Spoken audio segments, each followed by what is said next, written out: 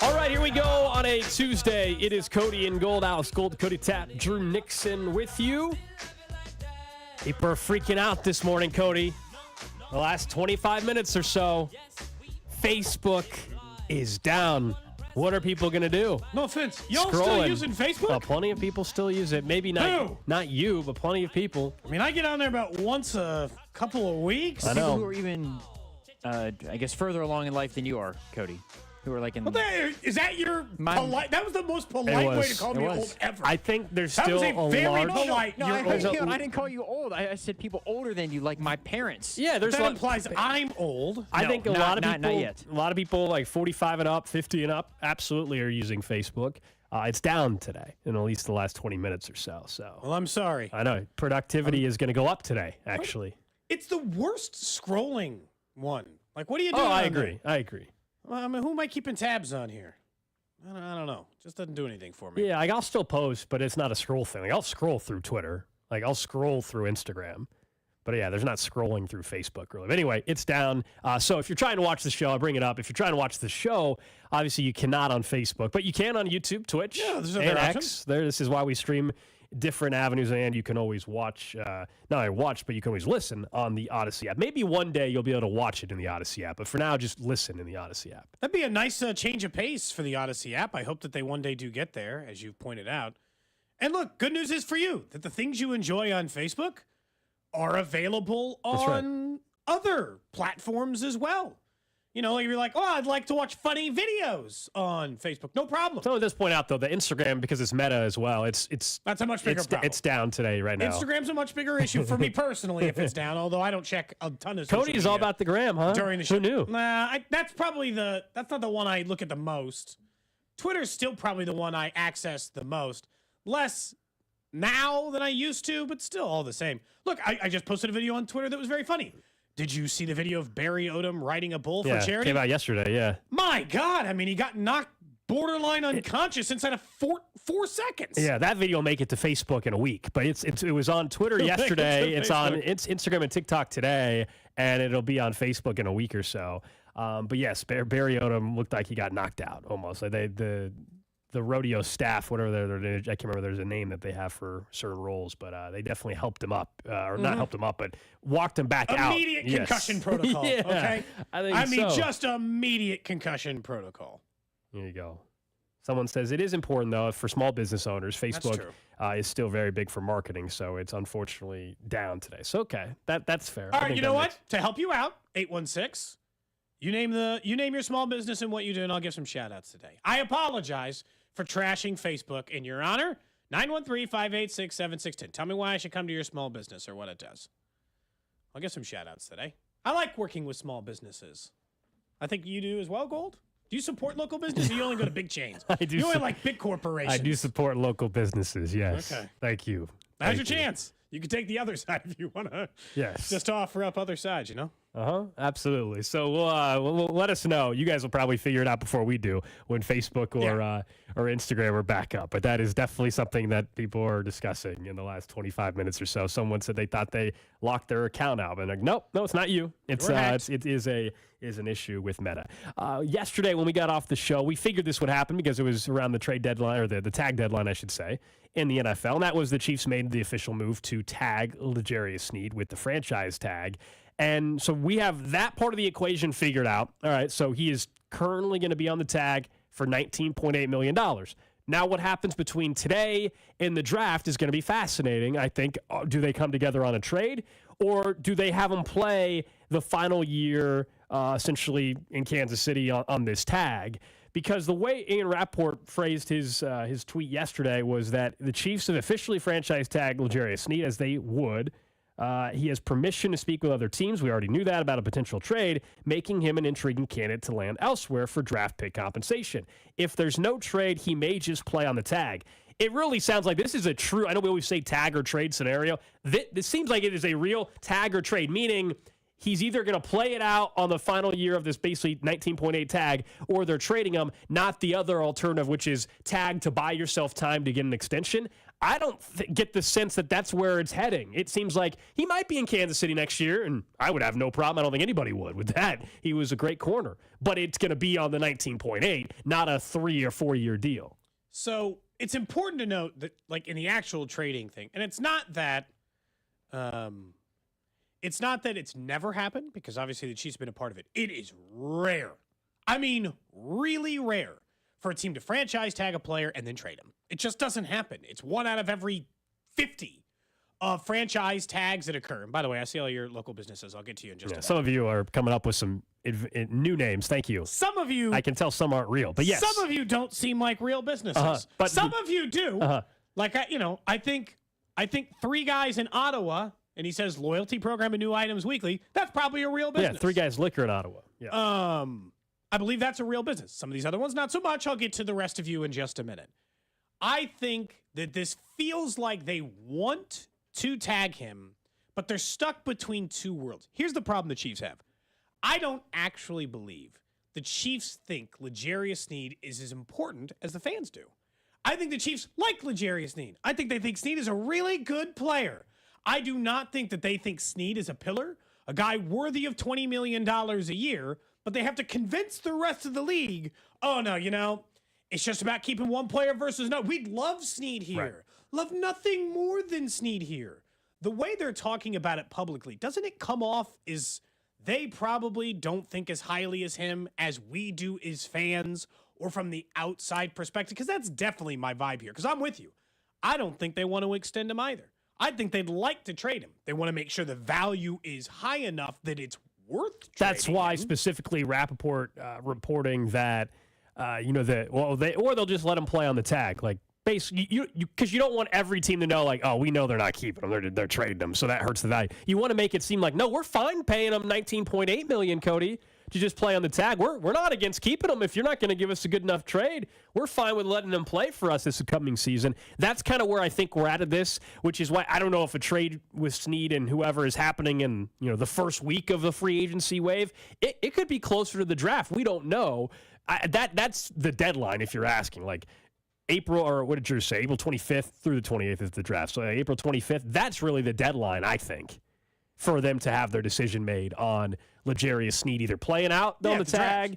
That's the real deadline. It doesn't have to happen in the next week or so. It could, but it's really the end of April when we'll know whether or not L'Jarius Sneed is playing for this football team or not. Because I think it's just, no matter what, next year's his last year in a Chiefs uniform, if you even get one more year in a Chiefs uniform. It seems like it's tag or trade truly is that scenario, while they are working on something with Chris Jones. And the clock is ticking on that because they have to get it done before free agency. They absolutely have to. That's the thing that I think could change the math here a little bit, is I'm telling you that I think that part of the reason is that they're not as, like, they value Chris Jones more than Sneed. They've made that clear. They couldn't have made it more clear, as a matter of fact. You know how I know that? Because a year ago, when they had a chance to negotiate with both, they just negotiated with one, and now they have the option to negotiate with both for a long-term deal, and they are clearly more focused on working on the long-term deal for Chris Jones. And I don't think it's both just deadline related. I think it is clearly related to the fact that they value Chris Jones and want him back more than they want L'Jarius Sneed back. The problem is that I don't want him to just play on the tag. I'd rather he either be extended or get traded. The middle option to me is not a very good one, because that's what hamstrung them to a point last year. And they're going to be like, well, Cody, did it hamstring them that much? What was the end result of the regular season? I'd be like, yeah, I get it. They won the division. They won the Super Bowl. Everything was in hand. But I'm looking for a pathway in which it is easier to go back to back to back than it was back to back or anything else in between. And I'm always looking for the best possible way to win a Super Bowl. Last year, because of the tag with Chris Jones and because playing under that tag, their finances were much more difficult to operate with for what they could have done to improve their team. Had they gotten the deal, the long-term deal done with Chris Jones last year, there would have been more room to improve the wide receiver unit or other units on the field so that you had an even better team last year. Maybe you end up with a 1 seed. Maybe you get an easier path to the Super Bowl. And because they won, I'm not going to be like, well, they can't make it work otherwise. I'm just looking for easier pathways. That's why I don't like just him playing under the tag. I'd rather just be here under an extension or get traded and you start looking for the long-term answer. And I still think he's going to, talking about Sneed's going to get traded.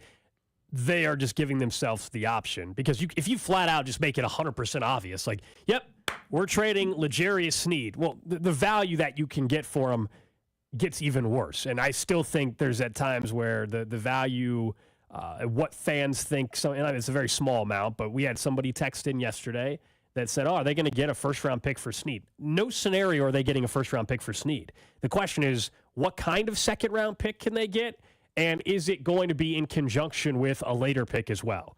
But he's not bringing back a first-round pick. You got to ensure you get a second-round pick back.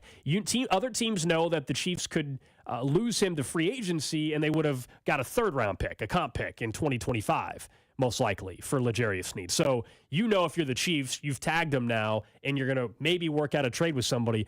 You know if you're an opponent that the Chiefs aren't taking anything less than that, and they want more than that. So you know where the market kind of starts from a trade perspective. I also think it's going to be interesting how many other teams, though, are willing to give L'Jarius Sneed reportedly the $20 million a year. And it's kind of weird because the tag is, what, 19.8, Cody? The report is that Sneed wants $20 million on average a year. Now, there's guaranteed money and a lot. But it isn't, though. 19.8 is what he's making on a tag as of right this second. So if he's wanting $20 million a year on a 3-year deal, like it's not that it's not like the difference is, the tag is $17 million, he wants 20, and you're like, wow, $3 million more a year. It's you know what I'm saying? Like the tag number is less to give him the contract extension this year for sure. Absolutely. By a large margin. All right, I'm going to shout out some of these local businesses. What do we got here, Gold? From the 913, First City Cheese Market in Leavenworth. You like a good cheese shop? I do. Like a good cured meat charcuterie situation? Does that interest you? We've had some charcuterie on the show before. We have. John's Hairstyling, 95, Mission Road, Leawood, Kansas. Okay, someone says Galubin Coffee Roasters. They're not open yet, but they'll be opening KCK soon. They're remodeling currently. Somebody mentioned just a handyman service. You ever thought you could use a good handyman? Well, I use TaskRabbit all the time. We've joked about that. No, but like a proper handyman. This says the companies are on there as well. This guy does mobile it's not just mower individuals. maintenance, he says. Yeah. It says for $40, he will change the oil in it, give you a new spark plug, sharpen your blade, and clean the air filter. I mean, that's a pretty good price for this. There's so many different businesses on here. I hope you support local business. All these ones that are like, I don't think that some of these are real. Do you feel like you got to look some of these up? Well, you mean, which ones don't you think are real? Well, the ones I know aren't the real. one that says they run a company called Cody is a Clown, you don't think that one's real? I don't think that one's real. not. You don't. I mean, I assume Summit Zoo Pets in Lee Summit is real. Yeah. Looks like they've got, I'm on the website. Got a lot of little puppies available. Do you need a new puppy soon? No, I have a dog already. You get yourself some little puppies. Don't tempt me. I have a dog already. Don't tempt you? I have a dog already. You want these dogs to be homeless? I do not. My dog doesn't get along with other dogs. I don't have a choice here. Yeah. I have one dog, and that's the only dog that I need at this present time or whatever. At this present time? Mm-hmm. So you're a one-dog household? Definitely am. What were you saying about the cheeses earlier? Cheddar, mozzarella, Havarti, cream cheese, Colby Jack. Did I say Gruyere? Blue? Swiss. I don't know why you just always list off cheeses randomly. It's the most bizarre thing on the show that we do. That I list off cheeses? Just randomly list off cheeses. But no, if you're wondering why we were mentioning some of the small businesses, Facebook is down today, and some of you had mentioned that it's impacting marketing efforts today. So we'll keep an eye on that. You can keep texting them in, 913-586-7610. Just one person on here bad-mouthing a local business instead. Wait, what? I'm not going to say the name. Oh, yeah, don't, dude. I see it. Yeah, don't do that. We're not doing that. That defeats the whole purpose of this thing. Someone's mentioning Fluffy. Fresh Donuts, I've been there. There was a new donut place that opened up near my house. I was trying to decide if I like the model. So the idea of it is just like, it's like Chipotle essentially for donuts, right? I can walk in there and I'd be like, all right, there's a plain donut or a glazed donut. All right, dip it in some chocolate, throw on some sprinkles. Like, I can individualize the donut. Yeah, you like that as a model? I mean, look, some people. Drew was all about it. It's cool. Some people just want to grab and go, though, right? Like you just want like a grab and go donut. Sometimes you're quick running the office. You need to pick up a dozen glazed donuts. But I do think there's something to be said for being able to customize the donut a little bit. It's called Duck Donuts, by the way. Yeah. I'm assuming it's a small business. Last one, then we'll get back to some Royals, and then we'll circle back to these. Someone said, Chiefsaholics Warehouse Company, could they get a shout-out? Sure. Price is so low, it seems like robbery. So I think that's an important shout-out today as well. He manages a warehouse. He's a hustler. Working working quietly in the streets. Mm-hmm. Whatever the random stuff he would say that turns out it meant robbing a bank. Yes. Banks, plural, sorry. Not a bank. 11. He called out all kinds of different companies. So if you got a small business, hit us up throughout the show. We'll try to help you out while Facebook and Instagram are down. All right, let's talk a little Royals, though, for a second, because we could later on this week have maybe Michael Walker or somebody like that joining us. Vern's in Surprise, Arizona. He'll join us there from Surprise tomorrow as spring training continues. And when we've discussed some of the offensive options and what the lineup could be from a power perspective, we'll do that. But also the weakness of the team, it still is pretty clearly the bullpen, right? Or it's the biggest unknown. They went out and acquired multiple pieces. And I think proven pieces, which is why I get why we say, it's clearly the weakness. It probably is, but there's a chance that it ends up being a much more stabilizing option on this team than it was a year ago, where it was a clear liability. All of a sudden, you got a little bit better starting pitching, which is going to help your bullpen. And then you go out and get someone like Will Smith and others that have proven in this league on world championship teams, as a matter of fact, to go and be solidifying pieces in a bullpen. So, yeah, it's probably still the weaker spot because there's some unknown there from other pieces. But when you add 3 veterans to a bullpen, I think that changes everything. I think it's a little bit like hitting the transfer portal. It is by far the weakest unit on the team. I am more confident in the starting pitching, which is not something I thought I was going to say going into the year. And I am more confident in the offense than I am in the bullpen. The bullpen, it's exactly like the transfer portal. Sometimes your K-State of last year, and all the pieces hit, and you find yourself in an NCAA tournament going on a little run. And then sometimes all the pieces you throw in there together don't mix, don't match, and don't perform, because bullpen arms are incredibly volatile.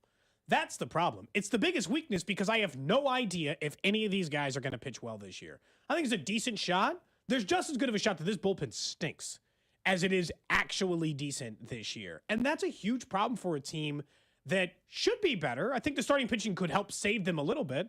Like, look at the starting pitcher innings. I think if you add up the number of innings you got out of the starters last year out of this unit, you're probably looking at 800 if you project Cole Reagans to start a full year. Walker was good for like 140 innings. Lugo was good for about 140 innings. Singer maybe 160. You're not getting to the 1,000 inning mark the Royals used to covet across 5 starting pitchers, because nobody in baseball gets that anymore. But, you're probably looking at 800 innings out of those 5 guys, presuming health. Maybe they can save the bullpen a little bit, because last year the problem was they had bad bullpen arms, and they coupled that gold by forcing them to pitch, all the time? Like, they couldn't even, the rotation wasn't helping them. They were lambs for the slaughter by the time they got in there. It's the worst unit on the field, and the one I'm the most concerned about, honestly. Yeah, I mean, so if we're just breaking it down, basically grouping of the staff, then yes, between the two, it definitely looks like the weaker option. I would say, though, if we're going through this season and how it goes, what's more likely that we're sitting here in mid-June saying, man, they're not getting any production from the bottom half of the order, or after basically. Text line says that's their biggest concern. What's more likely, that we're sitting here saying, man, the bullpen stinks again, or that, hey, hitters 6 through 9 or 5 through 9 are struggling? I still think it's probably that batters 5 through 9 are struggling, based off, again, the bullpen is going to be helped out because the starting pitching should be improved quite a bit, I believe. And when you added a few pieces that have done it in the league, have consistently thrown strikes out of the bullpen and not walk guys on a regular basis, that also helps. So, I don't know what hurts your team more as the season goes on between the two. Obviously, having a much better bullpen is gonna lead to more success, I think. But I don't know if it'll 100% be the weakness. Right now, is it the coming off of last season and then still some question mark? Yeah, the bullpen probably is that. But I think there's a reason why, when we've had JJ on, and you look at the moves that he and the front office made this offseason, the bullpen was a clear focus. Remember, before they even signed Seth Lugo and Michael Wacha, their first couple moves were what? Bullpen. They were all bullpen, yeah. Yeah, experienced bullpen arms to go with it. They projected 5 through 9, because the text line had said, like you, they said 6-2-0. The biggest weakness is 5 through 9 in the batting order. It's no question. It's not the bullpen. 5 through 9 right now would be Hunter Renfroe, Michael Massey, Nelson Velasquez, Kyle Isbell, and Michael Garcia. Look, if I listed out like that, yeah, I'd get your concern. What's that, a combined OPS of 750, 700 out of that union? But there's also, that's one of those, 5 through 9 looks a lot better if 2 of those guys play at or near the level they've been at near their peak, right? If Velasquez is anywhere close to what he was in those, short games he played for the Royals last year. Yeah, that pace. So let's just say Renfroe's career average and one other guy steps up to be a league average hitter. I don't think 5 through 9 looks quite as bad as there. I mean, if we're ranking it, would that be on my list of concerns? Yeah, it would be on my list of concerns. Because right now, somewhere in the top 4 of MJ, Bobby Wood Jr., Salvador Perez, and Vinny certainly feels a lot more consistent on offense than the 5 through 9 I just gave you. There's no doubt. Offensively, that is a concern. The problem is like for all those years, they hit all these like light hitting guys. I know we're talking about home runs, so maybe that'll make us feel a little bit better. But gosh, you know what? I can't believe this is the first time I'm trying to think of the last time I went into a calendar year for the Royals in which starting pitching was my lowest concern. Maybe we'll have egg on our face. But right now, I would rank like the starting 5 as it sits right now is one of the smallest concerns I have for this unit because of qualified starting pitchers they actually have in their rotation. Well, it's because they have a real rotation. I mean, with all due respect to what they've been, it hasn't been a real big league rotation outside of maybe 1 or 2 spots. That's not a real rotation when you have 1 or 2 guys. What is normal is, hey, you feel good about 1 through 4, and like every team just about in baseball, the 5th starter, kind of a camp battle, and you'll see, and if all of a sudden you're asking Jordan Lyles to be your 5th starter, and that's it, you can live with that to a certain extent versus a year ago where outside of Cole Reagan's on the back half of the season, there was nothing else. You got a flat. You didn't even get the normal flash from Brady Singer last year. So that rotation was a mess. Zach Greinke was obviously at the end of his career. This is a real rotation. You have a couple veterans at the top of it that you kind of know what you're going to get. Not that Michael Walker and Seth Lugo are going to be the top pitchers in baseball this year. No, but you know what you're going to get. And we already talked a lot about Cole Reagan's and the optimism there. Brady Singer, maybe some less pressure. Like it's a real rotation. Lyles is the 5 is still. Yeah, but we've talked about this. As a 5, it's different. That is. I mean, whoever you think. I mean, especially in the AL Central. But I don't care. Pick the Yankees.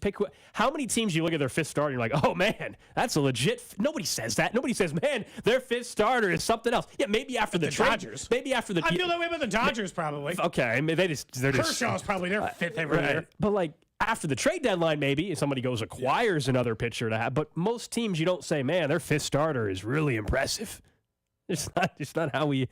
Who has 1 through 5 where you feel great? No, you hopefully feel great about at least 3 of the 3 of the 5, 4 of the 5. And he has a serviceable skill as a 5th starter, which is he will take 190 innings off the plate, 180 innings off the plate. For all that time, we're talking about the bullpen. Mm-hmm. Jordan Lyles, on the day he starts, doesn't need the bullpen as much as other guys because whether he's good or bad, he's going to wear it that day and eat up some innings. I see all these people continuing to send us like small businesses. Yeah. Now I'm just looking something up. I didn't even know what Kansas City Fun Tour was. You ever taken a tour of the city?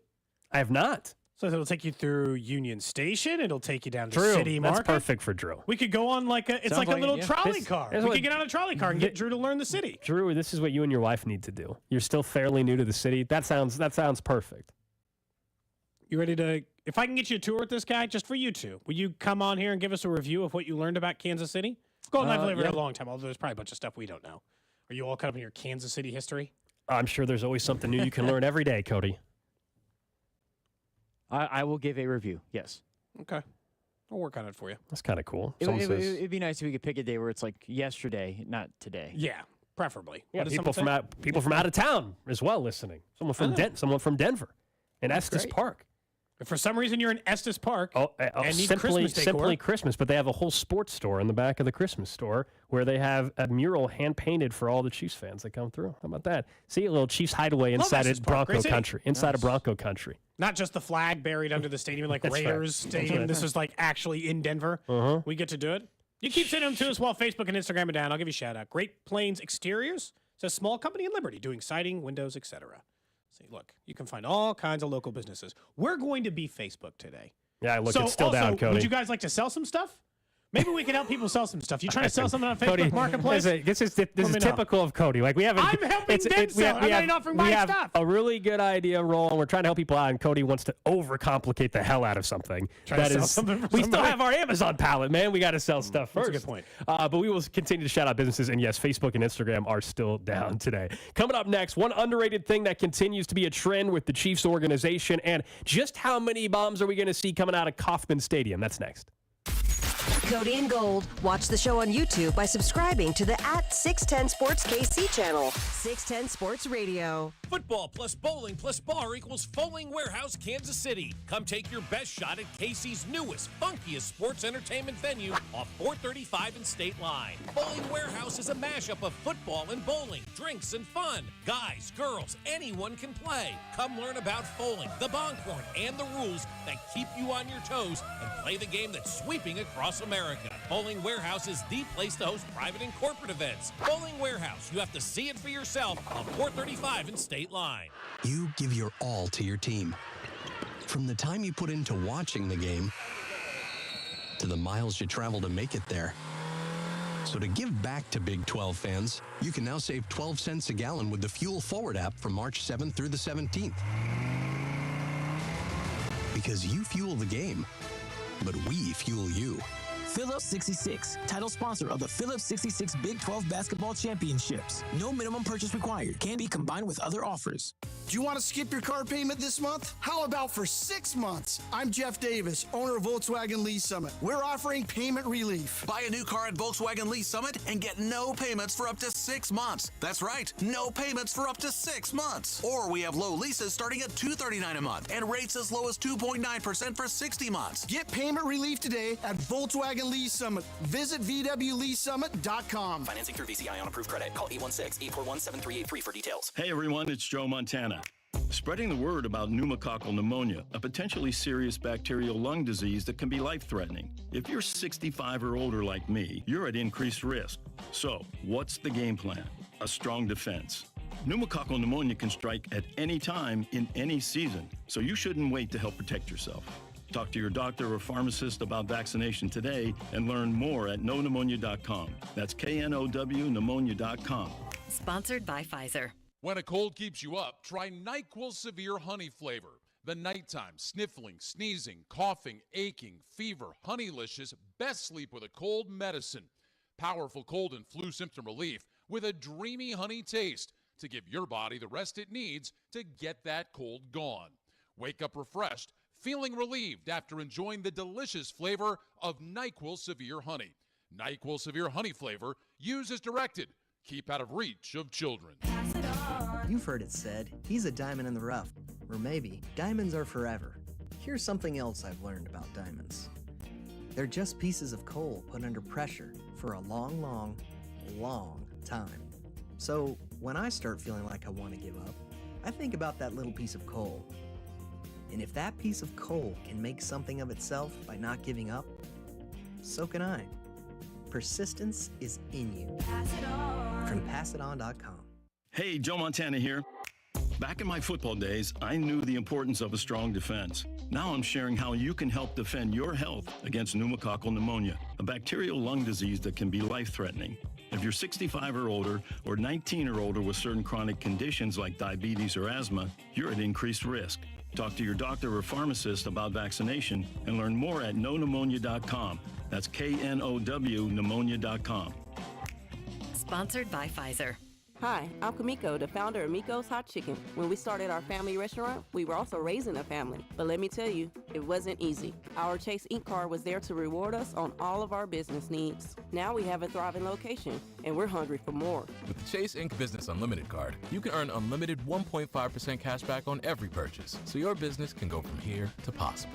Chase for Business. Make more with yours. Real business owners compensated for their participation. Cards issued by J.P. Morgan Chase Bank and a member FDIC. Subject to credit approval. Terms apply. Hi, I'm Henry Winkler. My eyes are very important to me. My eyes connect me with everything I love. I loved my late father-in-law dearly. He always lit up a room, but his vision dimmed with age. He had age-related macular degeneration, or AMD. And since partnering with Apellis, I've learned there's an advanced form of dry AMD called geographic atrophy, or GA. His struggle with vision loss made me want to help others know about GA's warning signs. For some, colors appear dull or washed out. For others, hazy or blurred vision make it hard to see details, like fine print on price tags. Many have trouble seeing in the dark, making driving at night difficult. GA gets worse over time and cannot be reversed. If you think you have GA, don't wait. Treatments are available. Ask a retina specialist about FDA-approved treatments for GA and go to GAWon'tWait.com. Royals fans, are you ready for opening day? In one of the most anticipated seasons in team history, don't miss a second of the action with every game live on the free Odyssey app with 610 Sports Radio. Catch Vern before and after every game. Plus, join Denny, Ryan, Jake, and Stu all season long on your home for Royals baseball in Kansas City. 610 Sports Radio and the Odyssey app. Download it today. AUDACY. Live games available for fans and market only. The 610 Sports Radio phone line is brought to you by Onder Law Injury Lawyers. Visit getjim.com.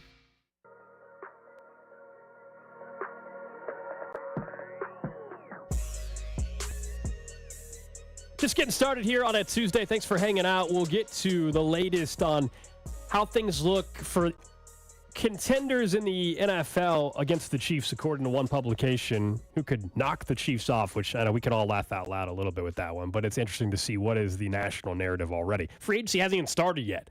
We'll try to do that, at least based off of what one publication is saying. We were talking Royals baseball. We'll continue talking here in a little bit because the point of the lineup in 5 through 9, and you listed off a couple names there, and where's the power coming from the lineup? I think if I were to ask you how many 20-plus home run hitters the Royals have in this upcoming season, there's probably a couple where you feel really, really good and almost would lock in, right? Like, okay, you would easily lock in 20-plus from Bobby Witt Jr. Duh. Yeah, I'm good there. You would He's easily, a 30-30 guy. I think he's got a chance to be 40-40 this year. That's easy. You would easily lock in Salvador Perez, right, for 20-plus? Yeah. He's pretty consistently a 20 home run guy. The third that I think you would probably easily lock in, but there is still a little hesitation for me just because, to me, you have to show that you can stay healthy, would be Vinny Pasquantino. If he plays 120-plus games, he's hitting over 20 home runs. I agree. Okay, so those are the three that feel really good. Then after that, man, there's a lot of unproven power in the lineup, or is there any power? I don't know if it's unproven power. Does the power even exist? So who else can hit 20 home runs for the Royals this year? So I was looking at Vinny just to make sure that I was very confident about that. He hit 9 home runs in 60 games last year, which means, 18 and 120. You stretch that out to 140 games. Playing 140 games and 20 home runs seems, well within question. I was asking this because obviously, no one's going to be surprised by this news. The Royals have ranked very low in home runs. And if you get 5 to 6 guys with 20 home runs, you can push yourself up near league average when you consider the other home runs that just come from whoever, right? Adam Frazier hits a couple, or whoever, runs into a few. I think it's a lock at 3. I think Bobby Witt Jr., I think Vinny's staying healthy because this is an injury that by surgery should be fixed and he should be okay. So Bobby, Vinny, and Salvi, I'm locking in just like you said. I don't know how you can at this point say that Nelson Velasquez is hitting 20 home runs. He hit 14 in 40 games last year for the Royals. Do I really think he's not going to hit 20? He's going to start. Michael Massey hit 15 in about 130 games, so it would be kind of an exception. Renfroe has hit 26 different times in his major league career, including 19 last year. And I think MJ Melendez has it. If I'm going to have to guess, I'm going to say they get 5. And that this is a much better power hitting team this year. If you made me at 4.5, let's say if that's what I set the line. Over, under 4.5, I'd take the over. Bobby, Salvador Perez, Vinny, Renfroe, and MJ.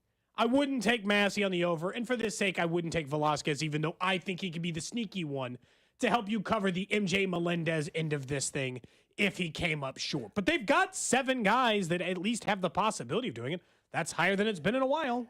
Yeah, well, possibility, sure. I mean, that's what's, that is what is great about March 5th. There's a lot of possibility with this roster, man. Dude, we're like 3 weeks away from opening day. There's 3 weeks and 2 days. Yeah, there's a lot of possibility. I can't argue. My only thing, and look, MJ adjusted his hand placement a little bit on the bat in the second half. It led to a better second half of the season. He just had a home run on Sunday. The only thing is the reason why I'm hesitant on some of these other players, like, oh yeah, they're at 20 plus.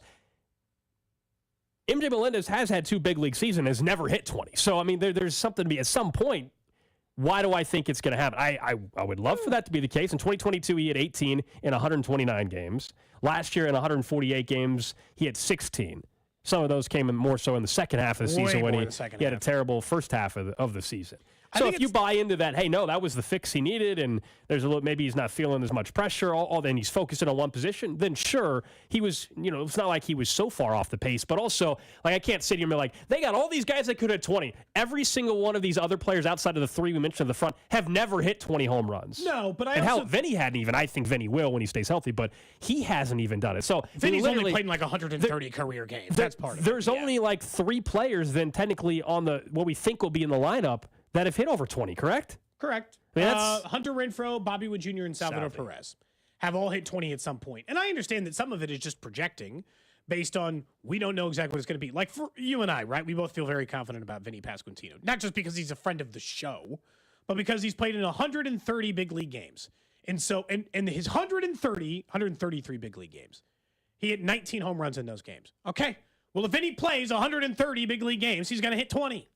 Like, I know that like, for this year, like, that's not even projecting. That's just what he paces at. That's why I assume he's on the list. For MJ, I just think he's more on the Mike Moustakas line, more than any of these other players we're talking about.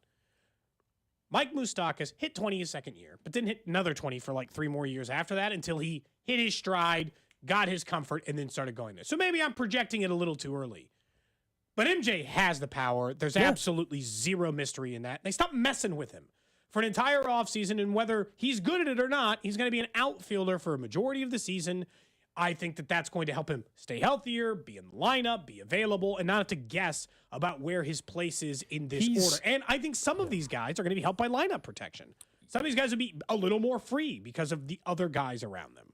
Yeah, I mean, if you're going like order of confidence that each one of these players hit 20. Well, Bobby Wood Jr. is at the top. Salvi 2. Salvi would be 2. 3 would be Vinny. And then the question is 4 Velasquez? Probably. Renfroe? He's hit it like, 6 times in his career. Velasquez would just be, not even just, that was an insane pace.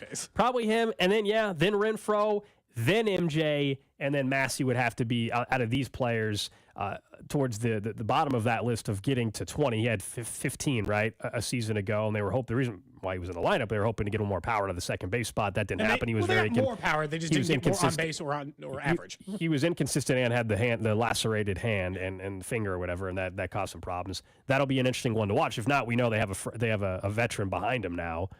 That could end up getting some playing time if he were to get off to a bad start. Let us know what your numbers are, 913-586-7610. I'm curious how many you think it actually will be because, I want to know whether or not, that number feels right to you. I'd take 5. 5 solid, and I'm being an optimist at that point. I think 3's a lock. I think if I said it at 4.5, I think if I said it at 3.5 goals, you're probably always taking the over. 4.5 is the line in which I think we all start to think about it a little bit more. Look, I don't assume it's going to be 6 or 7. I know they got guys with that kind of potential, but that's projecting that everyone hits this stride, no one gets hurt, and that's just not going to be the case. You ask for people's number, and they're giving you their cell phone number that we can already see when they text in. So I can't see that. I appreciate it. Someone giving us their social security number, I'm sure that's exactly what it is right there. Also, while Facebook and Instagram continue to be down, you see people are offering discounts now for the businesses? That's right. Says A to Z Video said if you mentioned this, that you heard them on this, they will tape transfer 1 for free. And also somebody was offering a discount at their car shop. The Chop Shop, 23rd and Nolan, says, mention this, and they'll give you a 10% discount on your purchase. ChopShopKC.com. We're helping people. We're helping small businesses today. That's all that matters. Someone says 3 or 4. Rose ain't hitting for power, and Kaufman. Salvi dropped the power. But, some of those people have they have more power potential than they've had in a while, similar to what they have on the other side. It's not overpower potential. They've only got 2 guys who can hit 40. That's Salvador Perez and Bobby Wood Jr. Salvi because he's done it, and I would not bet on it. And Bobby Wood Jr. because there's infinite amount of power behind it. A lot of people saying it's back up. Oh, they're back up? Mm-hmm.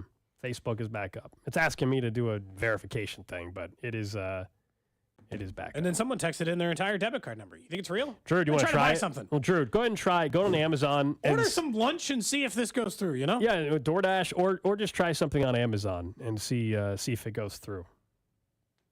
You never know, man. Get yourself your first Chiefs jersey. Go on there. From Amazon? And just try to buy a jersey and see if it goes through. Works. Can't hurt. By the way, I'd be very careful about sending your debit card in, not just to us. We're good people. I don't want to trust some of these other shows. I'm just going to, you know what? Oh, which show? Which show are you? Wow. Which show are you talking about? I wouldn't fire off your debit card number at 2. Okay? That's all I'm saying. At 2 o'clock. Yeah, specifically that time is when So I get you're calling out CDOT. You might as well say his name. You just No, flat. that's not what I said. I didn't say CDOT. I said I'd be more careful. Did you just flat out technically could be Rob on the radio? Did you just call out Rob or CDOT or both for fraud? I didn't say fraud. Technically, he's just giving us his debit card number. Is it fraud? I think if you just give someone your debit card number openly on a text line, is it fraud? If they don't say you can buy whatever you want or something, I would argue yes. What do you guys want from Amazon? What do you guys want from me? Don't order something off Amazon. I mean, tempting, as always, as you well know. Last one on the small business, since apparently it's back up. That one I mentioned earlier, Great Plains Exteriors. Mm-hmm. They said they'll give you free gutters or siding, free gutters with siding or windows purchase. So there you go. We've helped out. Someone who trusts Cody with their debit card number. I've been in charge of the show account for years. Scary, which is scary. Years. You know, we want to order some new T-shirts. We do. It's been since year 1 of the show, since we had Cody and Gold T-shirts. It's time. I think it's time again. That's where the show fund should be saving up for. It's time to get another stockpile of show shirts. Okay. Someone says their Insta is still no good. Okay. We'll see. We're waiting to confirm whether or not Facebook and Instagram are back up. Good news is we're still streaming on YouTube, Twitter, Twitch, maybe not Facebook, but at least some of the other locations as well. I always laugh at these that come out this time of the year because free agency hadn't even started, but the folks over at The Ringer were putting it together pre-draft, might as well say pre-free agency, the teams most likely to knock the Chiefs off of their current domination of being a dynasty in the NFL. And part of me was like, do I even read this? I was hesitant just because it is March 5th. Free agency hasn't started. We don't even know what some of these rosters are looking like. So many things can change. There are teams that are going to have new starting quarterbacks in the next week and a half. Very different. So I like the pre-free agency. I get it. Look, people, clearly they're doing it because people click on it. But so I did eventually click, and I was curious. And basically, the 3 teams they listed as most likely to knock the Chiefs off of their current standing in the league. The number 1 team, the Ravens, to do that. Still big on the Ravens. The 49ers, 2. The Bills, 3. And Cincinnati, 4. Kind of what it's been in the NFL, for that matter, right? I mean, if you go further down, the Detroit Lions are next up. I'm not worried about NFC teams, really. To me, you're not, they're most likely to knock them off their perch when they finally play them in the Super Bowl. No, it needs to be, these have to be AFC teams. You're not, you can't, we're knocking off them from their perch. Yeah, if we happen to play them in the Super Bowl. This is what stood out to me about this list. And I get what you're saying. Generally speaking, yes. But is there an NFC dynasty somewhere over there? The 49ers have been the absolute closest to it. They are in or around the NFC Championship game every single year and have been in multiple Super Bowls in the same time frame that the Chiefs have been in multiple Super Bowls. What stood out to me about this is how heavy-weighted this power rankings things once again is to the AFC. And I think some of this is because of the cap stuff we just mentioned. Chiefs 1, Ravens 2. Okay, get a little NFC sprinkled in there. Hey, 49ers, nice to see you. Bills still at 4. For a team that I was ready to write off at the beginning of last year, as in start the process of the decline, it is harder to look at them right now and feel that way because of the cap situation. With Cincy right behind it, and then you get your run of NFC teams. I think what stood out to me is there is still real competition in the AFC, but it's not new competition, so how serious can I take it? Yeah, the Ravens are still good. The Bengals are still good, and so are the Bills. And what has that got them? For the last 5 consecutive years. In a way, I feel like for a team to knock the Chiefs off of their AFC perch, I almost feel like it's got to be new blood. Show me where the teams who haven't been running into the Chiefs and getting nothing out of it over the last 5 years, other than Cincinnati and one AFC title game, show me how much closer you think they are. Because how far down the list do I have to get to the Texans? They have at 9. Right. Or Miami, who's still relatively new to the scene, But if Miami, at 10. But honestly, so if Miami's going to keep rolling out Tua, I'm just never going to be worried. I'm not. I just don't think he's on that same level of Mahomes, Burrow, and Allen and Lamar. Like he's not in that group. And so the Dolphins not concerned. The Bills and Ravens, for obvious reasons, just haven't been a problem come playoff time when it matters. Cincinnati's the only one to beat it. So that's still where things stand. The one to watch will be the Texans. Now, their roster, to me, is still way behind. It's still a year or so away. We'll see what they do in free agency. Stroud, the key part they have the coach as well.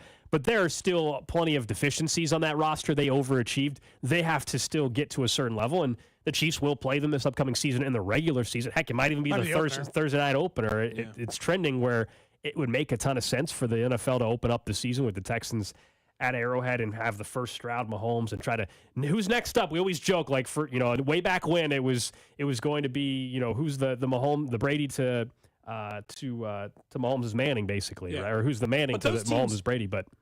Like the 3 quarterbacks, Lamar, Burrow, and Allen, are clearly the main competition. But then you keep thinking like someone else going to step up to the plate.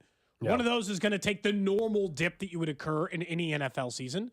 And every single time a new one shows up, Miami steps into the ring. They're down at 10 on this list. Here come the Jags. They're 16th on this list. There was a time we were talking about the Jags. They regressed big time. Oh, massively. Trevor Lawrence did not have a good season. I think they're behind the Browns on this list, by the way. But every time like some new contender tries to step into the ring of the AFC, we're just right back to the same damn square one?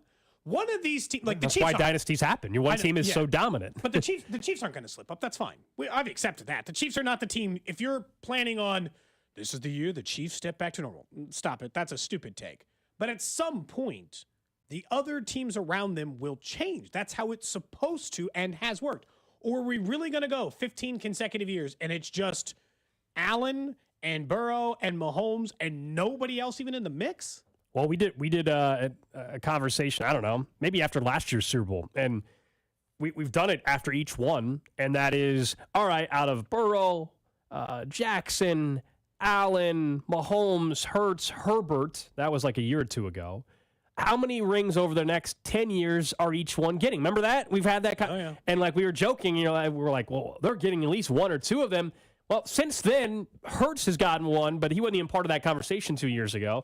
Hurts hasn't gotten one. I'm sorry. It's just been Mahomes. So none of Stafford got one. None of the other young guys got one yet. That's what I'm saying. It's like the same. It's the same number for everybody else. And look, I don't think Mahomes is winning 8 rings in a row, but still, it's like who's out of the next. Now let's say 8 years, since it's been 2 years removed. Of the next 8 years, how many rings are Mahomes? 3 for Mahomes. Allen. Yeah, like 3 more. Yeah, like Mahomes, Allen, Burrow, Jackson, Stroud. You want to include Hurts or some of these other NFC ones? Fine. Like Hurts is a big question mark heading into next season. If we're talking AFC, I would say other than Patrick Mahomes, one or 2 of them in the AFC get rings. Out of Burrow, Allen, but here's the Lamar. Truth. Historically, that is not the case. So out of Burrow, Allen, and Lamar, you might as well choose one right. Like history will tell us 100% of the time. One of them. You might as well choose one right now that straight up isn't getting any. 0. Lamar Jackson. And by the way, I think it's Josh Allen. You think it's Lamar. I think it's Josh Allen. Josh Allen is. I think it's Lamar as well, though. Josh Allen had so many cracks in the postseason with great teams and has 0 to show. Yeah, but I just think I still think unless you're going to go with, and it actually applies to both. Josh Allen's bigger bodied, but he takes a ton of brutal hits. Yeah, unless I think both are the running end. I think Lamar is less likely though because when you're thinking about that style, and then you add in that we have seen that.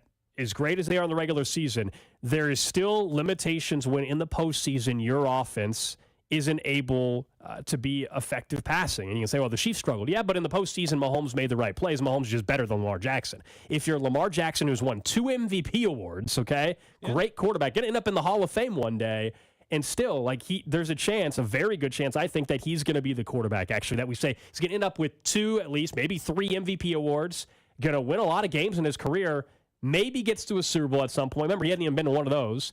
I think there's a chance that out of the group, he's the one. To me, it's still more likely Josh Allen would get it. Josh Allen has played better in the postseason, but Josh Allen has the same amount of nothing to show for I it. He's understand. not even been an MVP winner, and he has rolled into 3 different postseasons with an aggregate top 5 offense and defense, and has not made a Super Bowl either. Like, I mean, right now. Yeah, but at least I know he's had multiple top 5 off. Like, the Lamar Jackson, their offense, I don't know if they're ever going to be top 5 truly. They were top 5 this It's year. like, are we passing? Just points per game. That's all. Like, that's a concern for me. To me, the problem with why I say Lamar is that this was the best shot he will ever have. The defense was elite. It was. I mean, can't you make that argument for Josh Allen?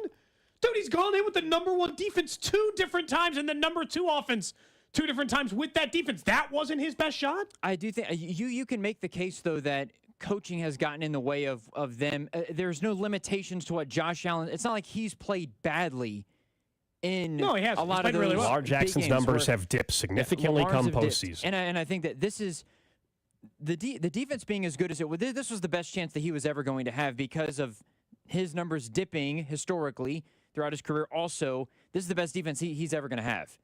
And the division, they ran through the division without a problem. They had home field, and they still. I just think that the cards all fell their way, and they still couldn't win. Yeah, they had home field twice. That's unfortunate for them. Home field twice and couldn't get the.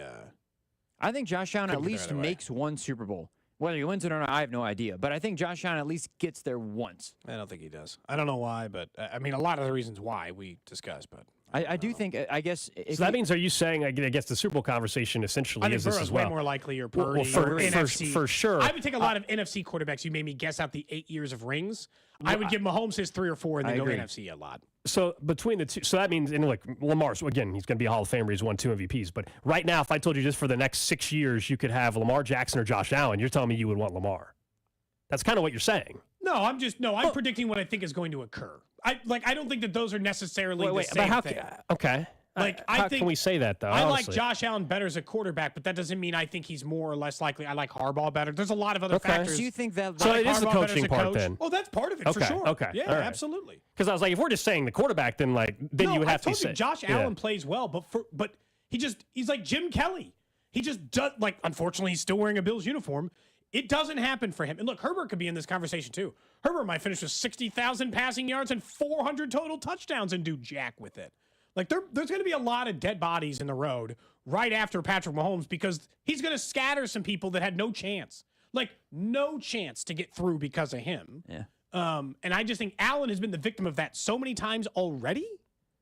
Like, the year he gets to the Super Bowl better be the year he doesn't face Mahomes in the playoffs. That's the only way I feel like he's getting there. Wouldn't that be, well, no, I think exact same thing applies for Lamar, though. Lamar, Lamar's been to the playoffs even less than Allen, and still has even than we're looking at it. I think Josh Allen, from the terms of watching him in the playoffs, makes more big time plays when it matters at the most dire time than Lamar Jackson does. Just from you need a drive, I'm taking Josh Allen over Lamar Jackson in a heartbeat because Lamar hasn't been able to do it.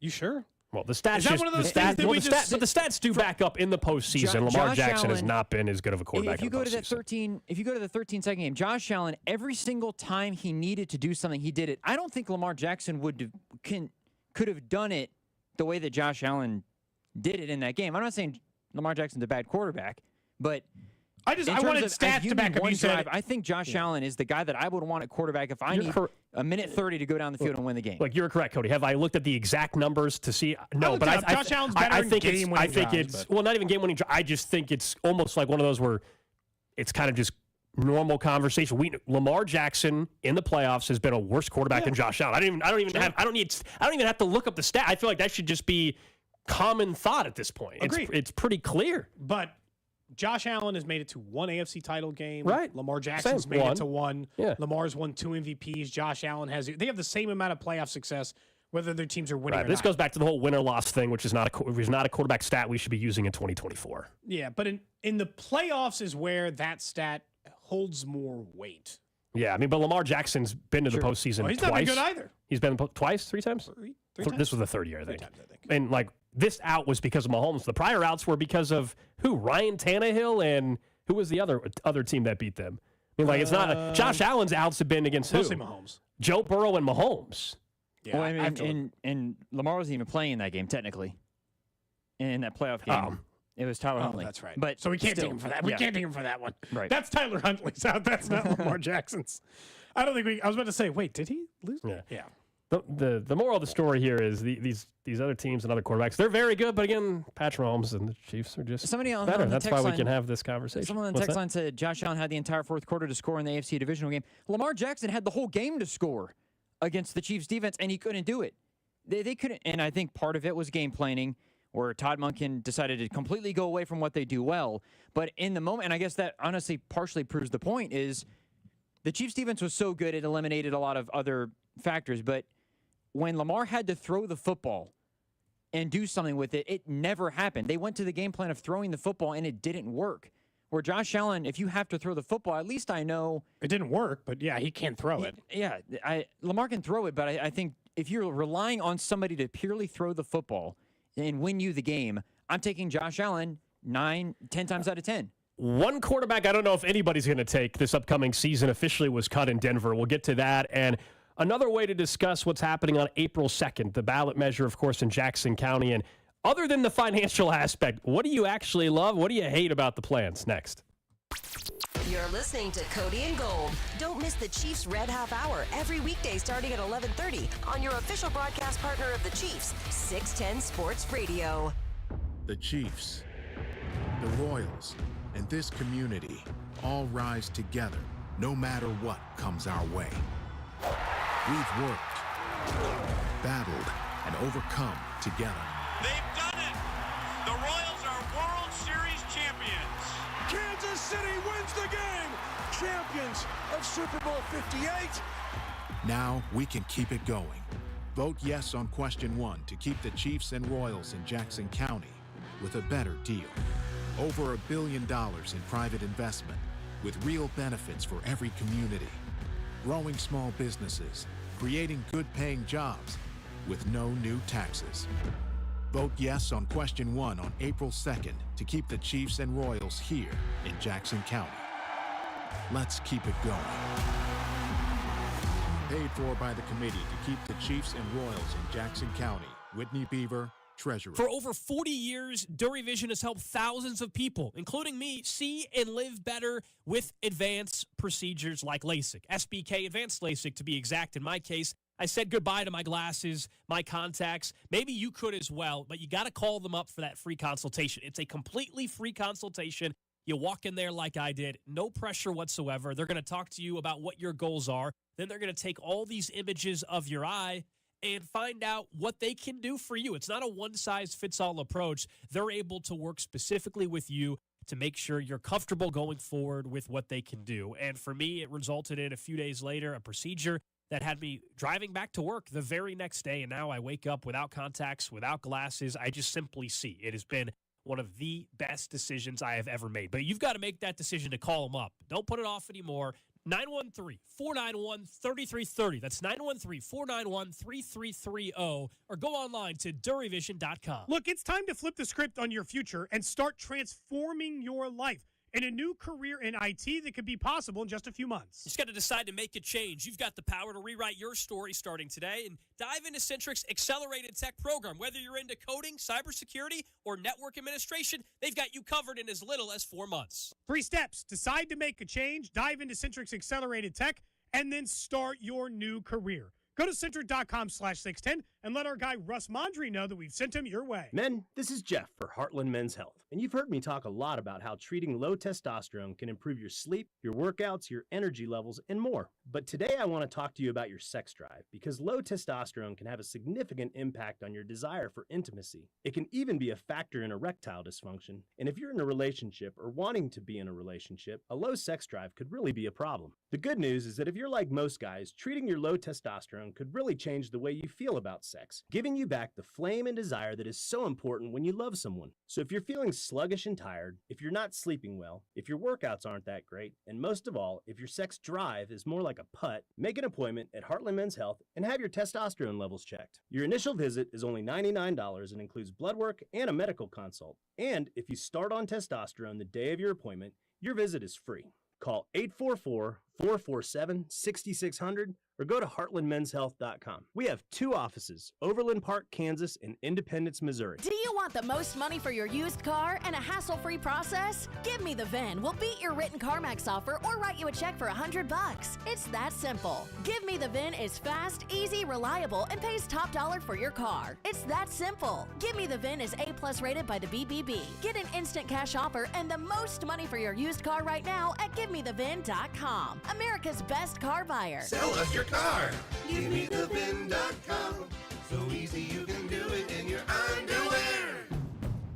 Rev up the fun with the Honda Civic and HR-V. These vehicles redefine the game when it comes to performance and style. With sporty designs matched by powerful performance, the Civic and HR-V deliver a driving experience like no other. But what really sets these cars apart from the crowd is the spirit of determination that inspires everything we do. That's why we're KBB.com's best value brand of 2023.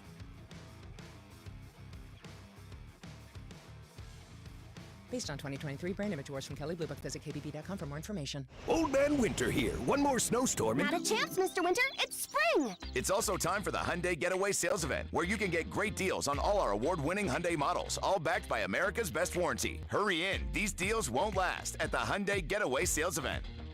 Now get 0% APR or up to $1,500 bonus cash on the Hyundai Tucson. Now, during the Hyundai Getaway Sales Event. Offers end soon. Call 562-314-4603 for details. This March, Wendy's is fueling the madness with amazing deals on their hamburgers made with fresh, never frozen beef. Like a juicy Dave's single for $1 and a fresh $2 Dave's double with in-app offer. It's such a good deal, we wrote a little ditty about it. Get it for $1. Dave's single, order in the app. Dave's single, get it for $1. Choose wisely, choose Wendy's, official hamburger March Madness. Limited time offer. Participating U.S. Wendy's. See offer details and redeem at Wendy's app. Account registration required. Fresh beef available in the contiguous U.S. and Alaska. Wesley Financial Group is not a law firm. This story is called The Ugly Truth About Timeshare. If you think you've done your family a favor by buying a timeshare, you need my help. Hello, I'm Chuck McDowell, founder of Wesley Financial Group. 10 years ago, I started helping folks cancel their timeshare. And in the process, started what's now called the timeshare cancellation industry. The ugly truth is, when you buy a timeshare, you can't tell me how much it's going to cost or when it's going to end. I recently helped a couple that had their maintenance fees go from $800 to $3,200 a year. They also received a $4,000 assessment for a hurricane that was over 1,000 miles away. Sound crazy? The crazy thing is, this never ends. Call my office now. If we take you as a client, I guarantee we'll cancel your timeshare or you'll pay nothing. Call for your free information kit. Call 800-462-3333. That's 800-462-3333. 800-462-3333. You're listening to 610 Sports Radio from the Mission Plumbing, Heating, and Cooling Studios. Hey, it's Travis Kelce. This is Taylor Swift. You're listening to the official broadcast partner of the Kansas City Chiefs, 610 Sports Radio. KCSP Kansas City, WDAF HD2 Liberty, always live on the free Odyssey app.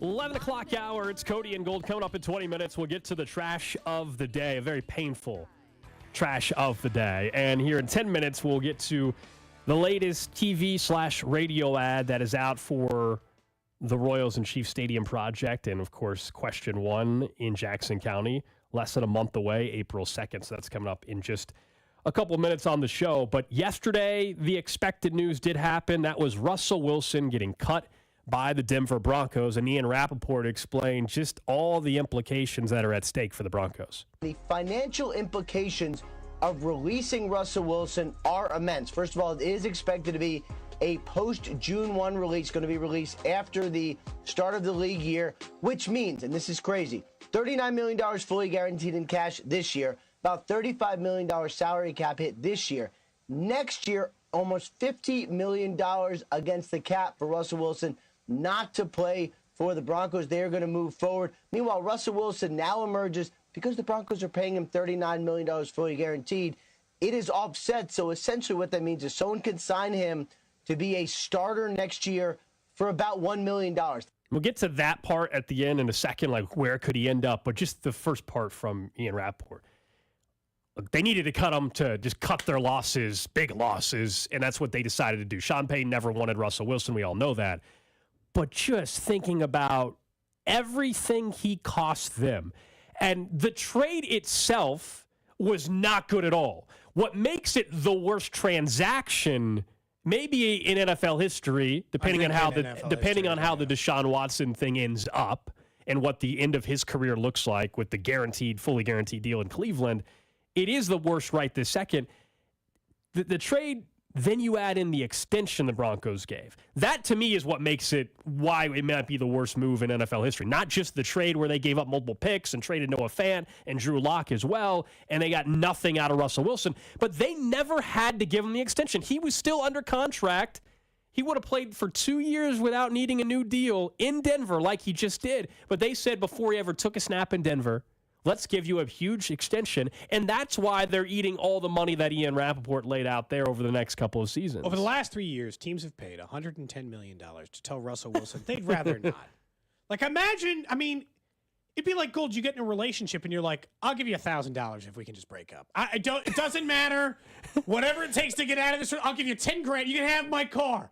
Just get out. Yeah, the Broncos said be in this relationship anymore. We would rather have nothing than you for 8. We'd rather have nothing and lose 80 than something for 80. Like, we would just have nothing to do with you, and we'll eat the $80 million. This is the problem. This proves even more dysfunction. This is why Sean Payton was a bad hire. And you're going to be like, well, how does that make sense? You should have hired a guy that would at least tried it with Russell Wilson because, dear God, eating $80 million is not good business, even if you thought he wasn't that bad, Gold. Okay? This past year he wasn't. He wasn't Zach Wilson in New York bad, dude. He wasn't eat $80 million bad. He wasn't good. There were definitely problems, and that man sucks to be in a locker room with, but you could keep chugging along up that hill, finding out if there's a way to be mediocre, which you were last year, then pay $80 million. Sean pays him just as much as a guy to eat $80 million. How the hell are they going to be competitive? They should have $30 million. And it's like, someone was like, hey, if you're looking at this as a glass half full, they got the same amount of cap space that would have keeping him. I'm like, that's not how this works. They're paying that matters more for next year, not this upcoming. I'll buy into that more in 2025, and I'll buy into that where it's like a 30-something cap hit, technically. I'll buy into that more this upcoming season, no. Which is why, everybody knows they're going to try to trade up in the draft, but that means you're going to give up even more capital to correct So you have the no mistake. money, now you have no draft picks, and you're praying that you're the one out of every 8 teams that gets quarterback right in the draft? Because you're going to have to draft a quarterback unless you're going to roll Jared Stidham out there in another lost season? I don't think so. I can't imagine Russell that. Wilson's available and cheap. Yeah, and that's the other part. He could sign for about $1 million because of the money he's already going to be making and it's anyway. offset, so no one should pay him. So what is, that's why. Yeah, that's why it's going to be $1 million. So that's the only reason why I think he has a chance to still play some games next year. For the Patriots? Because there's 2 teams. It's like the Patriots and maybe the Broncos or maybe the Steelers. But it sounds more and more like they're willing to give it another go with Kenny Pickett now with the new OC and see if they can't give him one last shot at it. The Patriots are the only one.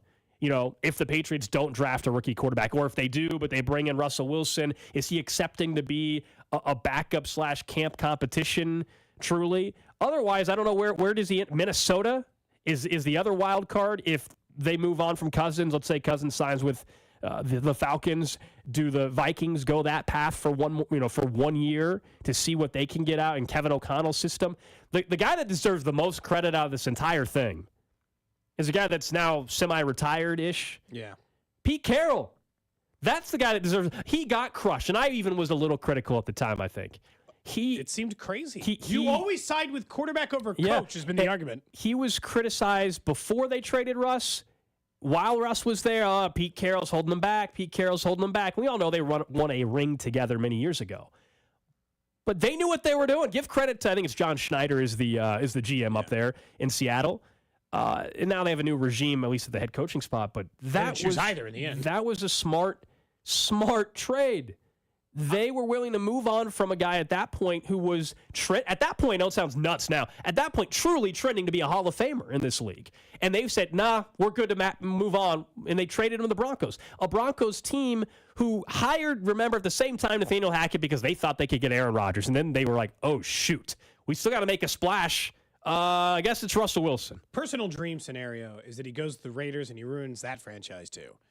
He could just be like a plague of locusts, slowly going through the teams that the Chiefs hate and wiping them out of existence one at a time. You know, even if like Herbert was like unavailable for like a half a season, like 2 years from now, and then there's Russ waiting in the wings. The money is the only way I think in which he's going to get a starting job. Because I told you this. The number of starting jobs is very limited, and I would be stunned if Kirk Cousins and Justin Fields don't possess 2 of them. Now, look, the reporting yesterday is that Justin Fields' market is limited, which is not surprising. That also, by the way, if you're the Bears and you go out and you're shopping Justin Fields, and there aren't a bunch of people clamoring to have him in your building, then to tell you all you need to know about who you should be taking number 1 overall. Well, they're trading him. I'm just going to be honest. Like, if you didn't know, if for some reason you were holding on to some doubt, the second you call around to the rest of the NFL and they're like, nah, we're good. For as quarterback hungry as these teams are, 2 years ago, someone traded for Russell Wilson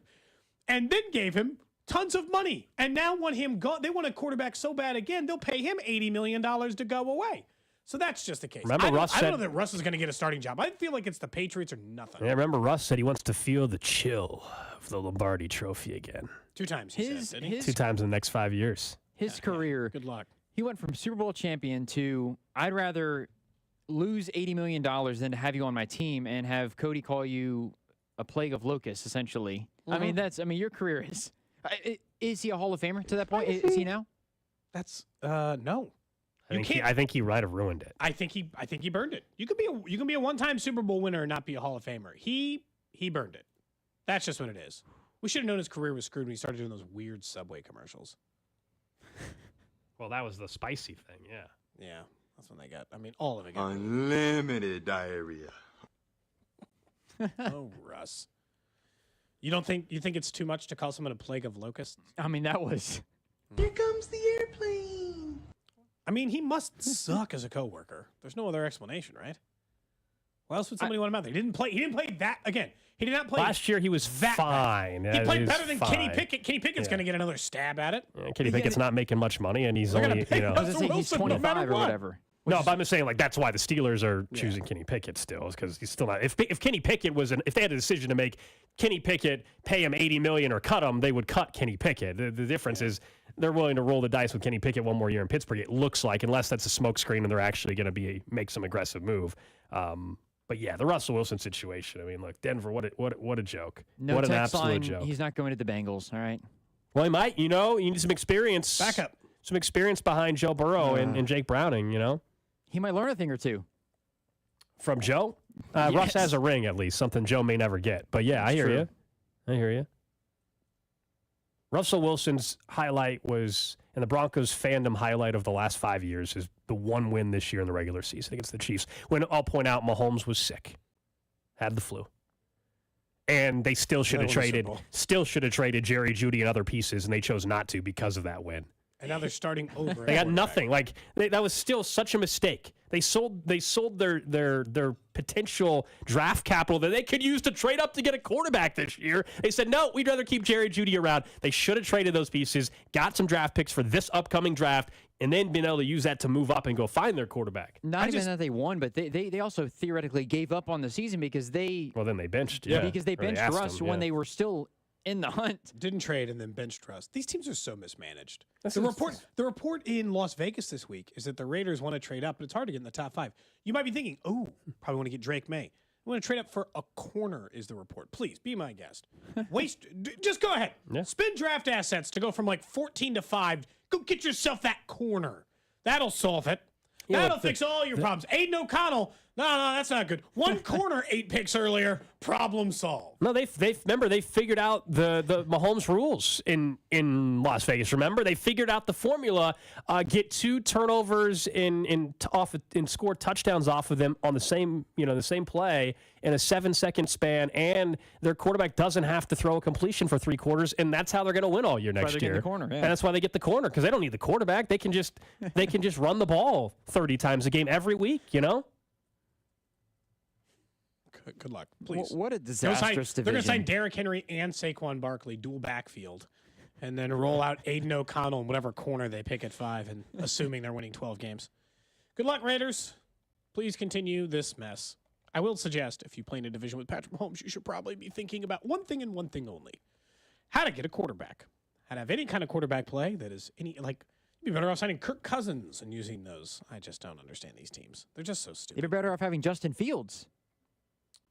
Yes. Someone should take a shot on Justin Fields. I would give him one more crack. Not if I had the number one pick. Yeah, I still, if you're the Falcons, I still would prefer signing Kirk Cousins, but Justin Fields also makes some sense down there in Atlanta. Absolutely. Look, the stadium, you've heard the ads now. I just heard one in the last break. The Royals have begun running the Royals and Chiefs have begun running ads promoting yes on question one, where they're trying to get an extension of the sales tax. Here's an example of the TV one. We need you to vote yes on question one. We've all made Kansas City a major league city. Let's keep it that way. There's no better place in the world to play than Arrowhead Stadium. Let's keep it that way. Vote así. We need you guys. We need you.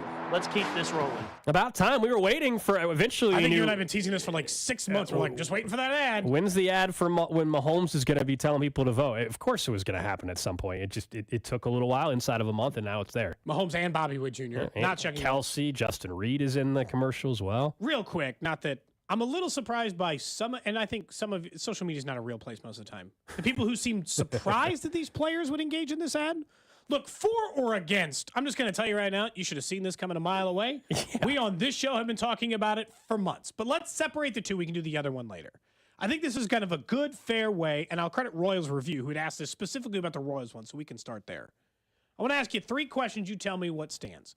What do you like about the Royal Stadium project? What do you love about the Royal Stadium project? And what do you not like about the Royal Stadium project? We'll do the Chiefs project in just a little bit. What do you like, love, and just don't like? Well, what I love is just, frankly, the concept of downtown baseball. That is, if there's anything that I love more than anything about the idea of what the Royals are trying to do, it's just that the stadium is downtown. And what downtown baseball can mean, we've talked about our experiences in other markets before. What that means, it's not just showing up 10 minutes before a game. It gives you the option to make a whole day out of it. There's a reason to do that. You can visit other local businesses nearby in the area, whether it's for an early dinner, a late lunch, a couple drinks, you walk over to the stadium. That concept of downtown baseball, that's what I love more than anything else. I think so. I'm the same. So our love is the same. Just downtown baseball's cool. I've been to enough stadiums in which that part of it works, and I like the setup. And I honestly think the renderings work well, even though I would like Crown Vision and those things. But overall, I do really like it. I'll say the thing I like about it is that the Royals have given more concessions than the other side. I like that they have agreed to pay the insurance stuff. They're technically giving Jackson County a better deal than they did the last time, based on what they're currently asking for. They have given some things back to the county that they have received since they had asked for that sales tax extension, and that they would cover any overruns as it relates to the project. Because obviously what I don't like are 2 things. I don't like the location and the general amount of money that most of these stadium projects eat up from a public financing standpoint. I do like, again, that they're doing those things. But the location, the East Village one made so much perfect sense. And I don't like that they got shoved out of that area, both for personal reasons and for other reasons from other powerful people in the city that wanted to shove them out of that location. I don't like it. I like that they're willing to cover some part of it, but I don't like that part. Yeah, I mean, the answer is not giving the exact same answer to you, because I've talked about the East Village site before they even decided on the Star side. That was always the concern, was the local businesses that could get pushed out with the East Village, or not using the East Village location and using the Crossroads site, which is ultimately the site they did. So, yeah, that's obviously something that nobody likes to see happen. What do I love about it? I mean, the specifics of if we're just talking the stadium, we don't have all the specifics of what's going to actually be inside and all the real nitty-gritty details. So it's not like the renovation for the Chiefs where I can tell you, oh, I like the new canopy thing. We don't know that stuff yet about the actual stadium. The actual project as a whole, I think it's a continued reminder that even unlike on the Chiefs plan, the Royals, if we're just talking about them right now, $1 billion is being contributed of the project by ownership. And if you compare it to other public financing projects for stadiums across the country, that actually is a much bigger chunk than people realize from an ownership group. I know it's still a huge amount of money that has to be made up via either the extension of the sales tax and or state money. But from an ownership group, $1 billion plus cost overruns is a massive commitment. I believe it's the biggest commitment we've seen in a public-private partnership in Kansas City history. And it's triple that of what's being promised by the Chiefs from a commitment standpoint financially. I don't think that should be ignored from the Royals into this thing. Now, they are tied together, so you can't just be like, well, the Royals are doing more. But as we separate them, see, specifically with the site, and I know that you said that part of it, part of my issue is that putting it in an area that has already had a lot of good development. The Crossroads is already a cool area of our city. It didn't need a bunch of infusion, right? I understand that particular part has some small businesses that are really cool. But also there's been a little more doom and gloom. It's not I've seen some people act as if the whole Crossroads is just gone now. No, stop, calm down. No, but that's the not you, Cody, but that is something we have both seen. And yes, there are multiple businesses that are going to be either choose to relocate or otherwise. But this notion of the Crossroads, just, no more Crossroads. That's BS. Stop fear-mongering on that crap. The Crossroads will still exist. There is a portion of the Crossroads that's going to look different if this passes. But the idea that, you're just not going to have any bit of the Crossroads anymore, that's just BS. It's just not true. I liked the Crossroads area. We had power and light. Then you go to East Village. In a city, typically, in a big city like Kansas City, you would like multiple areas in which to find entertainment. It doesn't matter if you're going out to 135th and Overland Park. In your area, if we're going downtown to combined, the Crossroads already had its elements of history and cool that felt so. But those aren't all going away, is what I'm trying to say. No, I understand that. I'm just saying that area needed it less than the East Village. And I'm not saying that that's the reason. I think sometimes that can be hyperinflated by the people who are trying to get the funds in order to do it. I just that's why the location. It's not specifically, this versus that, or the fact that 80 businesses will be displaced as a result of that. None of that feels good, absolutely. Right. But it's just the part of town it was in already felt like it's had a nice revival. And maybe that's part of the appeal for the Royals, being a part of something that already has felt good in that direction. I feel like this is a minor thing too, but one of the things that we've talked about before, but you guys haven't mentioned, is the not limited capacity, but the smaller capacity with the hope of turning out. I can see people not liking more that often. I can see why people don't like it. I kind of do, because I think it gives an incentive for not people to come and play with the Royals, but if you know that every single day it's going to be a sellout, there's going to be a buzz, not maybe as big as it would be for Wrigley Field or Yankee Stadium or something like that, but you can feel like the crowd is always there. It's packed every single time. I think that gives a little bit more incentive for people to show up because people are doing it, and also for players to want to maybe play with the Royals, as well as, couple that on top of Bobby Witt Jr. and all the other things that they're doing. I think for some people that's a like, and some people it's not. I've told you I think that's where sports stadiums are going to go. Memorial's not getting bigger for Kansas. The Royals aren't. I just think you're not going to build, if you built a brand new college football stadium, if you're Clemson, you build a brand new college football stadium, you're not going to build it as big as Michigan, and you shouldn't. I mean, that's not the way stadium projects are going. It's less overall seating, more high-end seating. And I know that stinks for most of us. More experience inside people. more investment in the experience and amenities inside than it is just adding more seats. And a lot of that, yes, is just the increased revenue opportunities, for being real. And why the Chiefs renovation, a lot of the renovations on the Chiefs side, which we'll talk about them later, a lot of the renovation is adding suites and adding premium seating. I also think that some of it is just a societal thing. I think there's a way bigger societal thing at play where the way people entertain themselves is different than it used to be. And that's why the viewing experience at home is better. Yeah, way better. And that's why people in Jacksonville add a hot tub. They're trying to get you in the building by any means necessary. They do not care if you're a Jags fan. They don't care if you're a Royals fan. They just care, do you want to go to the game because it's an experience. It's the same as going the same as going to a museum or whatever you take entertainment in. They want to make sure you have that option available too. And that's that's part of the experience, though, is going back to the beginning, which was the what a downtown vibe feels like versus where they're at. I mean, you mentioned, what makes the experience better. Well, if you know that now when I say go to a Royals game, it means that means a half day, that's an all day thing. Perhaps by going downtown versus now, again, I'm not going out to the Truman Sports Complex for a 6 o'clock game at 3 o'clock. Now, I know for Chiefs games, we all tailgate. For Royals games, there are a select few of you that do, but it's not the majority. And so at a baseball game now, I don't need to get there early. I don't want to get there early. There's nothing to do. Whereas downtown, I can hang out all afternoon before the game. I used to get to the state. So when I was the Royals insider, I used to get to the stadium at about 2:30. Managers and stuff would talk at 3. So I'd get there at 2:30 for a 6 o'clock first pitch. I don't know, 6 people in the parking lot 3 hours ahead of the game. I mean, I don't know, 10. Like, I am not exaggerating. There might have been a dozen people in the stadium 3 hours before first pitch at a Royals game. 2 hours, okay. Got a few hundred. 1 hour, few thousand. Like it's, but like not. People are getting there just long enough to be like, hey, what if we popped a couple of beers before we went in, so we don't have to buy every beer? You know what I'm saying? Like, so we don't have to buy every beer in the stadium. What if we drink 2 or 3? But enough time to drink 2 or 3 in the parking lot before you go in. I felt like that was the amount of time people were showing up ahead of Royals games. All right, coming up next, Chiefs Red Half Hour. We'll also mix in a little trash of the day at the end of it since we didn't get it to there. But before the draft happens, the Chiefs are clearly going to have to make a decision on one position on this offense, and it's not wide receiver. We'll tell you who it is next.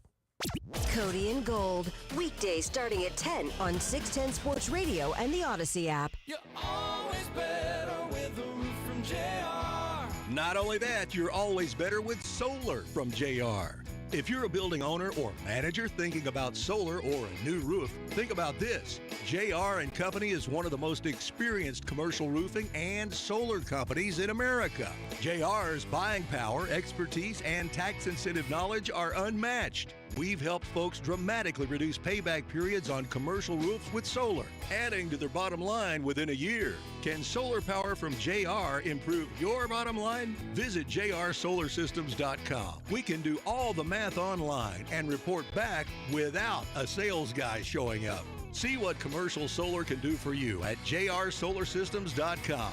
Solar from veteran-owned JR & Company. Just one more reason why. You're always better with a roof from JR. Visit jrsolarsystems.com. Get buckets with your first bet on FanDuel, America's #1 sportsbook app. Because right now, new customers can get $150 in bonus bets with any winning $5 bet. That's $150 in bonus bets if your bet wins. All you need to do is visit FanDuel.com/CDOT. Use my promo code. That's FanDuel.com/CDOT. Bet on all your favorite NBA players and teams with quick bets, live same-game parlays, exclusive props, all on an app that's quick, easy to use, and you get paid your money quickly. All you need to do is visit FanDuel.com/CDOT. Use my promo code and shoot your shot. FanDuel, an official sportsbook partner of the NBA, and also 610 Sports Radio. 21 and present in Kansas. First online real money wager only. $10 first deposit required. Bonus issued as non-withdrawable bonus specs that expires 7 days after receipt. See terms at sportsbook.fanduel.com. FanDuel is offering online sports wagering in Kansas under agreement with Kansas Star Casino, LLC. Gambling problem? Getting help is your best bet. Call 1-800-522-4700 or visit ksgamblinghelp.com. Cards issued by Sutton Bank and Celtic Bank, members of FDIC. Terms and conditions apply. The needs of modern businesses are always changing, but corporate cards haven't evolved in decades. Until now.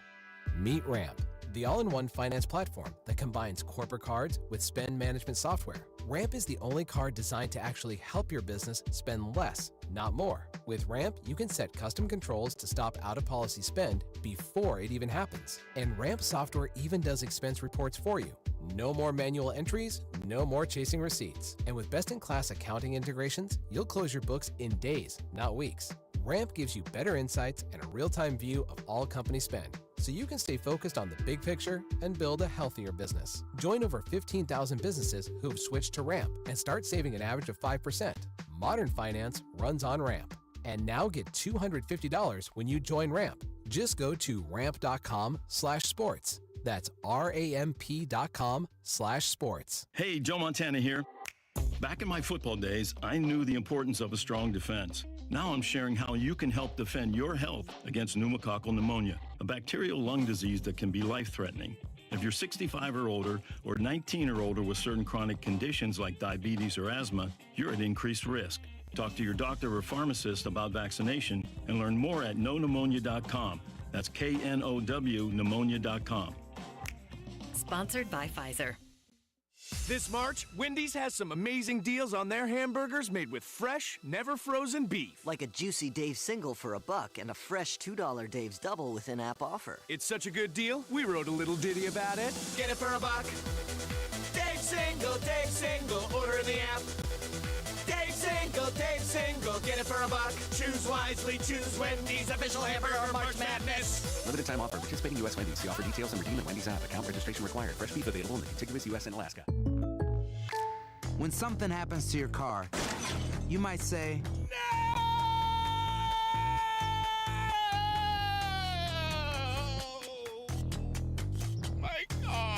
But what you really need to say is something that can actually help. Like a good neighbor, State Farm is there. And just like that, State Farm is there to help you file your claim right on the State Farm mobile app. So just remember, like a good neighbor, State Farm is there. State Farm, Bloomington, Illinois. You're all set with your new Navien water heater. I can't wait to take a shower without running out of hot water. I'm just going to love my Navien tankless water heater. I just want to say Oh, no need to say that, ma'am. You'll always love Navien's high efficiency that will save you money on gas bills compared to other water heaters. I love how I have more space with its wall-hanging design. Please let me say Nope, sorry, miss. I know you appreciate it, but I can't let you say it. Why not? Because with Navien, it's a tankless job. How long you been waiting to use that? You'd be surprised. Find a Navien installer near you at tanklessmadesimple.com. This March, Wendy's is fueling the madness with amazing deals on their hamburgers made with fresh, never frozen beef. Like a juicy Dave's single for $1 and a fresh $2 Dave's double with in-app offer. It's such a good deal, we wrote a little ditty about it. Get it for $1. Dave's single, order in the app. Dave's single, get it for $1. Choose wisely, choose Wendy's, official hamburger March Madness. Limited time offer. Participating U.S. Wendy's. See offer details and redeem at Wendy's app. Account registration required. Fresh beef available in the contiguous U.S. and Alaska. The 610 Sports Radio phone line is brought to you by Onder Law Injury Lawyers. Visit getjim.com. Chiefs Kingdom. This is Mitch Holtis, and welcome into the Chiefs Red Half Hour on Cody and Gold. Every day at 11:30 on your official broadcast partner of the Chiefs, 610 Sports Radio. Coming up in about 8 minutes, we'll get back to L'Jarius Sneed, the official franchise tag, and what seems to be clearer and clearer about his situation.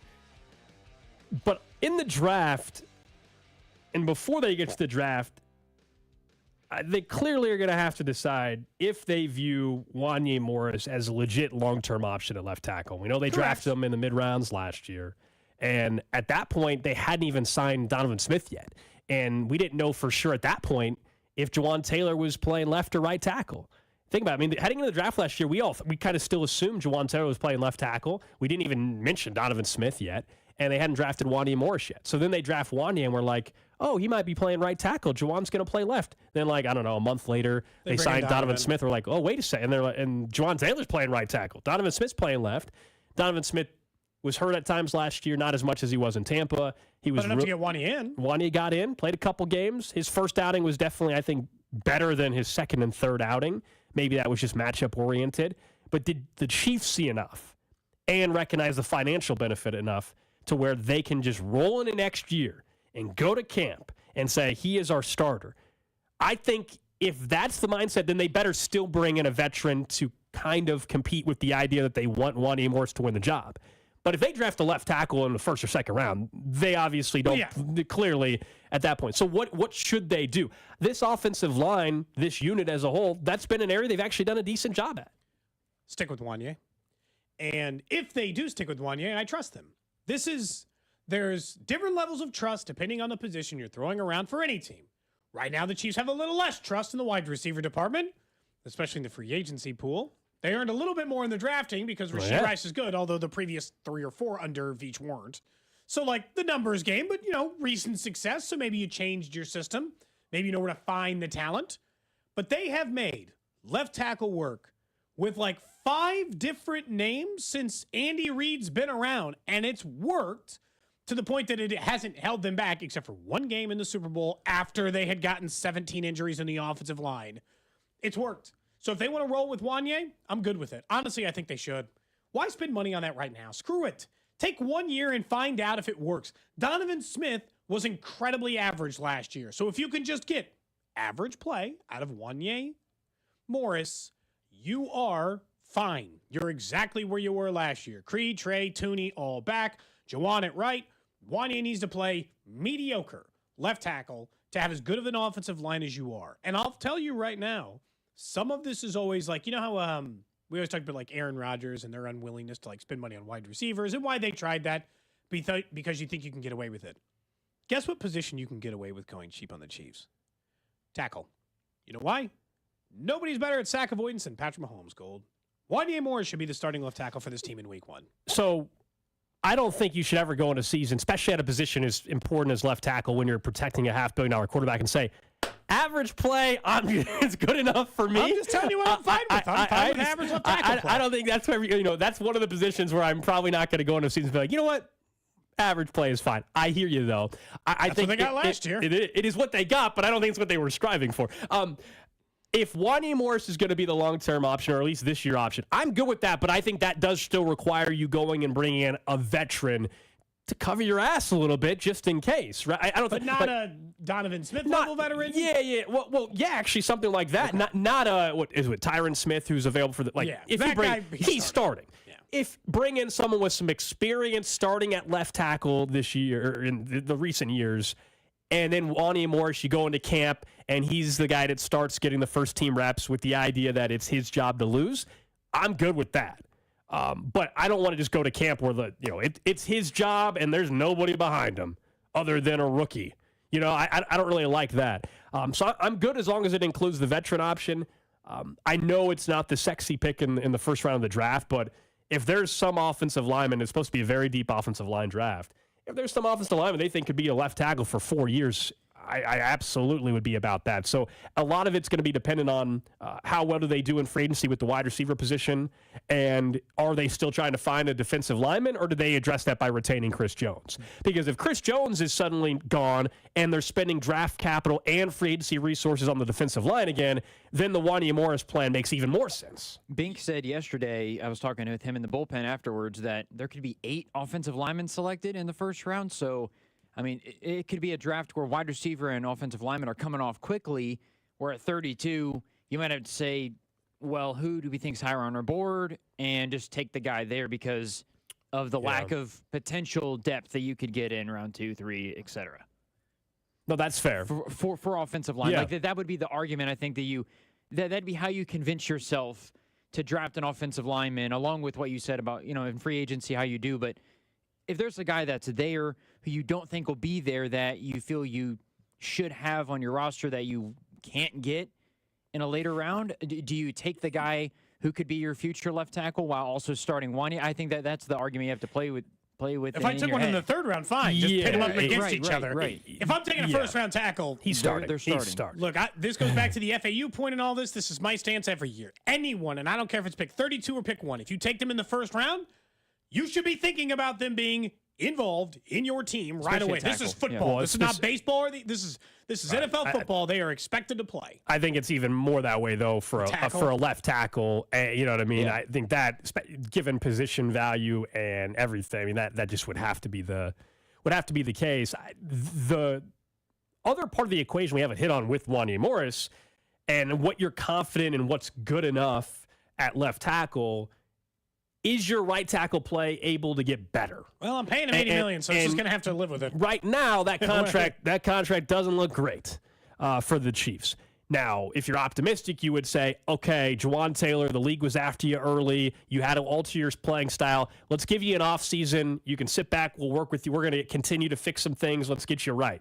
Maybe that happens, and Juwan Taylor has one of his best seasons at right tackle. Maybe so. Otherwise, I can't be, in my opinion, just average at right tackle and average at left tackle. That's what they did last year. I know, but I know that just because you can do it for a year doesn't mean we're good with that going forward. I know that you they're can not going push the limits to a certain extent. The Chiefs definitely did this past season at multiple positions. Wide receiver, they pushed the limits of how bad can the wide receiver room be and still win a Super Bowl. We found the answer to that. It doesn't mean I want them to just do that again just because they won. I would prefer that not be the plan every single year. The reason why on tackle I'm willing to go with Wanya and to take those chances is it's Mahomes, right? And I told you the sack avoidance and the things that come with it. Right. But some of it really is. You can't be. This is like the notion that you've said before, which I think is fair. Like you can't build a perfect team. You also can't build a perfect unit. Like an offensive line can't be perfect. And I'll be honest, the left, center, and right guard is nearly NFL perfect. Like it is. Joe Thuney is the best left guard in football. Creed Humphrey is the best center in football. And Trey Smith. I don't know if we can say that again anymore. I'll be honest. I don't know if you can say he's the best center. He's a very good center, but I don't know if you can say he's the best center at all I still think anymore. He's the best, but I understand. Look, it's negligible. He's one of the best centers in football. Yeah. And Trey Smith, the snapping thing, I know is your hang-up. That's a problem. But I understand. That's fine. It's reasonable.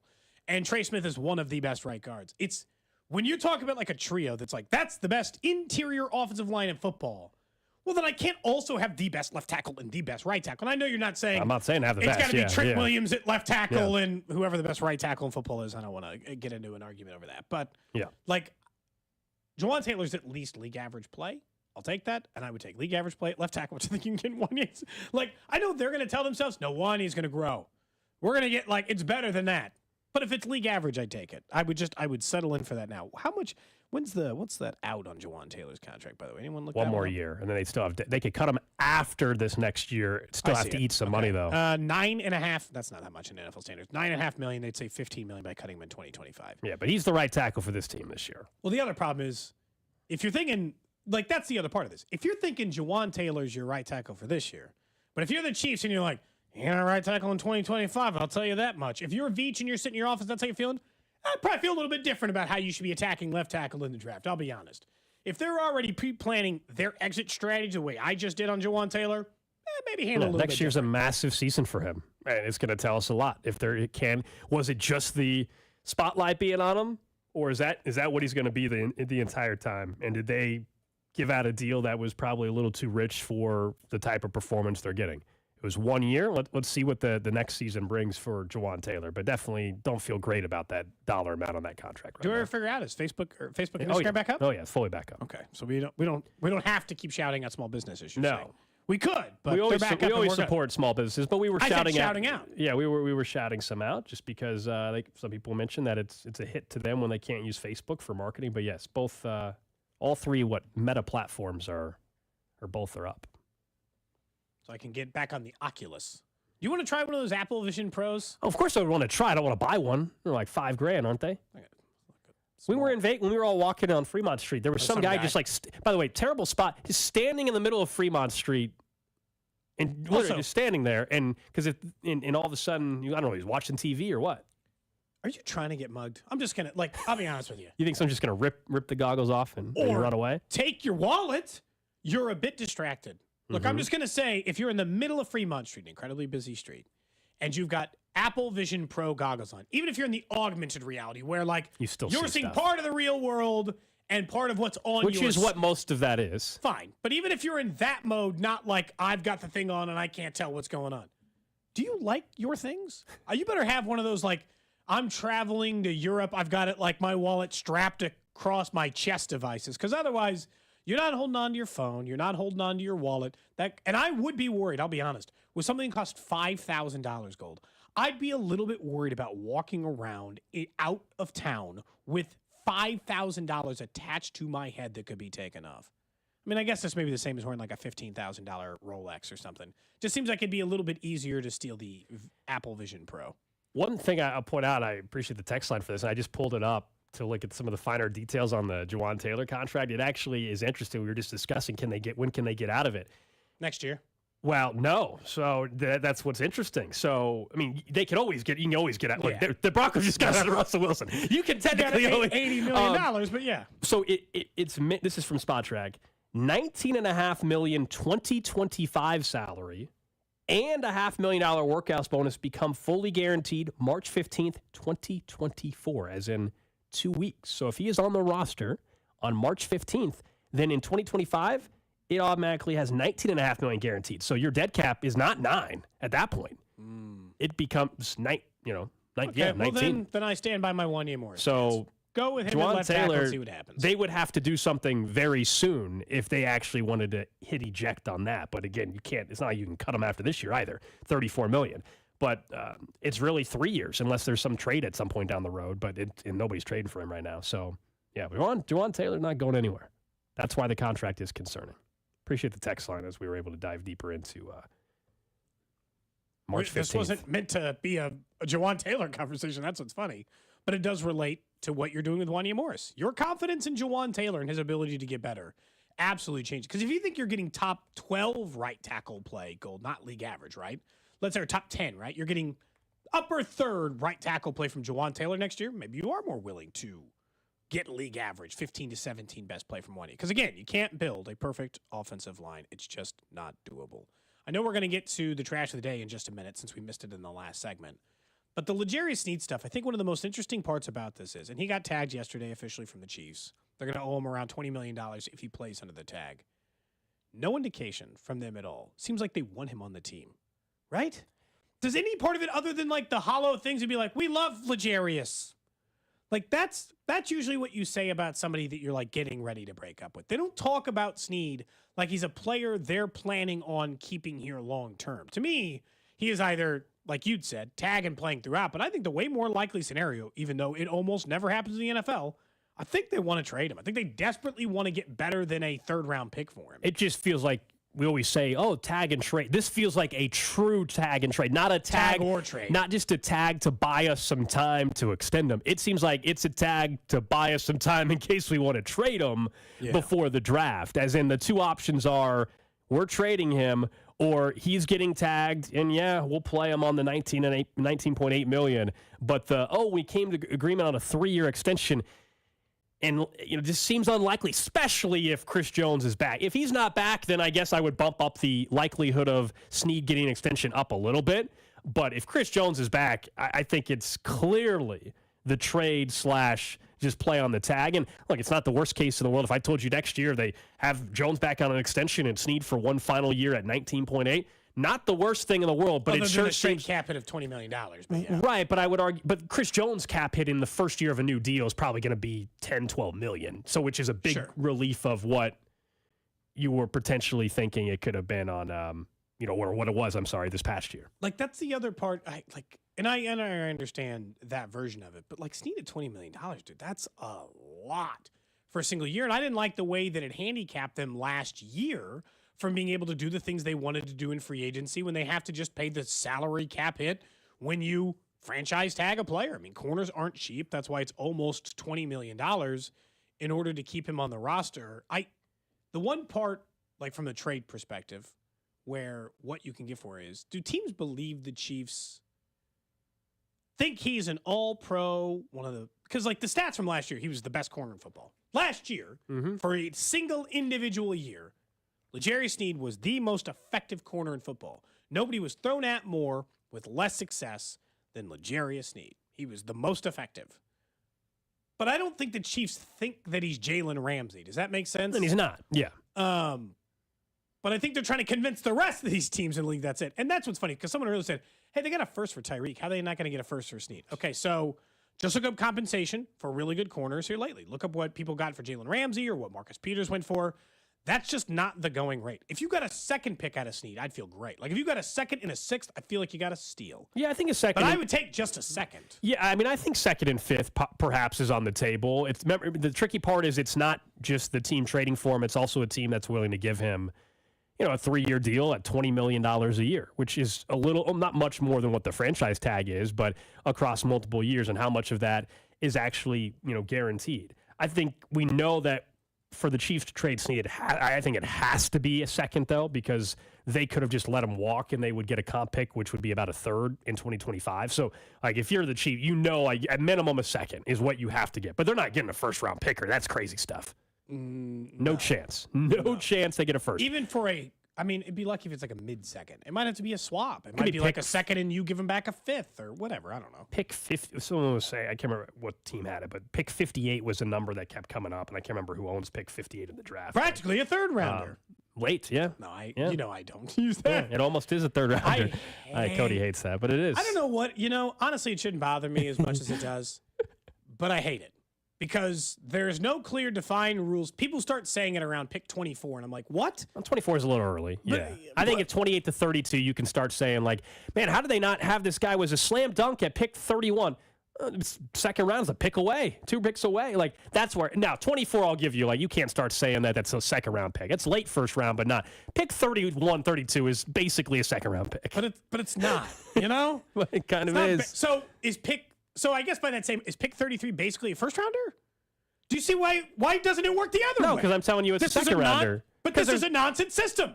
33 by that same measure by how far it's off is basically a first round pick. Not if you think that pick 28 to 32 is basically a second round pick. Oh, this is a dumb argument, but this is why I hate it. No, this but is like, why I don't like it. Well, I said it's a dumb argument as in nobody cares for you and I to keep going back and forth on this. I am just saying, obviously you don't think pick 33 is a first round pick if I'm telling you I think pick 28 is a second rounder. That's why. Mm-hmm. I don't like it. Let's get to the trash of the day. Trash of the day. All right. So it's not basically nothing. It's a first or it's a second round pick. All right, man. All right. I'm the only person on the planet about it. Let's go to a story. It happened in Las Vegas. We were just there not too long ago. Cool. We were staying on the Strip for the weekend. We were in downtown Fremont. Someone actually, unrelated to the trash today, but related to that comment, somebody at the airport again just hit another huge jackpot yesterday, $770,000. Oh, wow. One of those slot machines. While we were waiting for our flight, Cody, the red eye back, man. That's twice. The guy in the won like $3,000 while you were waiting. Which is for still a very red eye. nice. But in the last month, 2 people have won over $500,000 jackpots on slot machines at the Las Vegas airport. That's not the trash of the day, but it does have to do with Vegas, where a California man was staying at a Las Vegas Strip resort over the holiday season. Said he was considering legal action after his testicles were stung by a scorpion while he slept. Quote, I just felt like somebody stabbing me in the private area. It felt like a sharp glass or a knife. Upon investigation, this gentleman said he found the source of the pain. I went to the restroom. He saw a scorpion hanging on his underwear. After the incident, the man and his family checked out early. 1 day later, the hotel comped his room. He and his attorney shared photos of the orange scorpion on his underwear. It's right there. When asked if he knew how the scorpion got in his hotel room, the California man admitted that he didn't. I didn't even know how it got in the room. It was just under my cover. There's a whole report. It was, if you're wondering which hotel, I'm sure some of you are, it was at the Venetian Resort in Las Vegas. It says in this article they just try to comp his One room. That's it? Sir, I'm just going to tell you right now, if I'm in Vegas and a scorpion stings me in the testicles, that ain't going to do it. A comped room's not going to get it done. You give me that sometimes if I win $1,000 at the craps table. Comped room's not enough for scorpion stings balls. It's just not. It's just no not chance. even close. Yeah, considering legal action, I've already been on the phone with my lawyer. Been Jackie Childs style guy would have been calling up the casino already. Yeah, I mean, there's just no way that that's sufficient for that incident, which was obviously very painful for this guy. Problem is now I'm going to Vegas in next week. And now you realize this is going to be in the back of my mind now. Thank you. Because you actually brought this trash today to my attention. You realize now I'm at 1,000%, I can guarantee you now, before I go to sleep, I am absolutely checking the covers and checking the betting situation a little bit more. Got to make sure now. Shaking out the sheets? Maybe. I don't like too firm of a tuck anyway of the sheets. They got to loosen it up in those hotels. It's too much. Too tight. Jackie So Giles, Cody? you were just in Vegas and you're going again, huh? I've told you. You were just there? I know. This was. How worried are you? I'm not worried. I'm definitely going to check out. I'm not staying at that hotel if that helps. But the trip that I'm about to go on to Vegas next week was planned before the Super Bowl. So I was not thinking I was going to Vegas twice in a 30-day period. Because at some point you didn't feel that way with the Chiefs, yeah. So I didn't think I was going to Vegas twice in a 30-day period. And so, truth be told, that's what it is. I have some friends that are already going to be out there. It was initially supposed to be part of this whole, thinking of comped rooms, this whole thing, that package with got free Adele tickets. She postponed her concert. You guys might have seen that. Yeah. So they gave me an option. They said, you can either just reschedule the free rooms and Adele tickets in June or May, or we'll keep your rooms but give you like some slot play. But I'm like, well, I'm flying out there already. My friends are already going, so I'm going no matter what. And then they worked it out.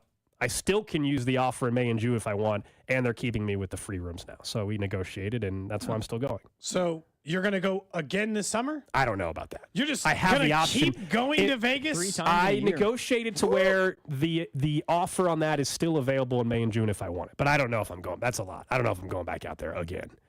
But this trip was always happening, yeah. So, Smooth, lascivious, salacious, outrageous. well, That's the Jackie lawyer Giles. I referenced. yeah, I was not expecting that. Someone says, if you get stung by a bee at the Royals game, you're suing the Royals. Sir, getting stung at a bee Outside? in an outdoor venue is a little bit different than a scorpion in my hotel room. Those are not the same. If I got attacked by a cheetah at a Royals game, I'd sue them. There's different levels of things that occur here. Someone said, what happened to the Chiefs right half hour? Well, this is But we pretty told you because we didn't standard. do trash of the day. We wanted to get it in here at the end of the segment. Yeah. Someone that says, love Vegas. I've been 5 times. 5 times this year? Or in the last year? Or just 5 times in total. general? Gold's been more than 5 times in his life. So have you, haven't Just you, like- at this point? No, I'm like right around Okay. there. Like close to, right? Maybe not quite 4 times. That's about How do you think the Scorpion got in there? Well, I was going to say, I feel like the holdup is, what if he's from California, I don't know what part, but what if he happened think to he brought bring- the Scorpion What in? happened? What are the chances that he brought it? I feel like that's He could brought be his a holdup. own Scorpion? No, And not then on didn't- purpose, but it was in his clothing or whatever. It just happened Man, to be brought. it's a desert. I imagine my bigger concern would be like someone just like throwing it in his room just to like ruin joke. someone's life. Yeah. You think someone brought a Scorpion, checked out of their room, and said, we're going to leave the Scorpion in the room. Okay, now you're really making this trip. that Thank- is- that- now I'm that's going to a have reach, to I think. check the room next week. Thank you for that. Someone says I'm at 31 lifetimes. Someone says, just because they said it happened in the hotel doesn't mean it's true. Sir or ma'am, whoever's texting in, there is a photo on the bathroom floor with his underwear with the Scorpion on it. I don't know. Now we're claiming he's faking the I whole guess thing? if you want, a doctor can inspect his testicles to prove it further. But I mean, look, I think you're just gonna have to take someone at their word on that one. It's not crushed up glass in their food at the buffet, man. I mean, they got stung by a scorpion in their room. Also, you can at least offer them like a suite or something, not just An a comp upgrade, this yeah. regular room. Yeah, I don't know. Some table play or something. You Someone know? says, what if it's an inside job? He just wanted a free room, sacrifice his balls. No way. I don't think so. I'll tell you right now. No just chance. A hotel room in Vegas might be $110. Well, depending on where you're staying. Yeah. The Venetian, maybe let's call it 2. Let's call because Vegas, it depends on the time. Yeah, But let's say it's a $200 room at the Venetian. Right now, Drew, if I offered you $200 to let a scorpion sting your testicles, you interested at $200? Absolutely not. Probably a little higher, huh? Probably gonna take a little bit more than that. Absolutely not. Yeah. That is the thing. I don't know what the price is, but it's not $200. Somebody said crawled up his pant leg. I feel like you would feel if He's asleep. Well, He's asleep, man. But if you have pants on, I would assume. Do we I know mean, or is someone just saying did it He crawl said up? somebody texted and crawled up his pant leg. I feel like if you were wearing pants, because he said he was wearing his boxers. Maybe just sleeping in his boxers. So I That's feel a like cause your on- pants That's are what I crawling was up your assuming. pant leg. No, that's what I'm assuming. Yeah, He was me just too. sleeping in his underwear. You I don't know could- about you you. should I sleep in can't pants sleep when in you're in jeans. Hell no. You have to sleep in pants, dude. You got no choice. No, but I'm definitely, I mean, I'm not even kidding. I will absolutely, before I slide under the covers, I will 100% now check to make sure there's not something crawling around, at least for the first night. Then I'll forget. So what the hell did I just tune into? Yeah. Hard to explain. Trash Sorry. of the day. Man got Rewind bitten a by little. a scorpion in the balls at a hotel. There you go. Up next, we'll get to what's trending, and then I promise we'll get back into some sports, including the biggest weakness Cody sees with this Royals team. Cody and Gold. Watch the show on YouTube by subscribing to the @610 Sports KC channel. 610 Sports Radio. Low testosterone affects many men today, even men as young as 30. But finding someone you can trust for quality low T treatment isn't so easy. This is Jeff, the CEO of Promenic Restorative Men's Health, and that's why I'm pleased to announce the opening of our second location of Heartland Men's Health right here in Independence, Missouri. Because as a Promenic affiliate, Heartland Men's Health has the experience and expertise to get you the right treatment for your particular medical situation. Heartland Men's Health is a leader in treating low testosterone. In fact, we've successfully treated thousands of men for low T and seen the amazing impacts low T treatments have. If you're like most men, you'll sleep better, have more energy, and improve mental clarity, get better gains in the gym, and your sex drive will likely improve as well. So call us. Just $99 gets you a PSA and T test and a medical consult. And if you start on testosterone the day of your appointment, your visit is free. Call 844-447-6600 or go to heartlandmenshealth.com. That's heartlandmenshealth.com. We have 2 offices, Overland Park, Kansas, and our new office in Independence, Missouri. Barbecue put Kansas City on the map, and Smokehouse Barbecue has been serving up the best barbecue in Kansas City for over 35 years. Hey, it's Bob Fesco. When my family and I want delicious baby back ribs, burnt ends, and hickory pit beans, we head to Smokehouse Barbecue. Of course, no trip to Smokehouse is complete without their Cajun chicken wings, which are the best wings on the planet. Visit them in Independence, Zona Rosa, or Gladstone, or at SmokehouseBBQ.com. For over 35 years, locally owned and family operated, it's Smokehouse Barbecue. Look, it's time to flip the script on your future and start transforming your life. in a new career in IT that could be possible in just a few months. You just got to decide to make a change. You've got the power to rewrite your story starting today and dive into Centric's Accelerated Tech program. Whether you're into coding, cybersecurity, or network administration, they've got you covered in as little as 4 months. 3 steps. Decide to make a change, dive into Centric's Accelerated Tech, and then start your new career. Go to Centric.com/610 and let our guy Russ Mondry know that we've sent him your way. This is an important notice to consumers facing $10,000 or more in credit card debt, medical bills, and other unsecured debt. If you're struggling to make monthly payments, there are special services that can significantly reduce what you pay each month by 40% or more. If you qualify, you could save hundreds of dollars each month. Most people don't know that these services are available right now to help American consumers with overwhelming credit card debt get significant savings and immediate financial relief without filing bankruptcy. Accredited Debt Relief has established a special hotline for you to call and learn what savings you may qualify for. They've helped consumers pay off over $1 billion in debt and are A+ rated with the Better Business Bureau. So don't wait. Get the relief you need during these hard economic times. For this free information, call the Accredited Debt Relief Hotline now. Call 800-216-3366. 800-216-3366. That's 800-216-3366. Program and services not available in all states. The Chiefs, the Royals, and this community all rise together no matter what comes our way. We've worked, battled, and overcome together. They've done it! The Royals are World Series champions! Kansas City wins the game! Champions of Super Bowl 58! Now we can keep it going. Vote yes on question 1 to keep the Chiefs and Royals in Jackson County with a better deal. Over $1 billion in private investment with real benefits for every community. Growing small businesses, creating good-paying jobs with no new taxes. Vote yes on question 1 on April 2nd to keep the Chiefs and Royals here in Jackson County. Let's keep it going. Paid for by the committee to keep the Chiefs and Royals in Jackson County. Whitney Beaver, Treasurer. Do you want to skip your car payment this month? I'm Jeff Davis, owner of Volkswagen Lease Summit. We're offering payment relief. Buy a new car at Volkswagen Lease Summit and get no payments for up to 6 months. Get payment relief today at Volkswagen Lease Summit. Visit VWLeaseSummit.com. You've heard it said, he's a diamond in the rough. Or maybe, diamonds are forever. Here's something else I've learned about diamonds. They're just pieces of coal put under pressure for a long, long, long time. So when I start feeling like I want to give up, I think about that little piece of coal. And if that piece of coal can make something of itself by not giving up, so can I. Persistence is in you. From PassItOn.com. It's a mystery where Old Spice finds its amazing scents like Himalayan sea salt, but I'm thrilled they have because no other body wash exfoliates and moisturizes 24/7 like Old Spice Gentleman's Himalayan Sea Salt Body Wash. Now, if only there was a mountain range separating the Indian subcontinent from the Tibetan plateau where I could hide my Old Spice and keep my family from stealing it, my impossibly smooth skin will finally be safe.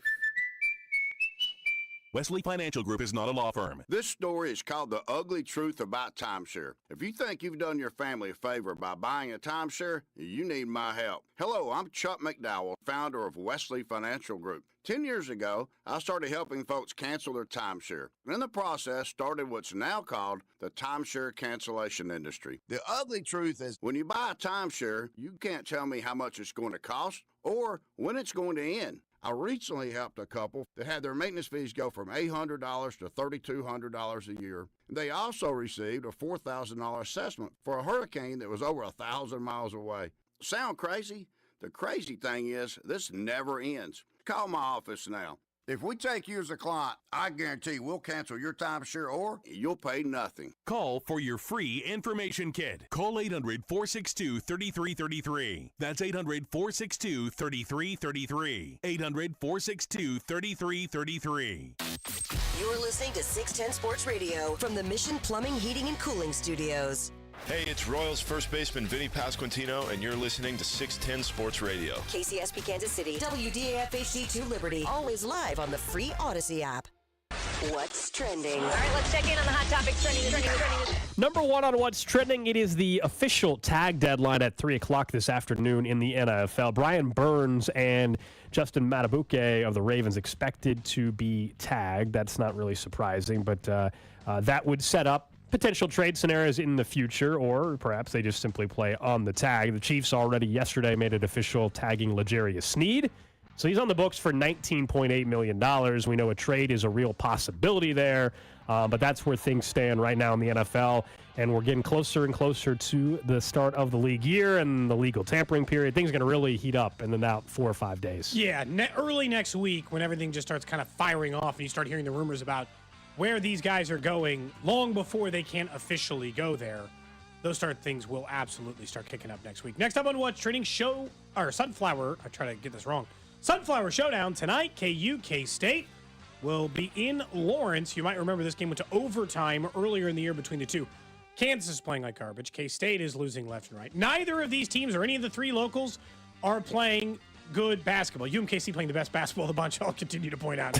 But bigger for this is K-State desperately, if they want any chance of getting in the tournament, they still have like a long shot if they can just fire off a couple of quad one wins, including this one and a couple more in the Big 12 tournament.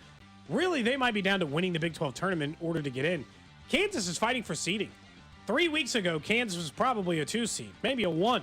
Now, 3, 4 seed and playing their worst basketball of the year. Still trying to get Kevin McCullough back from the injury. Yeah, I think and fully healthy. But I mean, they're still kind of floating around in no man's land. I think worst case scenario, they'll probably be a 5 seed in the NCAA tournament. Yeah.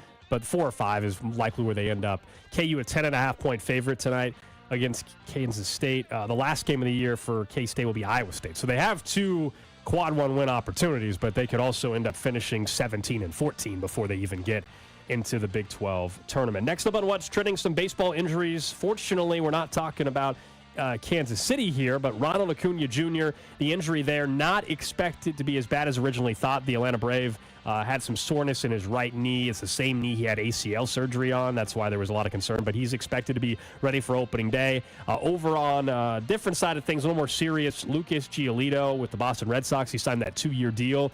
He is likely done for the season, according to Jeff Passan. They're finalizing some tests right now, but initial imaging showing that he has a partially torn UCL and a flexor strain, could miss this 2024 year and would need surgery for that right elbow. Well, there's plenty of pitchers available if the Red Sox want to go spend some cash. But, you know, the question is, will they spend some cash, Gold? That's really what it comes down to. Red Sox have been such a... Well, the Mookie Betts trade is one of the worst MLB trades we've seen in the last 30 years. Look, it's not Babe Ruth or anything, but yeah, I mean, as far as like worst trades in Major League Baseball history. But what I don't understand about them, like I understand the Royals' place in baseball and all this stuff, and how baseball is an unequal opportunity for teams across the board. But in Boston, you have no excuse. There's no point in not at least being viable and spending money. They let Mookie Betts go for money, and since then, they've tried to go on the cheap. Look, rather than sign what they should do, like just give Jordan Montgomery money or whatever, they'll probably try to trade for like Jordan Lyles or do something insane to try to fill their need at wide receiver. Because honestly, Giolito was kind of the cheap option of the options available in that regard. And so I don't know, man. I don't understand. I don't understand what they're trying to do. They don't make any sense to me. That's Boston. Screw it. Yeah, honestly, they had their run. Remember when they were doing with the Chiefs? Like we talked about Kansas City. Bruins were winning. The Red Sox were winning. Obviously, the Patriots won. Yeah, I don't feel sorry whatsoever for a Boston sports fan. Nope, not at all. Thinking of baseball, though, on a more positive end, we're not talking about injuries or anything like that, thank goodness. We've discussed the Royals and some of the optimism around certain areas. But if there was still an area that concerns you or maybe is the biggest weakness, you mentioned earlier you think it's still the bullpen for this team, despite what I think was an offseason where they clearly addressed what was the worst part of their baseball team. They went out and signed some known commodities in the bullpen. Will Smith, kind of the headliner there. Yeah. But known commodities that have thrown strikes. It's a question mark, sure. I'm not saying, oh, man, we know 100% what you're getting out of the bullpen. But I don't know if it'll end up being the weakness of this team based off of how much resources they put in to fix the bullpen, to get known commodities. And if the rotation is better, which I think it is, that should, if all goes well, help your bullpen if you're not as reliant on them. I do think that that's part of the answer. If I am worried about the bullpen, that the starting rotation should give them more innings, should give them more quality innings. Although, hypothetically, by the way, that could give them more opportunities to blow it. Closer games. Like last year, the bullpen, they weren't blowing anything. By the time they were stepping onto the rubber, Gold, the game was probably already cooked anyway. Let's be honest, right? And so they're going to be relied on more this year. The other part about it, because like somebody pointed out earlier in the show, like they're more worried about the back half of the order. And I'm not saying that shouldn't be a concern. This team is not flawless. Tomorrow, I think it'd be fair. We can have a real conversation around the win total for the Royals and whether or not that's an actual realistic number that we would consider for them right now, betting it or otherwise, right? But they looked at their lineup and they said, we're okay here. Like, we can survive this. And they said, this will work. They looked at their bullpen and they were like, tear down. Garbage. Start from scratch. And look, I appreciate that they did that and they decided to take a fresh look at it. But to me, it's a lot like entering in college basketball.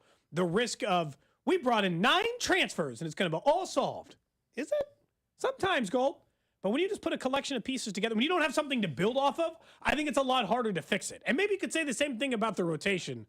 But I don't know. Viable starters usually hold. I hear you, but the only difference with the transfer portal thing is just that, if we're talking about Major League Baseball, multiple veterans that they brought in. Like, what you're getting versus the example there with the transfer portal. So I'm not telling you they're going to have this great bullpen, but I do think they were pretty aggressive in the offseason to fix this bullpen. That, like, if you're asking me what the weakness then is going to be of the team, I think if we're sitting middle of June, it might be more likely that we're saying some of the guys earlier when we were discussing home run potential and all that 5 through 9 of the order, is that actually going to be the biggest weakness? We're going to say, hey, man, you're getting what you expected from Bobby Wood Jr. and from Vinny and guys towards the top of the lineup, but it's 5 through 9 are just dragging this thing down. That is still more likely, still a little more unknown to me than maybe guys like Will Smith that they brought in that have pitched on championship teams that have consistently shown they can throw strikes in the bullpen.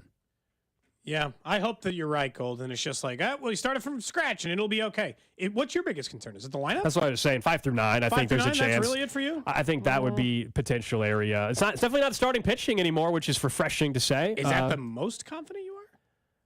I actually feel pretty good about the top of the order though, and I do too. You know what I mean. So I not the offense in general. You're worried about 5 through 9. Yeah, I think the starters. It's not even like 1 through 5. I feel okay about what they're rolling out. I'm not claiming Michael Wacha and Seth Lugo are going to be top 10 pitchers in baseball. Not at all. That's not at all what I'm thinking. But I think you do know what they are. You're going to get quality outings throughout the entire season for guys that are going to lead the rotation and hopefully prevent the long losing streaks, because you got one of those guys, if not both, coming around every couple days to start for you. And then, as we've discussed, how does this team make the leap from just being an improved year to all of a sudden it being a really fun summer? Well, that's if Cole Reagans is anywhere near what he was. That's if Brady Singer looks more like he did, 2 seasons ago.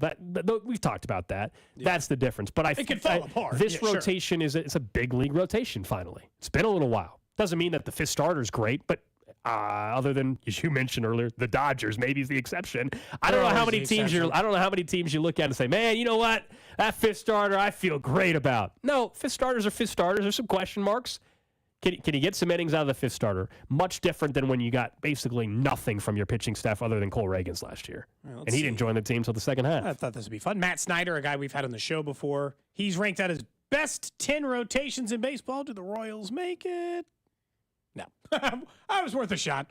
Look, they don't have that kind of rotation because, again, the Braves might be another answer to that this year because, they got so many freaking names. Chris sounds like they're 3 in that rotation. It doesn't matter. Yeah. The point is very few teams, to your point, but more importantly to me, more than just hey, let's rank them against the rest of baseball. You know what I care about for the Royals? When we talk about weaknesses is how do their weaknesses compare to the weaknesses to that of the teams in the AL Central? That's the beautiful part. I'll be very honest with you.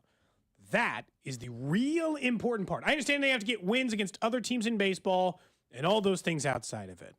But how they rank, How's their bullpen rank 1 through 5 against the Central? How's their 5 through 9 in their lineup rank 1 through 5 against the AL Central? And when you start going through it point by point, they don't look all that bad. Even in their weakest areas, Gold, they don't seem like they're the weakest team in the division in any one particular area because, one, it's not a very good division, and that's the way I think they did. They've swung here. The Royals are really trying to win. That's why I am excited about this year. Again, we can give the win total conversation maybe a chat tomorrow, but they're not overly weak anywhere. But, man, when I look at the bullpen, I'm like, talk about an unknown. I don't know, and they were still, and like, I'll be honest, part of what concerns me is that they were still talking in the offseason, like, we could use a real closer. I'm like, I don't like teams that still talk that way. Nobody in baseball thinks that way. So I don't want you thinking that way. Yeah, someone says this, they said Isbell, Massey, Garcia, huge question marks with the bat. Well, that goes back to the 5 through 9. That's the 5 through 9. Yeah, that goes back to that. Absolutely. I think that's more than fair. Can you get consistent big league at-bats from Kyle Isbell? That's a question. It's a very fair question. Drew Waters, who's been trying to steal his job in spring training. Yeah, the one thing with Waters, and I'll knock on wood here, but health last year, he didn't come back from injury till like May, mid-May, late May, something like that. So that I don't want to say it was a lost season, but certainly set him back and hurt his case. So we'll see, man. Like there's definitely a reason to be optimistic about certain parts, and they definitely at least were focused in on spending some money this offseason for quality pitching, and I think they've done that. And look, March, April is supposed to be fun. Everybody should feel optimistic about their team. I think there's a real reason to, though, this go around, and can't wait. We'll be out at opening day. We'll be out, I'm sure, outside Gate D doing our show. As long as it's not too windy, we'll be there. Yeah, just that one time, man. Give me the weather we had. Give me the weather we had on Saturday, not Sunday with the weather. Saturday, I'll take Sunday too. Give me Saturday. I was like, let's not get picky. Yeah. The Bobby Witt Jr. opening day, it was snowing. Yeah, sleeting, ice, all of it. Bobby Witt Jr. bobblehead day for the opener this year. I know, that's going to be cool. Did you see the commercial yesterday for him? Yeah, that's great. Very jealous. That's very well put together. It was, yeah.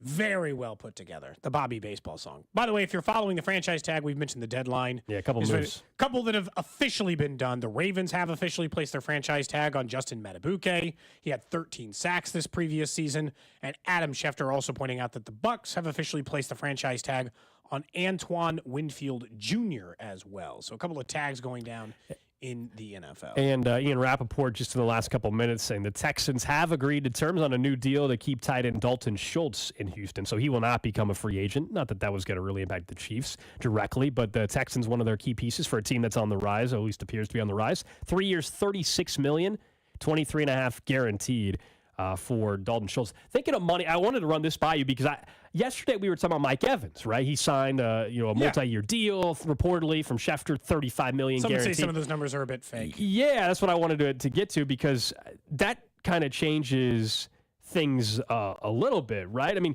according to Pro Football Talk, Mike Florio. Okay, I did call him out last night, so I'm going to tread lightly here. Let's be careful with that. He is saying that actually it's 2 years, $41 million for Evans, 11 with available in incentives. That's not how we talk about contracts. And $29 million fully guaranteed. Okay.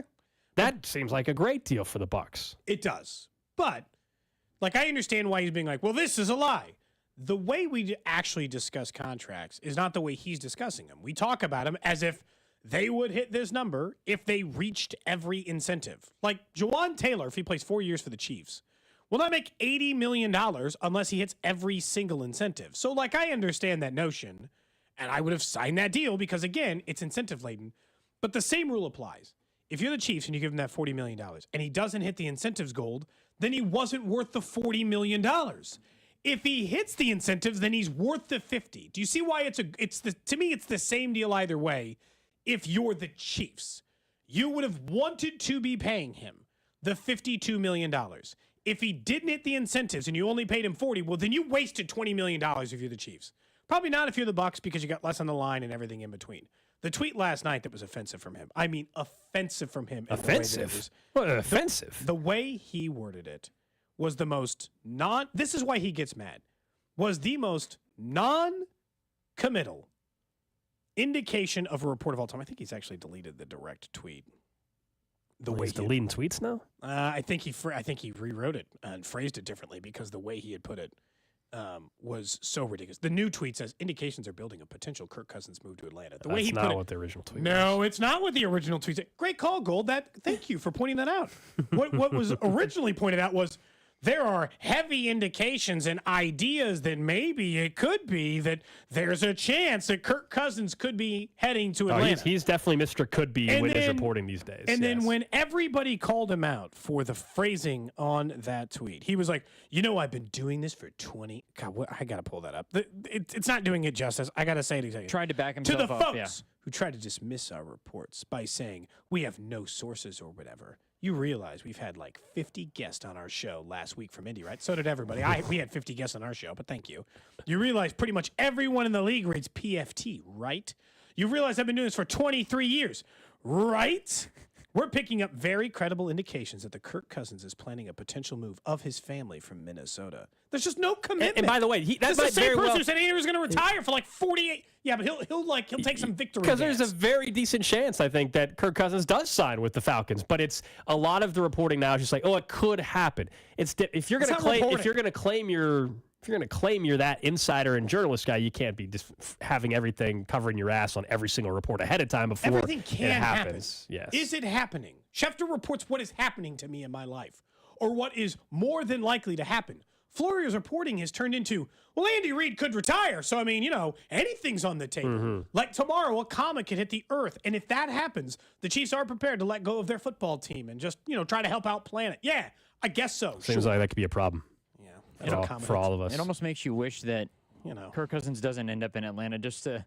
I want Justin Fields. He won't say Atlanta anything. He'll get called out just like he did on the Andy reporting. He'll be like, the people told me that they were worried that Andy could retire. Because one trainer said, God, have you ever thought, Mike? Like they were having dinner one night in Indy. He's like, St. Elmo's. We'll make sure every media member tells us that while they're there. You ever thought about like what would happen if Andy retired? I bet Brett Veach thinks about that sometimes. And then he ran it like it was a report that Andy Reid was going to retire, and then would not let it go. When literally every other person in the know on the planet said Andy's not retiring. He's like, look, I've still heard they're planning for that contingency. I'm like, okay, I can't do this with you. It'll happen again, Cody, during the playoffs next year. Mm-hmm. Yeah, I'm sure it will. Look, between that and Arch Manning last night, like I was annoyed at people last night because everything was annoying you last night. Is everything all right? Yeah, everything's fine, I think.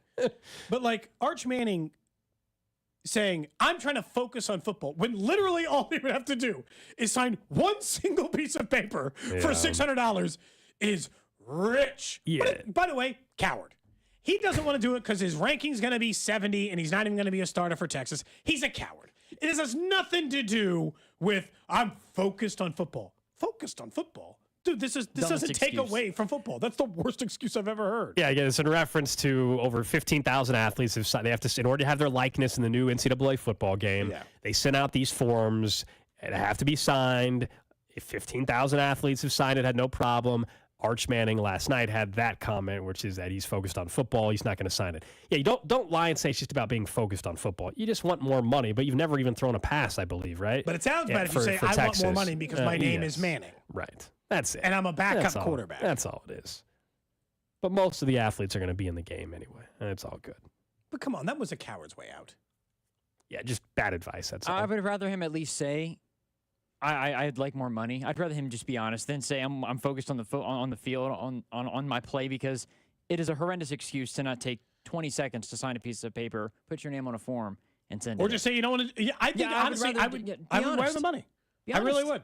This is the problem sometimes. Like when you are like the son of like legitimately great athletes, right? And like in this case, not the son, but he's a Manning, and the Manning quarterback legacy. But this is like, they always like put it on us, be like, I'm just trying to focus on football, and you're trying to put me in this game. I'm like, put you in the game. Dude, most college football players are going to take this. Few are going to hold out for the money. Just say you're holding out for the money. No one cares. I understand you're the backup to Quinn Ewers, and that probably stinks because you signed with Texas and thought you'd be a starter by now, and you're going to be 2 years into your college football career and not played a down. Is he worse than the walk-on who said, I'm standing up for all walk-ons, and until all walk-ons are in the game, I'm not signing that form? No, good for him. I don't care. That's actually more realistic of an answer than I'm focused on football. This doesn't take away from football in any conceivable way. But this is the choice that they had. This is the beautiful thing. We said for so long that a lot of people, not everybody, but a lot of people wanted NIL, and so players could choose if their likeness could be used in a game. or any other method, and if they believe the compensation is fair, and he is exercising his right to opt out at this point for his likeness to be used, in this case, a video game, because he most definitely just not happy with the dollar money, amount. I don't care about that. Right. That'd be fine. Yeah, like so. I don't like you. I don't think there's. Typhon does not like my use of the word coward. Yeah, I don't think he's a coward, Also, Cody, for it's like, doing he's it. a But 20-year-old, you're calling a 20-year-old a coward? That's a full-grown ass adult. I didn't call some 9-year-old a coward. Relax. right, but I don't fault his decision though. Like you could say, like, don't just tell us you want more money without don't try to claim it's just about football. That's a fair criticism, I guess. But he's doing what the whole point of NIL was, for him to control his likeness and who can profit off of him. Yeah, he hasn't thrown a pass at Texas, so it's like, okay, come on, man. But the last name Manning does carry a ton of weight. Yeah, and sure. so he knows that name is worth something. He thinks he can get more. Yeah, but nobody's buying the game because Arch Manning's name is in it. I feel like that No. is. Well, that's not the point, but he just, The point is he thinks he can get more money, and that, again, that I have It's not nothing a- against. it's not smart, Just though. the worst. It's not happening. Worst excuse in the planet. It was between that and LeBron James being like, can't you just let my kid play in college? When 8 weeks ago, he was like, he'd start for the Lakers. You're like, okay, well, it can't be both. You beef with You everybody. can't both tell me he could start for the Lakers, and then 2 months later be like, let a college kid play in college. Those aren't the same. Florio, Choose a side. That's Arch all. Manning, I'm taking LeBron everyone James. down. Anybody else annoying you? Anybody else? It's a wide stretch. Oh, I don't wanna... In the last 24 hours or so? Anything else been going on? I think I'm okay. Okay. That might be it for now. Coming up next, we'll get to the random question of the day. And as we're looking pre-draft, I can't believe this already exists, but people are putting together lists of who's going to knock off the Chiefs next year.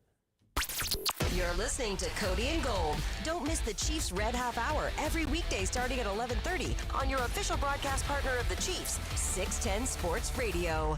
Get buckets with your first bet on FanDuel, America's #1 sportsbook app, because right now, new customers can get $150 in bonus bets with any winning $5 bet. That's $150 in bonus bets if your bet wins. All you need to do is visit FanDuel.com/CDOT. Use my promo code. That's FanDuel.com/CDOT. Bet on all your favorite NBA players and teams with quick bets, live same-game parlays, exclusive props, all on an app that's quick, easy to use, and you get paid your money quickly. All you need to do is visit FanDuel.com/CDOT. Use my promo code and shoot your shot. FanDuel, an official sportsbook partner of the NBA, and also 610 Sports Radio. 21 and present in Kansas. First online real money wager only. $10 first deposit required. Bonus issued as non-withdrawable bonus specs that expire 7 days after receipt. See terms at sportsbook.fanduel.com.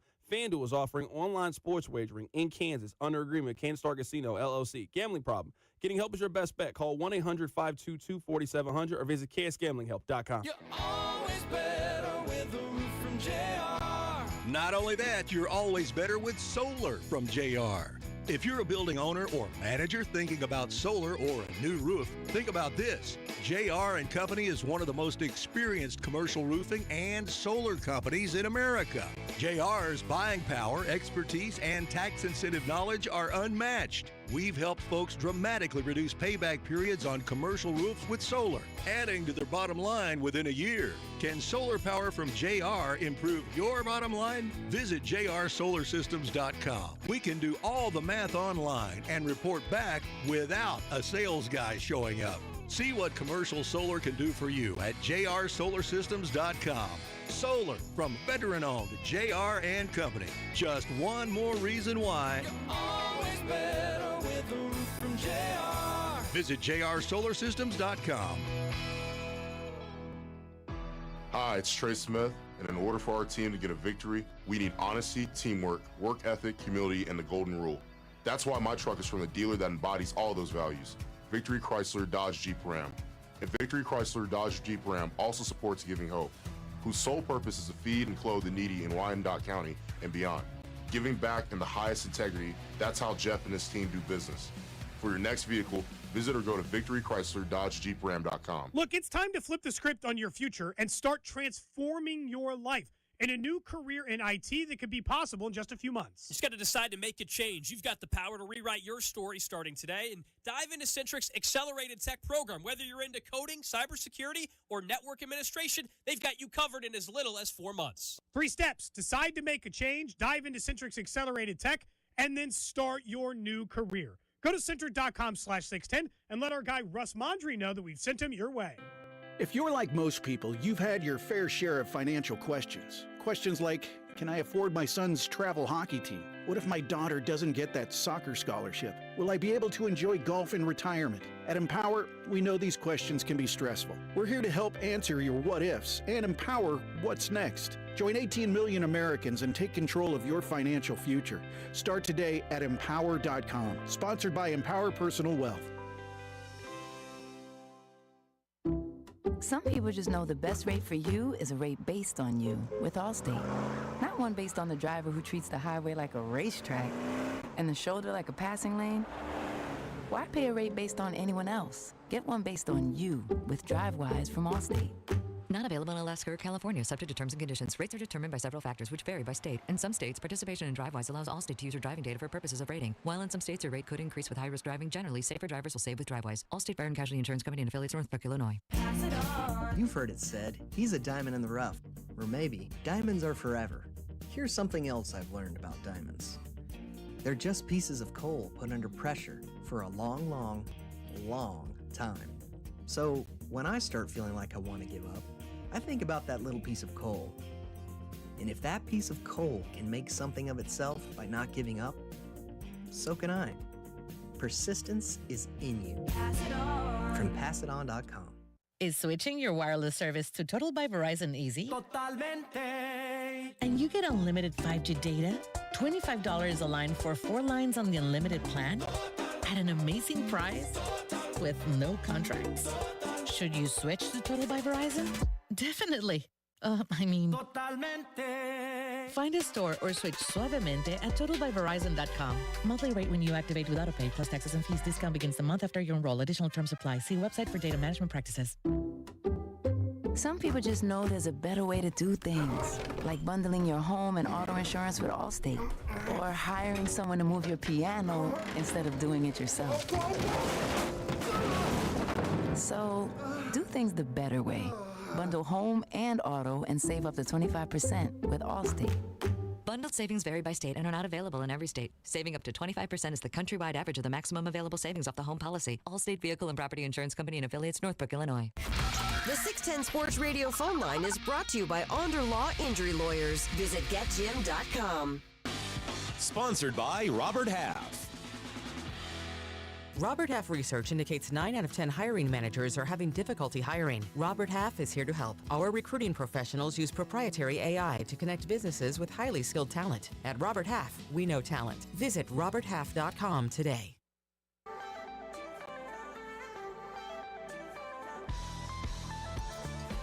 We were talking about injuries in baseball. There's some news passed along from Royal Spring Training in the last 10 minutes. I mean, literally, I think it happened right as we were saying. Luckily, we're not talking about injuries with the Royals. And then I mentioned Lyles to the Red Sox. Andy Rogers reporting that Jordan Lyles, who started the B game today out of surprise against the Rangers, he fielded a soft grounder and exited with an apparent injury. She went on to say, not sure anything else. So hopefully it's just nothing. It's pre-training. So if you feel like anything. Slightest twitch in a B game? You just, get him out. Like, there's no reason to push anything. So hopefully it's just super precautionary. Champagne Lyles. We don't want that happening. No, that's our guy. Like it or not, that's this show's guy. Absolutely. He came through. That's why we all drank Dom together. Projected 5th starter at this point. I said he would have double-digit wins and surprise everybody.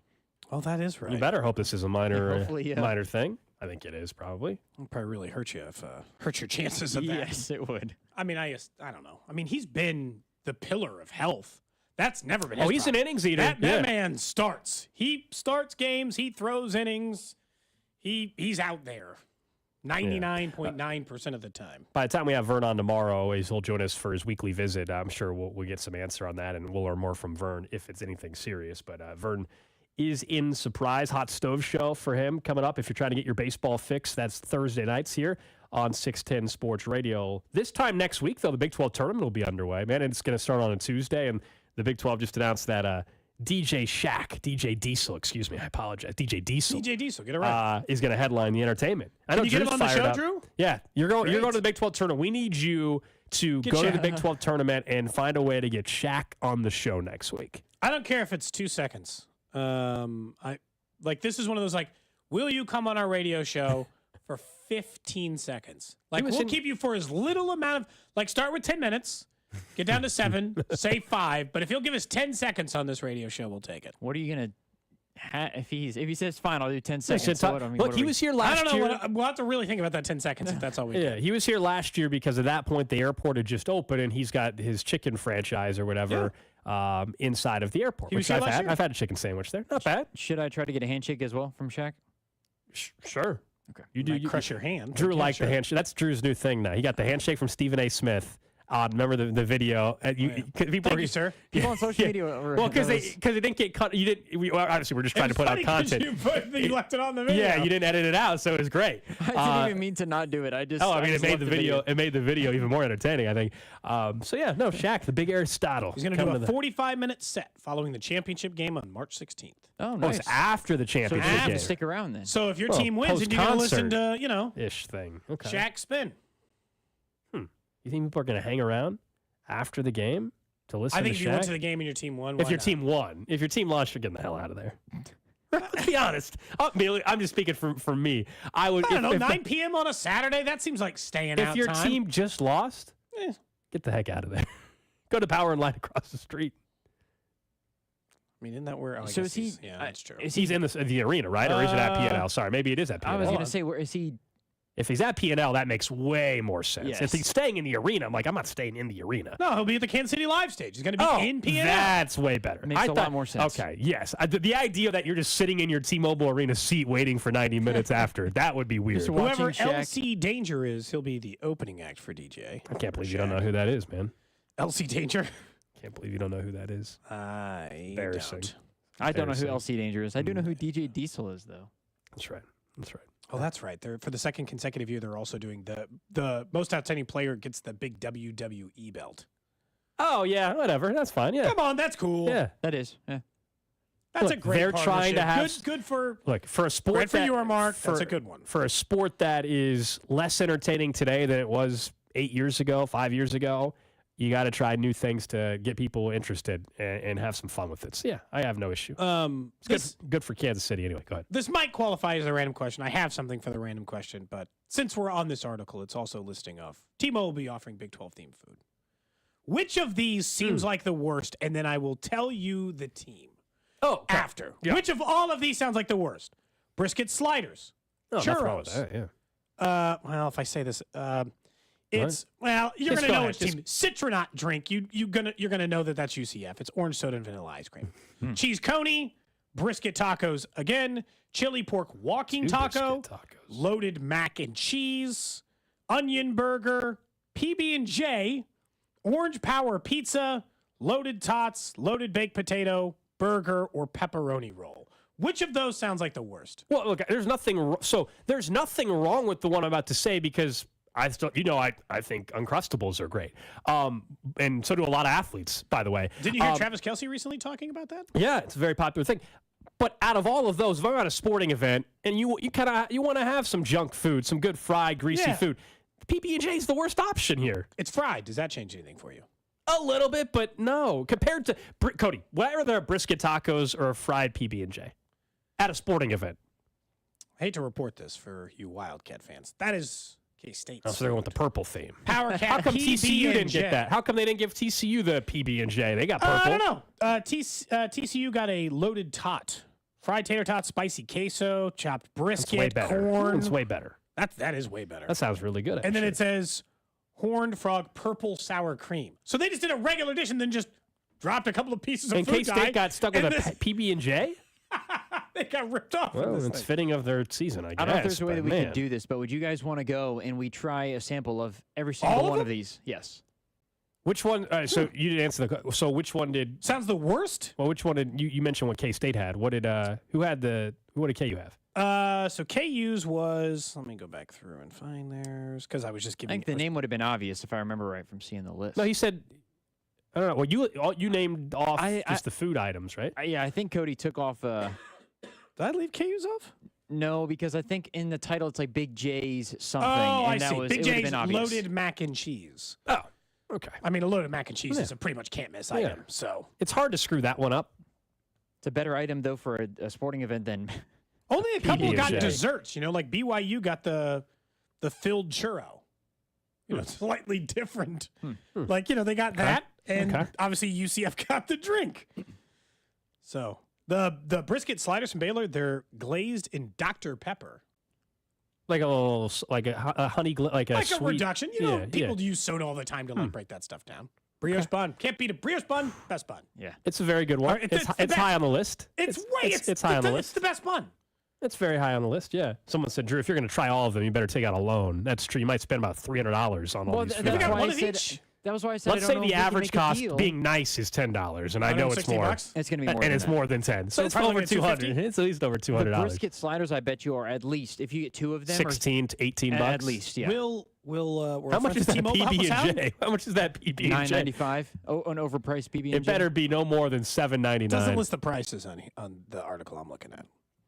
I think that we could manage to get a deal where they could provide a quick sample, and we don't have to buy it. Come on, somebody who works at one T-Mobile. point they had a media. At one point they had a media sampling thing in the past. I don't know if they're doing that this year. Do you think they would let us? Do you think they're going to have these? Do you think they're going to have these? I would think if you're doing a media food sampling, I don't know why I wouldn't include these. They've done some media ones. Like I'm going on Saturday for the Casey Current. They've got something going on to see what some of the food sampling. That's the season ticket holder one, but they got a media one during the week. But then Saturday they've got a season ticket holder one. Curious to try out some of theirs. They're doing a bunch of local places. Yeah, they are. You got anything more figured out with that parking? Do they? Yeah. No. Okay. They've just released the same options at this point. Okay. Yeah. Just curious. Mm-hmm. Can't wait. I'm actually kind of excited about that home opener. I will be there. That's why. A big reason why I got season tickets was for the brand new stadium and to be there for the opener. Anyway, sorry to distract us with food at the Big 12 tournament. It's lunchtime, so that's all right. Good for people listening. You and I, we got to wait till 2. But yeah, thank you for that. You can get a fried PB&J. Pick yourself up some Uncrustables. Throw them in a little oil. Could you throw the Uncrustable into the air fryer? Yes. Should I see what happens? Yes. Do you have an Uncrustable at home? Well, I mean, I can go get one very easily. I didn't know if you already have. Not right now. I don't. I have had them in the past. Yes. Go for it. I like the Uncrustable. I wonder what. I mean, is it going to just make like a giant mess? I don't think so. Should just fry the. I mean, I haven't used an air fryer. Someone's obviously done this before, so yeah. I haven't used an air fryer ever, so I don't know. Yeah, that's stunning to me. Why? You're because you're Mr. Kitchen. You're missing out. So what's funny is you guys say I'm missing out, but other people tell me it's a trash appliance. So I don't know what to believe. Who says that? A good friend, one of my good friends. I'm surprised you have kids. Gave it away for free. You have kids, so I'm surprised, especially as they're getting older. Like it seems like a very easy thing to help if you're making some lunch for some kids, whatever that you got. Good friends at Hy-Vee, by the way. Air fried Uncrustables, $3.75. Cook for 8 minutes. Remove. Serve with. They suggest a zesty ranch dip. I'm not dipping egregious. the PB&J in ranch. Absolutely that not. must be a different food. That must be a different Uncrustable. I'm not. No. It was just the peanut butter jelly and ranch. That's a savory Uncrustable. For PB&J, they say only 5 minutes. Okay. Don't want to do it too long. Right. That was for a. Apparently, they must serve savory versions. We might have an in, guys. Oh yeah. On the text line, they work at they work. Well, okay, never mind. I thought they said they work in T-Mobile Arena. They work for T-Mobile. Well, you'll be there for at least a little bit. I'm sure we'll all be down there for some point. We're planning on being there the rest of the time. Someone says put foil in the air fryer, otherwise peanut butter is going to be everywhere. Yeah, see, that's what it's going to ruin my air fryer. I don't know. Just put a piece of foil down, dude. That's it's fine. I'll do. There you go. You're not the first person to throw an Uncrustable in an air fryer. I know I'm not. That's why I was wondering to see if anybody knew what would happen. Okay. Get to the random question of the day in a couple of minutes, but I did want to talk about something that I'm not surprised it exists because we know how the off-season content cycle goes, but it's a little laughable. I saw that the Ringer put out basically rankings, but who could knock the Chiefs off their perk here of dynasty and domination? And free agency hadn't even started. It's one thing to do something pre-draft, but we haven't even got to free agency, so it's kind of funny. This is the one time of the year I would usually argue that you shouldn't be trying to project who's going to do what next year yet, because we don't even know what the roster partially looks like. You can do one right after free agency. But anyway, they went ahead and did one. Or after the draft, because that's obvious. Both, right? You can do one post-free agency and whatever. So what they listed out, who's going to knock the Chiefs off, or most likely to knock the Chiefs off, the next 4 teams listed: Ravens, AFC, Niners, NFC, Bills, AFC. Thank you for clarifying what conference they're in. Cincinnati and Detroit. They're all so Detroit being 6 is interesting because it's still Jared Goff and what could be a fallback for them. This seems like if you just made a list of the last 3 years. Hey, last 5 years. Please list off to me the best teams in the NFL on aggregate over the last 5 seasons. Didn't he pretty much just make that list? Like the Raiders staff, didn't they pretty much just make that list? Typically, that's not how the NFL works. And yet, weirdly, I do not think that this list is crazy because for whatever reason, we're not just stuck in the middle of a dynasty in the NFL, because we are. The Chiefs are dominating the league. They're controlling everything. We seem to be stuck with the same 5 to 7 teams in the NFL, like in a daydream, locked in, where no one new is stepping up and no one of the current powerhouses are leaving. Typically by now, Gold, someone leaves the party. The Bills leave the party. The Bengals leave. Someone leaves the dance. And somebody else steps in and they have their couple of years run where it's all ha-ha fun times. And instead, it seems like we're just stuck with the same 6 teams every year. That list kind of makes sense from that perspective. Would free agency make me think that it's not going to be those same 6 teams when that's what it's been? I don't know that it can, barring some sort of perfect fit masterpiece that goes into that situation or a draft pick that instantly shuns it. Typically, you would say the Jags need to step up. Well, they fell way back. Or the Texans or the Chargers or any of these other teams that could threaten. And yet, I don't feel like we're any closer to that than we were 3 years ago. No, the one other than maybe the Texans. The Texans are the team that seems most likely to maybe enter the conversation. But as you pointed out, the Jags were in a similar spot a season ago, although C.J. Stroud already in his rookie year had a season that was better than what we've seen from Trevor Lawrence in Jacksonville. And the thought is that the Texans, you look at their roster, it still has plenty of holes. And so wait till maybe a year from now or this next year, what happens when they actually are able to continue to build that roster up. The only thing that scares me about the Texans is that like everybody's going to continue to talk them up all offseason. Understandably so. Stroud was great. And are they the team that ends up being like the most disappointing team? Can the Lions actually, can they do what the Lions did last year, which is they were a hype team who actually lived up close-ish to the hype. They were now I still don't believe they blew that game, but yes. The 2 teams that everybody will, or 3 teams that everybody will kind of point to that have a chance to enter the conversation next year at some point. Houston, yes. Everybody loves Jordan Love right now, so the Packers. And then the Chargers. I know we laugh and joke about the offseason stuff, but you know that's coming, right? Based off their draft or free agency, they're going to hear Harbaugh talk a few more times in the offseason. That suddenly everybody's going to pick the Chargers to make the postseason and maybe win the division even. And they might be a postseason team. I still think you're foolish to pick them to win the division. They have to. That's one of those where it's been 8 straight years. Somebody has to prove it before you're ever not picking the Chiefs to win the division. At this point, it's crazy. Well, I mean, it's hard to pick against them, but yeah, that one is a little more understandable, right? Like, I don't expect everybody to pick the Chiefs to win the Super Bowl every year. The division, though, like, you're foolish. You're wasting your time if you're picking them to not win the division. Somebody pointing out the Patriots left the party, yeah, but Tom Brady left a little bit different. Maybe the Titans. The Packers didn't. Some of the Packers left the party. They're coming back, aren't they? The Titans would be the example in the AFC. But think about how long ago the Titans now left the party. I mean, it's been, 4 years? When was the last time the Titans were in there? It's been the same 3 teams in the AFC. 4 teams when Lamar Jackson's healthy.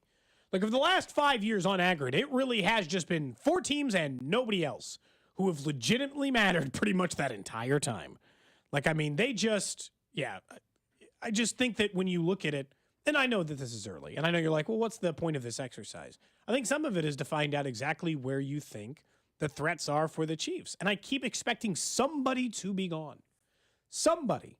The Bills, like if I made you guess right now, Ravens, let's just say those 3 that have been in the mix for years. Ravens, Bills, and Bengals. Someone's leaving the party. Time for someone to go because that's the way the NFL works. 4 teams don't just stay at the top of the AFC forever, competing at Super Bowls forever. Someone's leaving. Who's leaving? Yeah, even though I think Josh Allen is the quarterback I would rather have over Lamar, but it's the Bills because the element of where their roster is at right now and their head coach and what they have been getting from Sean McDermott, who's most likely not to be the head coach of their team in the next year or 2, if any of them. Sean McDermott. Harbaugh's not going anywhere. Taylor gets a free pass for this year because he lost. Zach Taylor's not like Sean McDermott. I still think semi is on a little bit of a hot seat entering the season, even though he recovered and to give them credit, they made the postseason after that dreadful start. But if Sean McDermott misses the playoffs this year, or they're out in the first round this next, like there's a real conversation again that's going to be had. Whereas there's nothing that could happen to Harbaugh this year that really moves him or Zach Taylor. I would make an argument for Cincinnati, not just to pick on Drew. Just if Joe Burrow is not healthy and continues to not play football games, then yeah. I told. Did you read that tweet? Did you read all the injury stuff I sent you yesterday on him? About the ACL of the wrist. Yeah, very serious stuff. But they stunk when Joe Burrow was the starter this year. If Joe Burrow comes back, starts week 1 this year, and they miss the postseason, well, then they've left the party. Right. Joe Burrow got hurt for an entire year, and then they can't make the postseason. They're the closest to leaving it quickly. The Bills, even in a down year in which things went bad for them for a while, what did they still do? They still won their division. They still got to host Kansas City in a playoff. They fell, but they were still at home against Kansas City in a playoff game. They were the damn 2 seed. So their down year was the 2 seed, and they didn't lose their starting quarterback like Cincinnati. But, the problem with the Ravens is they seem like they're just kind of like every year. They don't, they just like skip some parties. Like if we're going back to the analogy, they're like, I'm not going to that one. I'll see you guys next week. Like, they don't seem like they ever leave it. Like, as somebody pointed out on Twitch, the Packers never left the party. They've pretty much been at it for 30. They're the Matthew McConaughey and Dazed and Confused version of this. They ain't ever leaving it. They just, like, occasionally take a couple of days off. What is your consequence? What are you willing to do, Drew? If Cincinnati misses the postseason in back-to-back seasons, what are you willing to do? It has to be a stark punishment, I feel like. I never promised anything. Well, are you not promising that they're making the playoffs next year? No, I'm not. I'm saying I didn't. You're not confident they're making the playoffs. If they lose to the Chiefs, then I can do something. But if they don't make the playoffs, so you're not confident that they're making the playoffs. No. What are the implied odds they make the playoffs right now? I think they make the playoffs. You bet on them to make the playoffs yet? I'm sure offshore. Maybe offshore. Yeah, I'm not sure. I'm confident that they're going to make it, but I do think to Cody's but point, not confident enough to put anything on the line. To risk it. What are we wagering? It's just a punishment for you, I think. Yeah. I feel like me coming up with the punishment is not fair. Okay. I have to text agree. line. We can have the text line come up with. Agree to something. Text line can come up with it. You can give me options. I do think that for Cody's point, the Bengals might be the quickest potentially to leave because of the factors that are there. Division, I know the Ravens have to play in the division too, but they've already paid Lamar Jackson. They got the coach and all that stuff. I think they're paying Joe Burrow now. They're dealing with what they're going to do with T. Higgins. They still have to pay Jamar Chase. The organization has to draft well. There's still factors I think that can play into them leaving that group quicker because they're just getting into the phase of paying Joe Burrow, and it just depends on how they draft. A naked lap around the station outside. I mean, you have to the scorpion sting like the guy in the hotel room. Hell no, sorry. They have the 7th best odds at DraftKings to win the Super Bowl. Just so everybody knows. Yeah, as long as they have Joe Burrow, they have a better chance than. Well, you got to factor that in. Teams. You just don't know. I mean, he could. I have to could announce be my Bengals fandom. That's not happening. Week 4, man. He just may not be available. Who knows? You already did that on Twitter once. You already renounced your Bengals fandom. That was Dusty or Rob. It was somebody. That was not me. Somebody from your account renounced your fandom for you. So. I have since not had that problem because I have made sure to log out. There you go. When I log in any of the I'm not trying to get out arrested. I mean, people talking like getting naked and stuff. I mean, I don't think, I'm not trying to get Drew arrested. Yeah, I'm not getting arrested. Lists. All right. Have you ever been arrested? Have I? No. Okay. I couldn't remember. That would have been the stunner of all stunners. Drew said a couple times, but it's fine. You're like, whoa, excuse me? whoa. The closest thing I've got to that is speeding ticket for quote-unquote reckless driving, but reckless driving. Were you going like 90, 100? I was going 90 and I was going 90 and a 65. Oh, they hit you with reckless driving? I mean, that's fast, but I was humming on the interstate. We've talked about this. You've driven over 100 before, right? Once. I've driven over just 100 once? as well.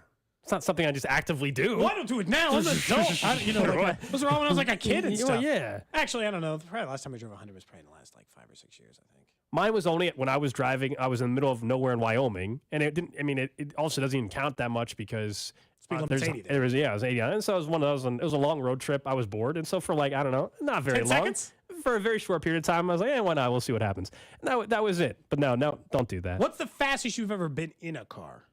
Been somebody driving, not on a track, not like you went to the Richard.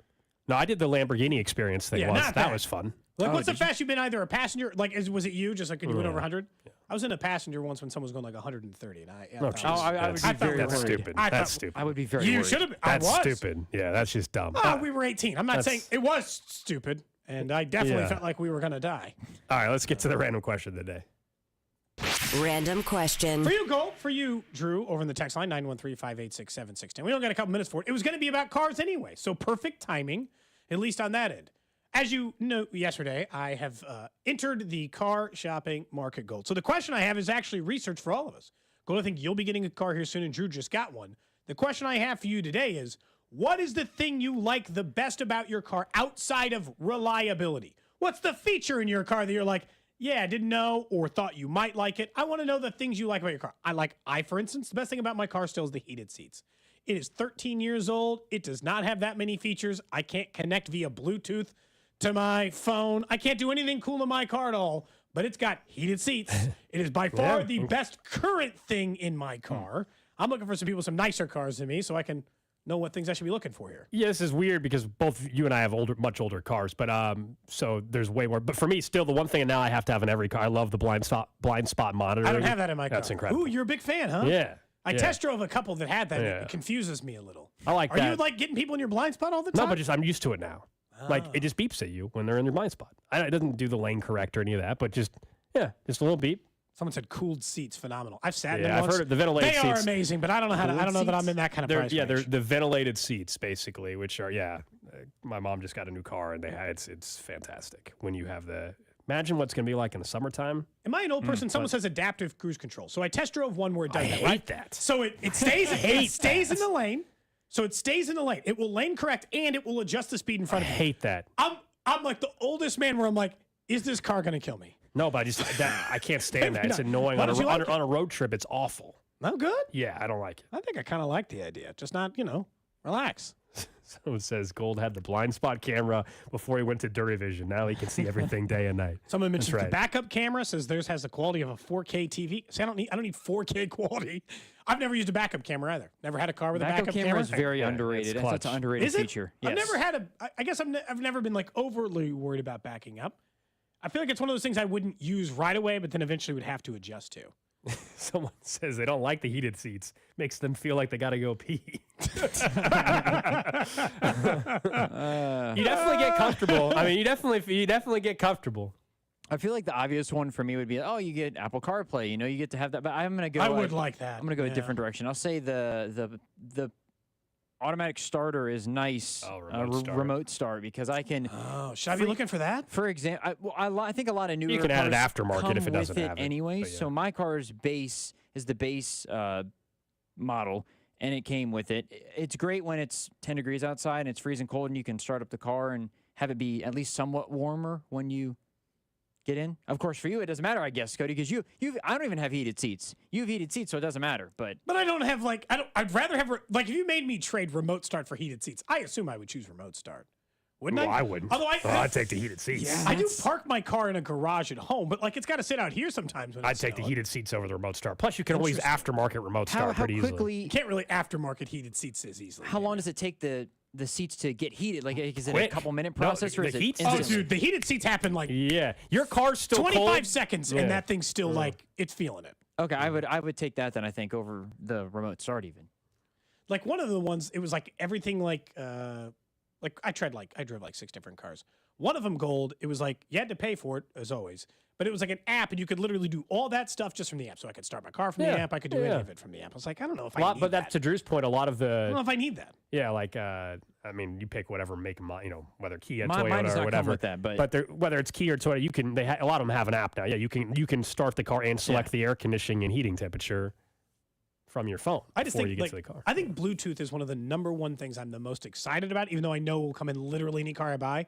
Because that's I surprising. still You only haven't have a had it, CD player in my car, right? I don't have I have an aux cable. Yeah. Or my car's a CD player and an aux cable. And I think about my transition from that and how nice it'll be. How excited I was when I got an aftermarket CD player. You remember used to taking the CD thing off the face? No, the deck or whatever. Yeah, the dude, and putting it in faceplate this or little whatever. plastic Yeah. case and putting it under my seat so someone didn't steal it. Or the fancy people who had them in their trunk so you could pop 10 CDs in. and then a monster cable, and then this. I just want to be. Now able I'm to thinking of Bluetooth Pit this My stupid Ride. thing. Now I'm thinking of the old TV show Pit My Ride. Cody's talking about trunks and speakers. And Yeah, that was the first car I ever had was a 1996 Oldsmobile 88, and that's a great first car. You have there was a custom stereo already put in there, but you have that feature that it feels like you're in a newer car, even though you're in a very old car. Also, underrated thing that I don't have, but I think I would like to have in the next car that I have down the line is a sunroof. I love a sunroof. I mean, I feel like that is a good thing to have. What's the temperature in which you will not roll your windows? We need to go to break. yeah, we're low. Cody's trying to sneak in another random question. Just all of the time day. it is. All right, coming up next, though, one of the first things thought we would see with the Royals and Chiefs Stadium projects did happen yesterday. We'll get to that and just how many home runs are we seeing from the Royals. Cody and Gold, weekdays starting at 10 on 610 Sports Radio and the Odyssey app. 96 years. That's how long Overhead Door Company of Kansas City has been repairing and replacing garage doors. They are the only authorized dealer of Overhead Door brand products in Kansas City. Locally owned and operated since 1927, headquartered in Olathe. Always look for the iconic red ribbon to be sure you're dealing with the genuine, original Overhead Door Company of Kansas City. For same-day repair service 24/7, call Overhead Door Company of Kansas City or schedule online at ohdkc.com. ohdkc.com. Barbecue put Kansas City on the map, and Smokehouse Barbecue has been serving up the best barbecue in Kansas City for over 35 years. Hey, it's Bob Fesco. When my family and I want delicious baby back ribs, burnt ends, and hickory pit beans, we head to Smokehouse Barbecue. Of course, no trip to Smokehouse is complete without their Cajun chicken wings, which are the best wings on the planet. Visit them in Independence, Zona Rosa, or Gladstone, or at smokehousebbq.com. For over 35 years, locally owned and family operated, it's Smokehouse Barbecue. Do you want to skip your car payment this month? I'm Jeff Davis, owner of Volkswagen Lease Summit. We're offering payment relief. Buy a new car at Volkswagen Lease Summit and get no payments for up to 6 months. Get payment relief today at Volkswagen Lease Summit. Visit VWLeaseSummit.com. For over 40 years, Dury Vision has helped thousands of people, including me, see and live better with advanced procedures like LASIK. SBK Advanced LASIK, to be exact. In my case, I said goodbye to my glasses, my contacts. Maybe you could as well, but you got to call them up for that free consultation. It's a completely free consultation. You walk in there like I did, no pressure whatsoever. They're going to talk to you about what your goals are. Then they're going to take all these images of your eye and find out what they can do for you. It's not a one-size-fits-all approach. They're able to work specifically with you to make sure you're comfortable going forward with what they can do. And for me, it resulted in a few days later a procedure that had me driving back to work the very next day, and now I wake up without contacts, without glasses. I just simply see. It has been one of the best decisions I have ever made. But you've got to make that decision to call them up. Don't put it off anymore. 913-491-3330. That's 913-491-3330. Or go online to DuryVision.com. Bet the NBA with the no-sweat same-game parlay from FanDuel every Thursday with TNT Thursdays. It doesn't matter if you're new to the app or if you already have an account. You'll get bonus bets back if your same-game parlay doesn't win on any NBA on TNT game. The NBA same-game parlays are the perfect way to combine your bets for a chance at an even bigger payout.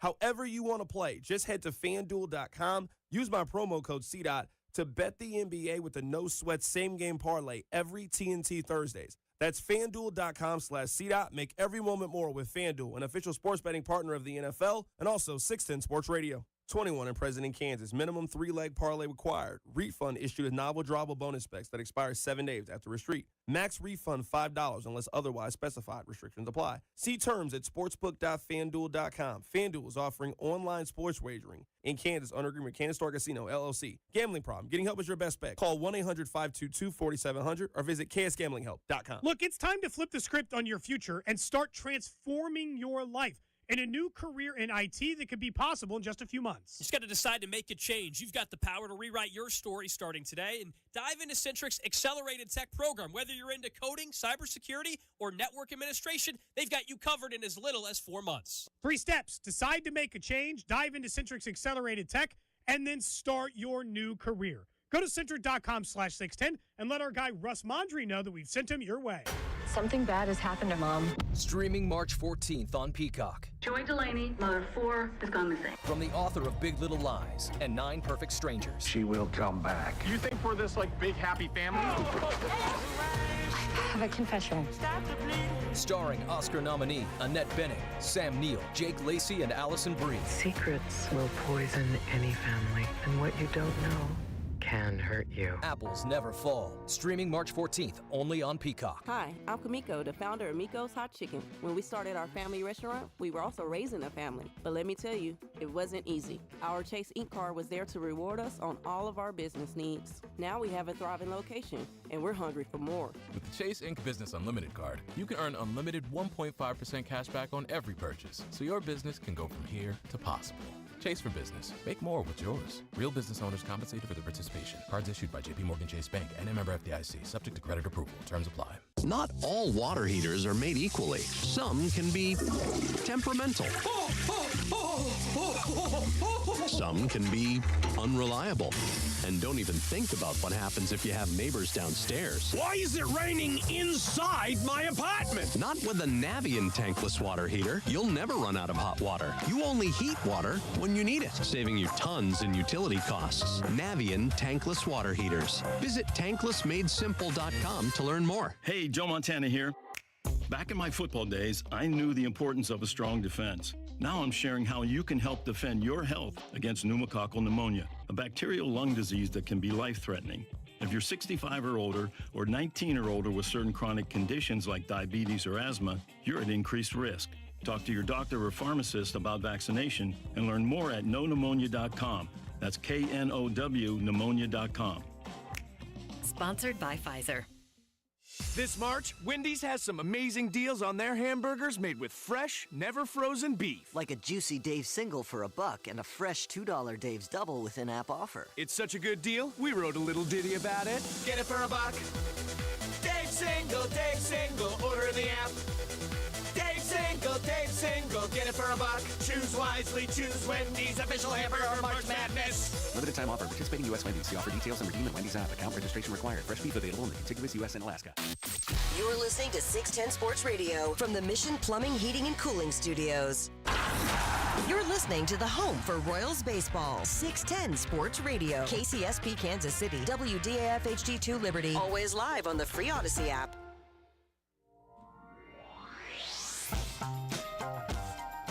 One o'clock hour. Cody and Gold hanging out here on a Tuesday. Real mixed reviews on the adaptive cruise control.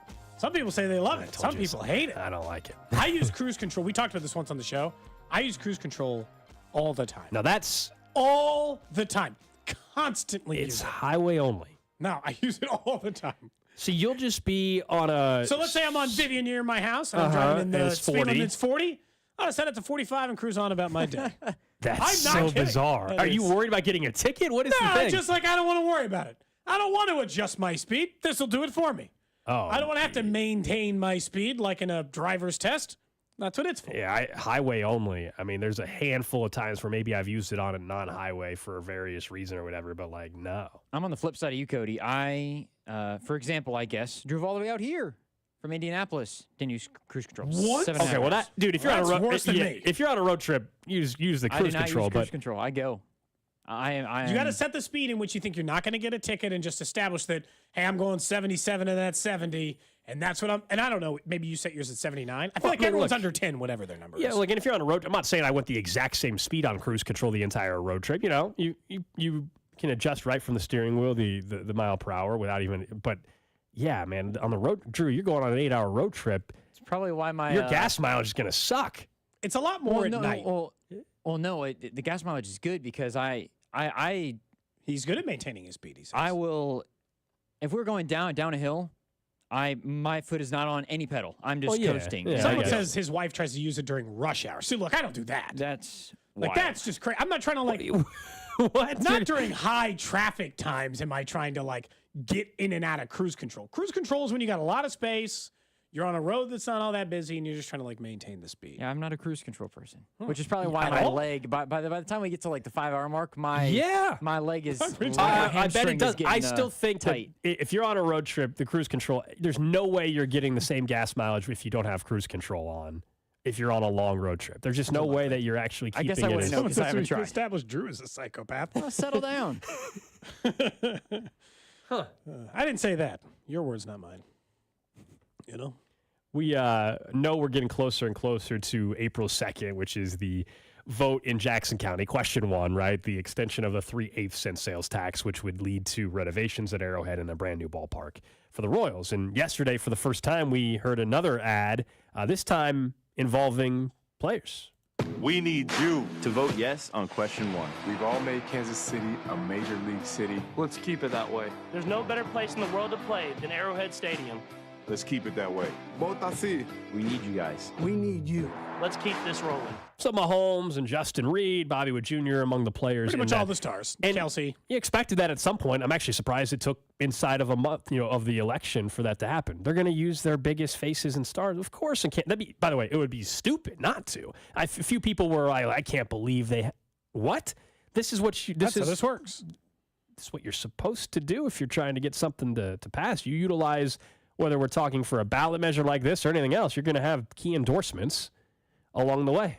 And consider these endorsements from multiple star players. So earlier in the show, we did our what we love, what we like, and what we don't like. Hate, if you wanted, but we can just say don't like for the nicety of it. About the Royal Stadium project. Let's flip it to the Chiefs side. Let's start with love. Gold, what do you love about this project? Yeah, so the only thing this one was tougher than the Royals. On the love one, yeah, I mean, for me, I do think it is going to be nice for those in the upper level to have the ability to have certain areas that if you are there in a January game or it's August when it's really hot, or September, when it's really hot, the canopy areas with either AC or fans/heat, I do think that is a nice upgrade. But yeah, it's a renovation there. This is why when we discussed their plan, there's not a ton of things where I'm like, oh my gosh, I absolutely love it. Versus it's easy to do that for a new ballpark. I thought it might be video boards for you. Yeah, I mean, the video board, I actually kind of forgot about that. Is that your like? That's going to get into the conversation. That was a key part that I wanted. I mean, I do like the fact that they're going to upgrade the video board. That was a big thing for me. But I don't know if I'm like, I love it. That to me just puts them on par with what some of the newer stadiums are having. So I think for this one, love is really hard. Really, really hard. Because they don't offer you that much in the project. But what I wanted in a new stadium is what I'll answer for love, which is the new things that don't exist. It's the things I probably won't get to experience. It is the sideline club and the atmosphere that does not exist in Arrowhead now that will give people a unique perspective, a unique experience that does not exist. Those are the things I wanted in a potential new stadium. That's the things I wanted in this. So I love the new experience you can get there. Probably the sideline clubs. And I know they're not for me. I understand that. That's why I can't say I love it, though. I'm surprised. I'm actually surprised you're saying that because you and I know there's... I'm not going to sit in an end zone suite. I understand. Never say never, but probably not. Odds are not, but that's what I wanted as part. Like I wanted new portions of the stadium that created it. I think for me is the upper concourse. I think there's a lot of benefits in it. I'm glad that they did it. It's there, but I can't say love it because they're just throwing the cheaper fans a bone. They're giving you something. They're not definitely giving you nothing. They're giving you a little bit of something, so it's there. As far as don't like. I don't like the activation zone. They tore down, which I think is maybe the biggest part of their project. They're tearing down Kauffman to put a turf field down and a little stage. It underperformed out of everything that they pitched in this thing. It was the biggest fall flat of the entire project for me. Yeah, so if you were expecting the entertainment, hotels and restaurants, that was what you were hoping there, then there's no way that you were going to like that plan. I think the Chiefs made it clear why they're not building that. They were honest about it. Some people were all upset, but I think it was an honest answer that we've all been saying and joking about for 30 years about there's only a Denny's and stuff out there. There's a reason for that. Now, not even a Denny's because it's not an area that has been fit for development, unfortunately, and people got all bent out of shape about that, but it's the truth. Deep down, this is still a business, and they are not going to build something that they know they're going to lose money on, and so that's why they didn't do it.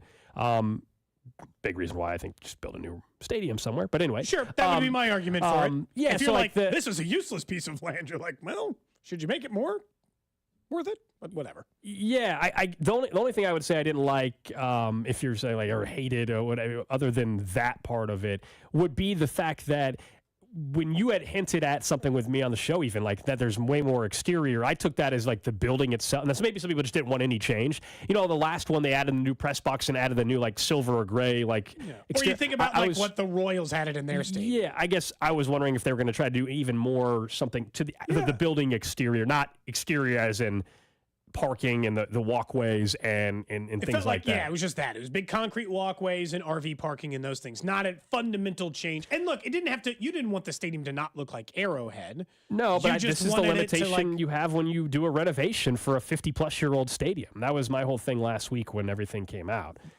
Was that, you know, if you wanted it to be this huge change, well, then your new stadium is the option for that, and that's not what currently is being discussed. We all know, alternatively, on April 3rd, the day after this, if it doesn't pass, we will all be talking about what does that mean? Does it mean they're going to Kansas? Does it mean the Royals are going to Kansas? Whatever. I mean, honestly, everything's on the table at that point.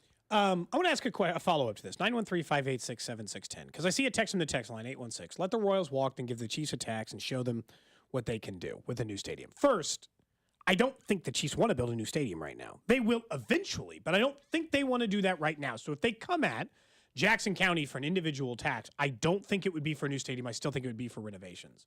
But that's the question I have for you real quick. And look, the text line, I know you're not going to tell me everything, but whether you're watching us on the streams or on the text line, I'm curious your answer. 913-586-7610. If you had to choose half of this sales tax, right? We just cut it in half. It's not 3/8 cents. It's half of that now. I'm not going to do fractions, so let's not worry about that. 1.5 eighths. That's so stupid. There's a reduction in there, and I'm not going to figure it out.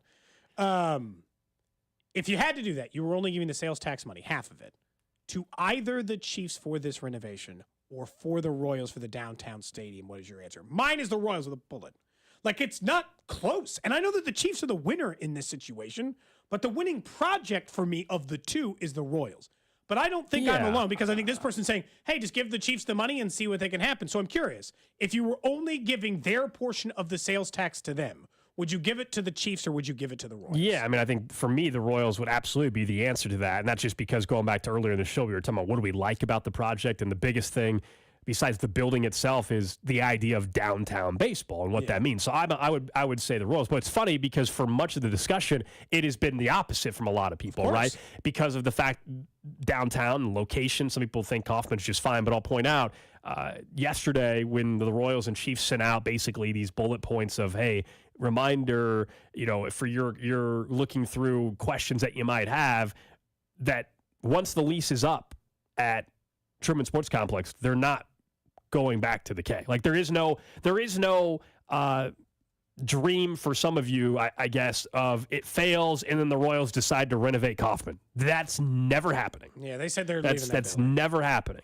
But yeah, 100% I would go on the Royals side. Plus, in that hypothetical you're giving me, Cody, where I can pick Royals, and then I would know that the Chiefs wouldn't leave the area. They would go maybe to Kansas, but they're not leaving Kansas City. And I know for some of you that's a huge deal, and that's why for a lot of you in Jackson County, that might be why you do vote yes, because you don't want the Chiefs to leave Jackson County. That's a huge thing for a lot of you. Versus, like, am I worried that the Chiefs are leaving the entire area? No, it's not. You know, if you are worried about that county location, then that's why the vote yes is important for those of you in that aspect. Otherwise, you know, look, the April 3rd sitting here, if it doesn't pass, then I plan on talking about the Chiefs moving to Wyandotte County. That I'm sure is what would happen on April 3rd. I assume that's what we would talk about. This is also where I think our conversation on Monday stands true, that these two are in it together.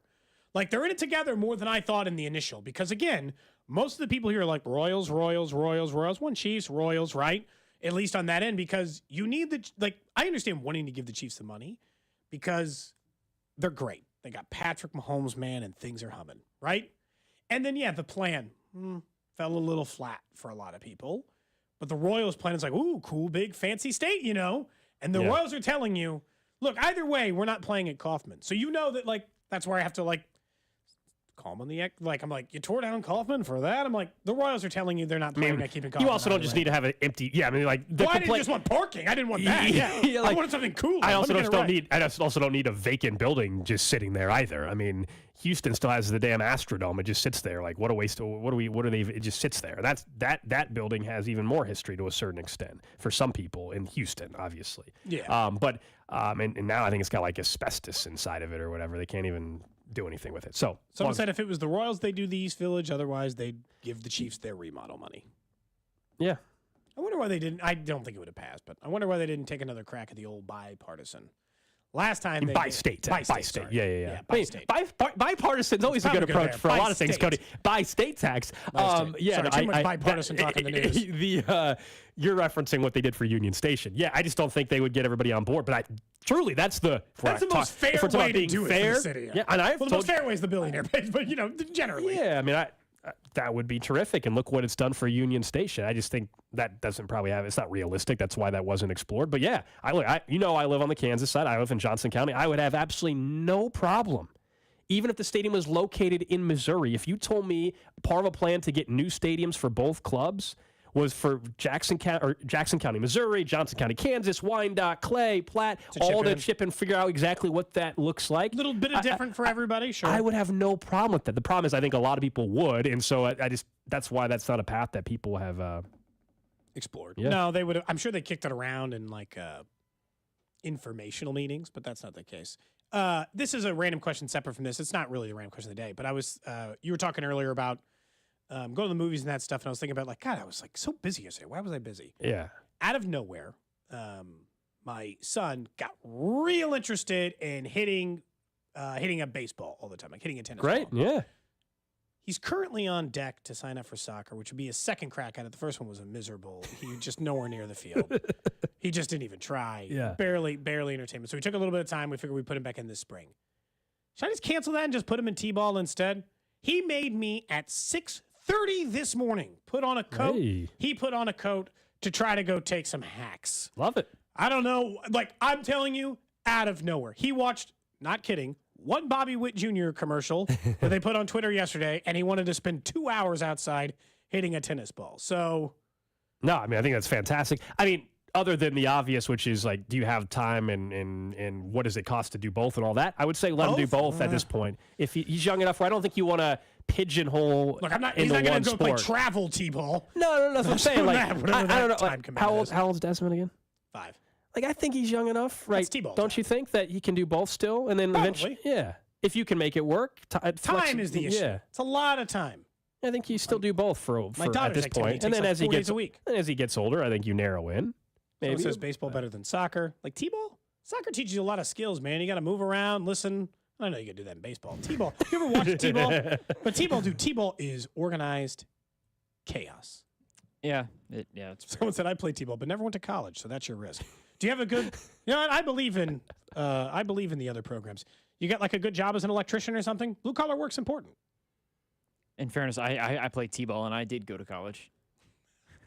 I didn't play T-ball. I didn't start playing until machine pitch is what. Yeah. Or coach pitch, machine pitch, whatever. Yeah, that was what I didn't. I don't think I ever did T-ball either. I think it was machine pitch. Baseball was the sport I played the shortest amount of time. Between basketball and soccer, baseball was the one I only played. I think I only did baseball for 2 years. I played baseball the longest. I played that through high school. I played that a long time. But everybody, I started with soccer. I ended up playing that the longest too. But anyway, someone says I don't know about soccer, but how about those guaranteed baseball contracts? Okay, look, let's just start having Desmond throw with the left hand. Start throw with his left hand. He throws with the left hand right now because he's got the bat in his right. Good. He's not gonna permanently throw with his left hand. Keep throwing with the left. He's literally doing it for convenience. Have him keep throwing with the left. I got to teach him more valuable, man. Get that free college scholarship. You know. It's a good way to turn into one of those parents, Cody. How much money is in baseball compared to soccer? Desmond, that's the sport we're going to have you go to. I guess I could coach. At least baseball feels like a sport I know the rules on. I think you would enjoy it. Enjoy coaching? T-ball would be tough. At that age, I think you would. Honestly, God, I'd probably like it better at T-ball than when they're 12. When they're 12, then you got parents being like, my kid Jimmy doesn't play enough. I'm like, well, Jimmy can't field a grounder. So we're stuck where we are. Yeah, I think when they're younger, you're good. But yeah, I don't know if you want to coach your son when he's 13 years old or something. But coach pitch when they're 8 or 9, I think would be good as well. As soon as they get to the first other kids are throwing, that's where you got to get out. Someone said I played T-ball, hated it, waited until someone could pitch to me. It is more fun when someone's actually throwing the ball towards you, but, Yeah. that scares some kids. You mentioned the movie. There's why we got to this. We were talking about like how last night. So I hadn't gotten into the theater in a while anyway, but there's the Oscars are on Sunday, and so you know how Are you trying to catch some of the best a lot of pictures? theaters will let you have discounted tickets for those that are nominated, and then even after one of them wins, and they'll do it again. So I wanted to watch a couple, so I went and saw Killers of the Flower Moon, and I knew it was gonna be a long movie. So it started at 7 plus previews, right? So 7:15, 7:20, 3 hours and like 35 minutes. Really, really good movie. My question was, I think that might be the longest movie I've ever seen in theaters in my life. What's one stand out to you? I was Lord of the Rings? It didn't feel one of those long was until like 3 hours long. I remember seeing it. We drank. the movie, and it's like Scorsese, and it's got DiCaprio and De Niro. It's a really good cast, and obviously director, but the last 25 minutes, like that's where it really drags. So it was about 25, 30 minutes too long. But you said Lord of the Rings, you think? One of the Lord of the Rings is like 3 hours long, and I definitely saw it in theaters, and I was there forever. So But this was 3.5. Like this is like there's a point where it just shouldn't be allowed once you get over 3.5. Like okay, honestly, it's too long. it's a bit arrogant. It's Well, a bit arrogant it's to think. Scorsese, you know. Yeah, but even you're And like, it's well, nominated for an Oscar. You were like, it starts slow and it ends slow. Okay, so there's No, a I didn't whole say it started hour. slow. I said it ended slow. I said it took there was about 25, 30 minutes too long. I'm with you. It didn't start It's slow. arrogant to think that you've got 3 hours worth of entertainment for me in one sitting. No chance. I mean, nobody's forcing you to go see it. Nobody forced me to go see it. No, but I'm just saying it's arrogant to assume. Someone said we need intermissions in these again. We need to have intermissions. No, so I don't remember. I think it was that. Was it that movie?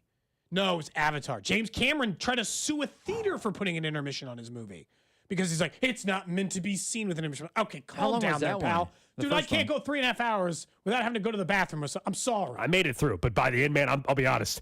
I was counting down the minutes like, okay, this thing needs to wrap up here. Because it was good enough movie where I didn't want to miss anything, right? That's a good sign. But no, it's nominated for an Oscar. Killers of the Flower Moon. You should see it if you haven't already. It's good stuff. Longest you can movie- watch it on Apple TV, I think, too. Longest movie I've been in the theater for, I would say, is Interstellar. 2 hours and 49 minutes. Avatar's that's another not too one, but bad. that's 2 hours 42. 240's not bad. 240's not bad. No, I gotta give up 2 hours and 40 minutes. What? Cody Gotta wants give up a a whole Cody day. wants a 90-minute kids Including- movie. Dude, Like, including trailers. I'm in there 3.5 hours. I got to give up a half a day for this. I think thing. there's nothing wrong with a runtime of 2 hours and 40 minutes. 2 hours and 40 minutes, I think, is the wheelhouse. So if it's enough entertainment, but you're not... 215 to 240. Like 215 to 240 is 2 perfect. hours. I also, I'll be want honest. 2 hours. That's how long a movie should be. 2 hours. I also don't. I feel like I'm getting cheated when it's a 90-minute movie, Cody. It's the opposite. I feel like I'm getting screwed when it's only a 90-minute movie. 2 hours is fine. How long is like the new Dune movie? And that's supposed to be kind of long Dune too. Part It's probably 2? long as well.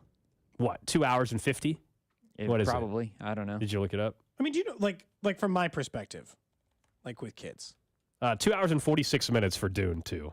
I gotta practically get an overnight babysitter to see a movie. Are you kidding me? Overnight babysitter. It's too damn long, dude. The first Dune is 2 hours and 35 minutes. The correct length of time, the perfect length of time for a movie is 2 hours. On the nose, that is the absolute perfect length of time for a movie. That's it. That's the number. Someone says watching 3-hour movies, 3 hours of football. That's different. So you're wanting to. So your definition of a good movie, Cody, is like Toy Story, where it's an hour and a He half. wants the kid 90-minute movies. That's all I see in theaters anymore. But that's not, no, 90 minutes is a little short unless it's really good. If it's like, if it's light, if it's a kid's movie, I'd rather keep it to 90. I don't want a 2 hour kid's movie. That's a little too long for a kid's movie. But I think 2 hours, man. That's the range. I get it. But Like, you're I also did see just Avengers different. Endgame in the theater, and it was 3 a hours. lot of the so I gotta figure Avengers that out. movies too. To fairness Yeah, for the text line. So I've seen plenty of like 3-hour movies. This was an all like a 3 hour and 30, 3 hour and 40. That was That's a a whole new very level. long I'll time. admit. But we've talked about this before. You're I'll watch movies in fine parts with now. stopping. Yeah, like so you'll be watching a movie at home, and you're good with watching like in 30-minute chunks. Which It's not that, but I'll like an hour and a half sometimes. I'll quit when it's time, and then I'll get back to it. with subtitles on, right? It depends on the movie. Yeah, we don't need to go Depends back on down the that time road of day. again. Oh boy. But yeah, I will stop a movie part of the way through and then pick it back up. Not every time, but I will. I am more than willing to finish this movie later. Have 2 kids, man. Just that's No, I know. Well, you'll all be on board with me. Every single person who's a kid here will be on board with me. JFK 326. I didn't see that in theaters. Jeez, that's long. 340 is long. 330 is offensive. 340 is a long. So fourth time today, Cody's been offended by something. Earlier, who was it earlier? Arch Manning. Oh yeah, Arch Manning. LeBron. Coming up Mike next, Florio. well, everybody, not offended, just he's Now annoying Scorsese. as hell. He's not I offended. didn't even see it in Yeah. the theater. You know? Up next, we'll get to what's trending and just how many home runs could we see based off of where the projections are at for the Royals. That's next. Cody and Gold. Watch the show on YouTube by subscribing to the @610 Sports KC channel. 610 Sports Radio. Get buckets with your first bet on FanDuel, America's #1 sportsbook. Right now, new customers get $150 in bonus bets with any winning $5 bet. That's $150 if your bet wins. So you can bet on all your favorite NBA players and teams with quick bets, live same-game parlays, exclusive props, and so much more. All you have to do is visit FanDuel.com/610Bob and shoot your shot.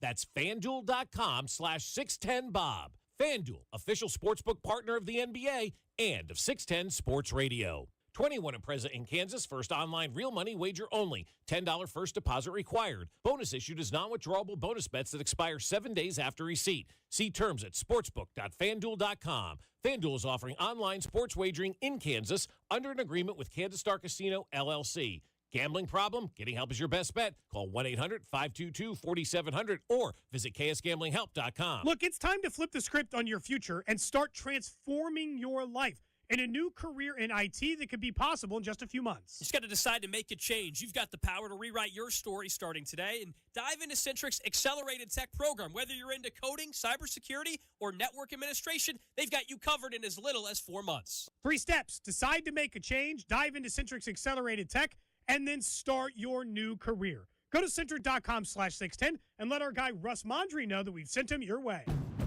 There's nothing quite like the Honda Accord Hybrid and the CR-V Hybrid when it comes to exhilarating efficiency. With hybrid technology and thrilling capability, these vehicles deliver an electrifying performance on every drive. But what truly makes these hybrids special is the unwavering determination that inspires everything we do. Redefine your driving experience with Honda, KBB.com's best value brand of 2023.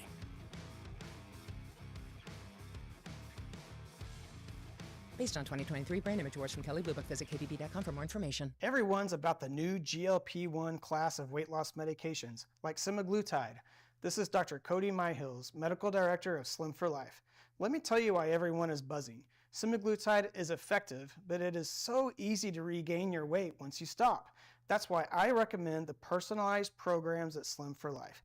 The Slim for Life individualized programs combined with semaglutide is a perfect combination. Plus, Slim for Life will teach you new eating habits. So not only do you lose the weight, they teach you how to keep it off.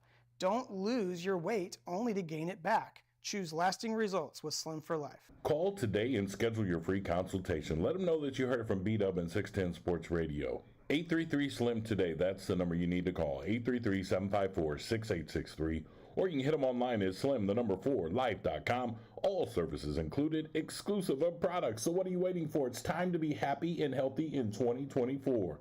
Make the call. Tell them B-Dub sent you. Erectile dysfunction affects many men in America today, but it's not just the man who's affected. It's also often their partner. But successful treatment of ED can truly bring relationships back to life. This is Jeff, the CEO of Promenic Restorative Men's Health, and that's why I'm pleased to announce the opening of our second location of Heartland Men's Health right here in Independence, Missouri. As a Promenic affiliate, Heartland Men's Health is a part of a group that has successfully treated tens of thousands of men over the last decade with treatments that are shown in medical studies to be effective in well over 90% of men. And unlike wave therapy groups or online pill sellers, we offer a variety of treatments to help you get the results you want. You could even find you're performing like you haven't in years. So call Heartland Men's Health today. Your initial visit is only $99 and includes a medical consult, blood work, and if medically advised, a test dose. And if that test dose doesn't work in the office, your visit is free. Call 844-447-6600 or go to heartlandmenshealth.com. That's heartlandmenshealth.com. Gas, groceries, utilities, you name it, the price of everything is going up. And if you're stuck in a bad timeshare with rising maintenance fees, The financial burden can be crushing. It is time to get your finances in order and get the real facts about that timeshare that you are stuck in and your options to get rid of it. Chuck McDowell, founder of Wesley Financial Group, has been helping families out of horrible timeshares for over 10 years and has put together a complete timeshare exit information kit that he will send you absolutely free. To date, over 30,000 families have trusted Wesley Financial Group to help them out of financial hardship by getting them out of bad timeshares.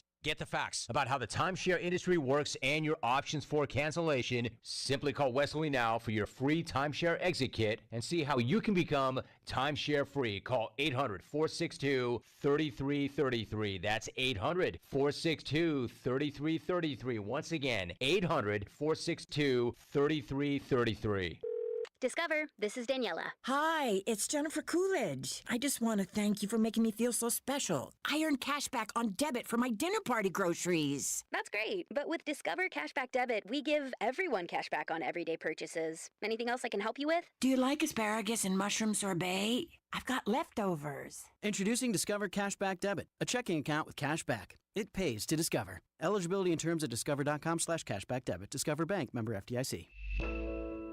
Wendy's new breakfast 2 for $3 Biggie Bundles let you create your own delicious combo. Choose from a sausage biscuit, egg and cheese biscuit, small seasoned potatoes, and a medium hot coffee. But it's obvious which combo's the best. Sausage biscuit and small seasoned potatoes. Well, maybe it's the fresh cracked egg and cheese biscuit with a medium hot coffee. Or 2 savory sausage biscuits.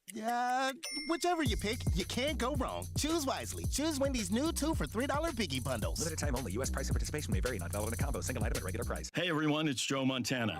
Spreading the word about pneumococcal pneumonia, a potentially serious bacterial lung disease that can be life-threatening. If you're 65 or older like me, you're at increased risk. So, what's the game plan? A strong defense. Pneumococcal pneumonia can strike at any time in any season, so you shouldn't wait to help protect yourself. Talk to your doctor or pharmacist about vaccination today and learn more at knowpneumonia.com. That's KNOW pneumonia.com. Sponsored by Pfizer. The 610 Sports Radio phone line is brought to you by Onder Law Injury Lawyers. Visit getjim.com. You can change your career in just 4 months. Go to centric.com/610. If you're ready to flip the script on your future, imagine transforming your life and career in just a few months with Centric. You can do it as little as 3 steps or change your career in as little as 4 months. Go talk to our guy, Russ Mondry, and find out about that new career in IT. Go to centric.com/610. What's trending? All right, let's check in on the hot topics trending. About an hour and a half from now, the official franchise tag deadline in the NFL. Maybe a trade, who knows? That could happen. But Brian Burns and Justin Matabuke both have been tagged. Matabuke happened about an hour or so ago. And we know the Chiefs yesterday tagged L'Jarius Sneed, and that could result in a trade before the draft. I think one thing that's getting clearer and clearer is that he's either playing on the tag or they're trading him. I don't know if it's going to just buy some time to get an extension done. It doesn't seem like that's the path they're headed down, although I still think I would consider that if you told me that Chris Jones was not part of the equation anymore. But I think you have Chris Jones back, and then you decide if you want to play Sneed for a year on a tag, or you find a second-round pick right before the draft and hopefully continue to build the young core that you have. I can learn a valuable lesson in what I learned last year, which was I thought if you were just going to tag Chris Jones, then you needed to just and play him for a whole year. Trade him. Get yourself clean. I still think I would prefer that, but I don't think it's as detrimental as I thought. They played Chris Jones on a tag the entire year. They still won the Super Bowl. They figured out how to make it work, even though it handicapped them. I still think tag and trade is the best method for the Chiefs, not tag and keep. Because you would agree, though, the dollar amount why would be similar. Having a player on the tag at a premium position like pass rusher at $19 million is different than having 19.8 at corner in the NFL. Sure, but you know what's crazy? Is that now, because of the 3-4 defense in the league, outside linebacker is a higher tag number. Brian Burns just got tagged at linebacker. It cost him more than if you were to tag anybody on the defensive line right now.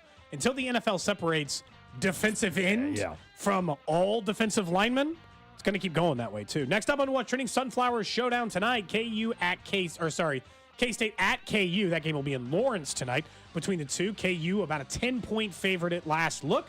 That game went to overtime the last time through, so if you're thinking, I guess K-State's going to keep it close, neither team is playing particularly well. Kansas trying to get Hunter Dickinson, back into the flow. They've been off their key, but so's K-State. They're not winning a bunch of games in between this. They've been lost. Missouri's been lost. KU's been lost. I think that line's probably about right between these two I think teams. it's a 12 or 13-point win tonight for KU. Everybody's kind of down on them right now, but they're at home. It's senior night. All of that. Yeah, I'm going to go ahead and gladly take the -10.5, actually, despite where they've been.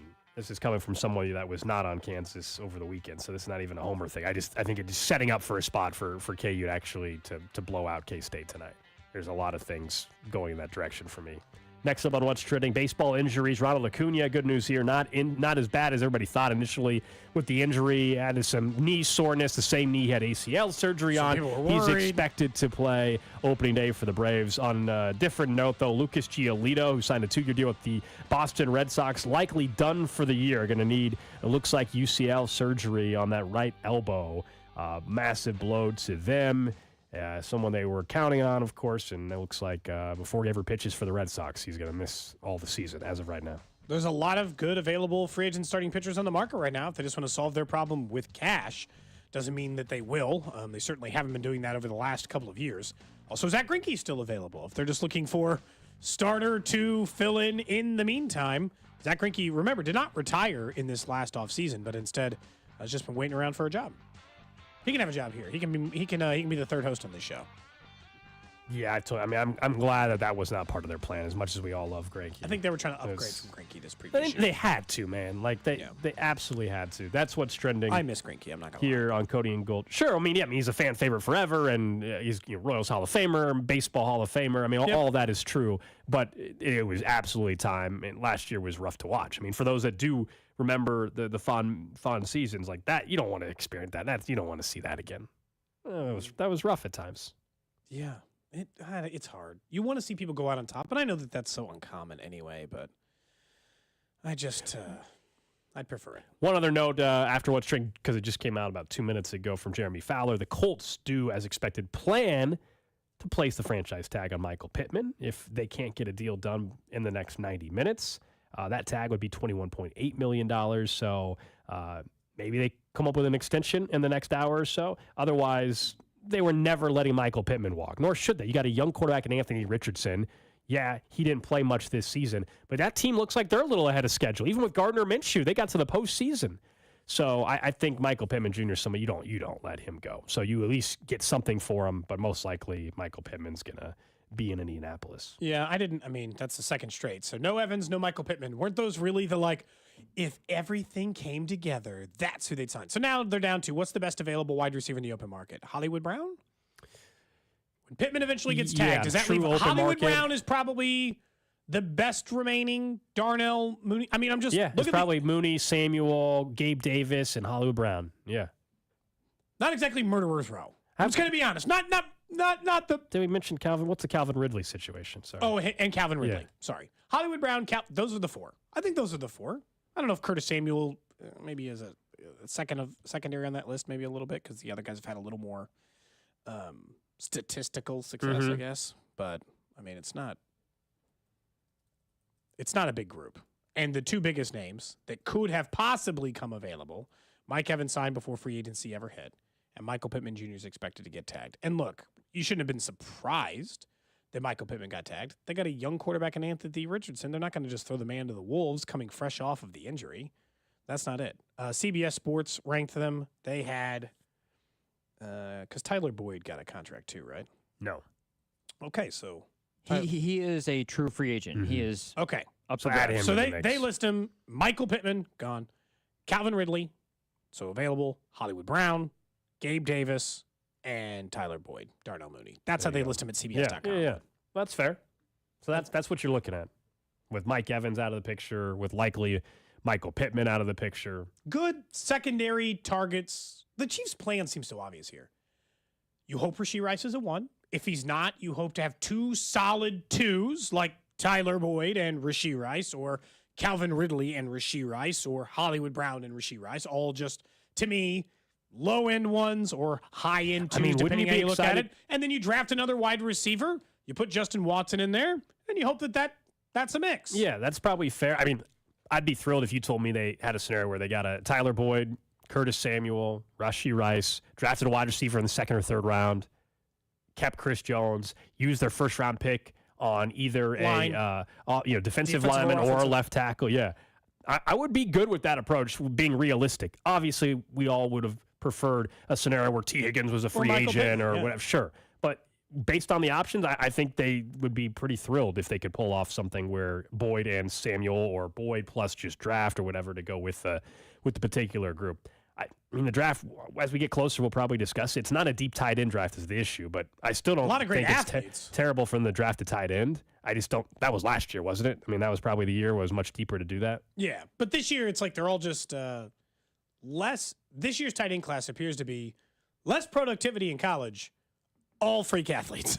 And that's just like the general theme of the NFL. Everyone seems to be coming in running faster, jumping higher, those type of things. So there is some I would probably be interested in tight end depending on where you took it, sure. There's the balance. This applies to wide receiver too. The balance of the excitement when you see somebody has just ridiculous speed like Xavier Worthy, or just an athletic freak. And who was the tight end last year? We joked and you gave the Leonard Pope comparison, but gosh, who the heck was that a season ago in the draft? The tight end.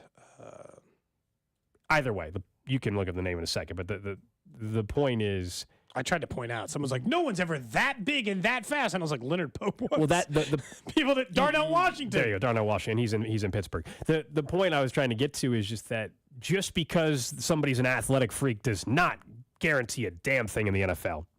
Cincinnati, John Ross. Yes. There's plenty of examples of that. That's what you always have to be cautious about.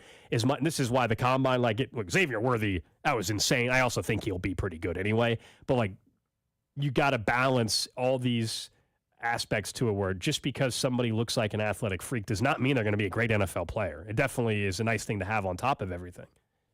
Look, I look back through, and I'm not trying to knock him, but that's again the problem. Like when people were talking about Darnell Washington, the Chiefs are like, nobody moves that size. And I pointed out Leonard Pope, who ran the same 40 times, same 3-cone shuttle, same size, same weight, just a big, fast man. I get it. Darnell Washington finished the season with 7 catches for 61 yards. He played in all 17 games. He started 7 of them. He finished with 60. He ended up being more of a blocking guy. He finished with 61 yards. And look, doesn't mean his career's over and that he's not going to catch passes. He very well might become more of a receiving tight end. I'll use the same thing you guys use when you talk about Kyle Pitts. Well, look at his quarterback and look at his offense. Not his fault. Give him another year. I think Kyle Pitts is fair, actually, but Kyle Pitts was still 10 times more productive than Washington. Well, that offense in Atlanta was 10 times more productive than Pittsburgh. I mean, Pittsburgh's offense was 10 times more productive. Pittsburgh's offense was pretty bad until Pittsburgh fired their OC that they thought was going to solve all their problems. They got one good game post that, and then they went back to reality of they were starting Mason Rudolph and Mitchell Trubisky. I'm not sure that's pretty better bad than Desmond Ridder, dude. I don't know. It's not. I mean, it's not much different. It's worse. Let's see. I was just curious. Yards per game, Pittsburgh was 25th. Atlanta quite a bit better, 17th. Okay. Cody, I'll be honest. I'm still kind of annoyed that you basically you motivated Mason Rudolph to win that game against the Bengals. That was good stuff. I won money on that game. I was like, a guy named Rudolph on Christmas week being named the starter. I don't think that was just Cody, but Can't lose. Yeah. I think that was. They got killed. They killed the Bengals. The Rudolph joke was. It's low-hanging fruit. We were on it first. A shared thing, yeah. I'll let you have that one. It's okay.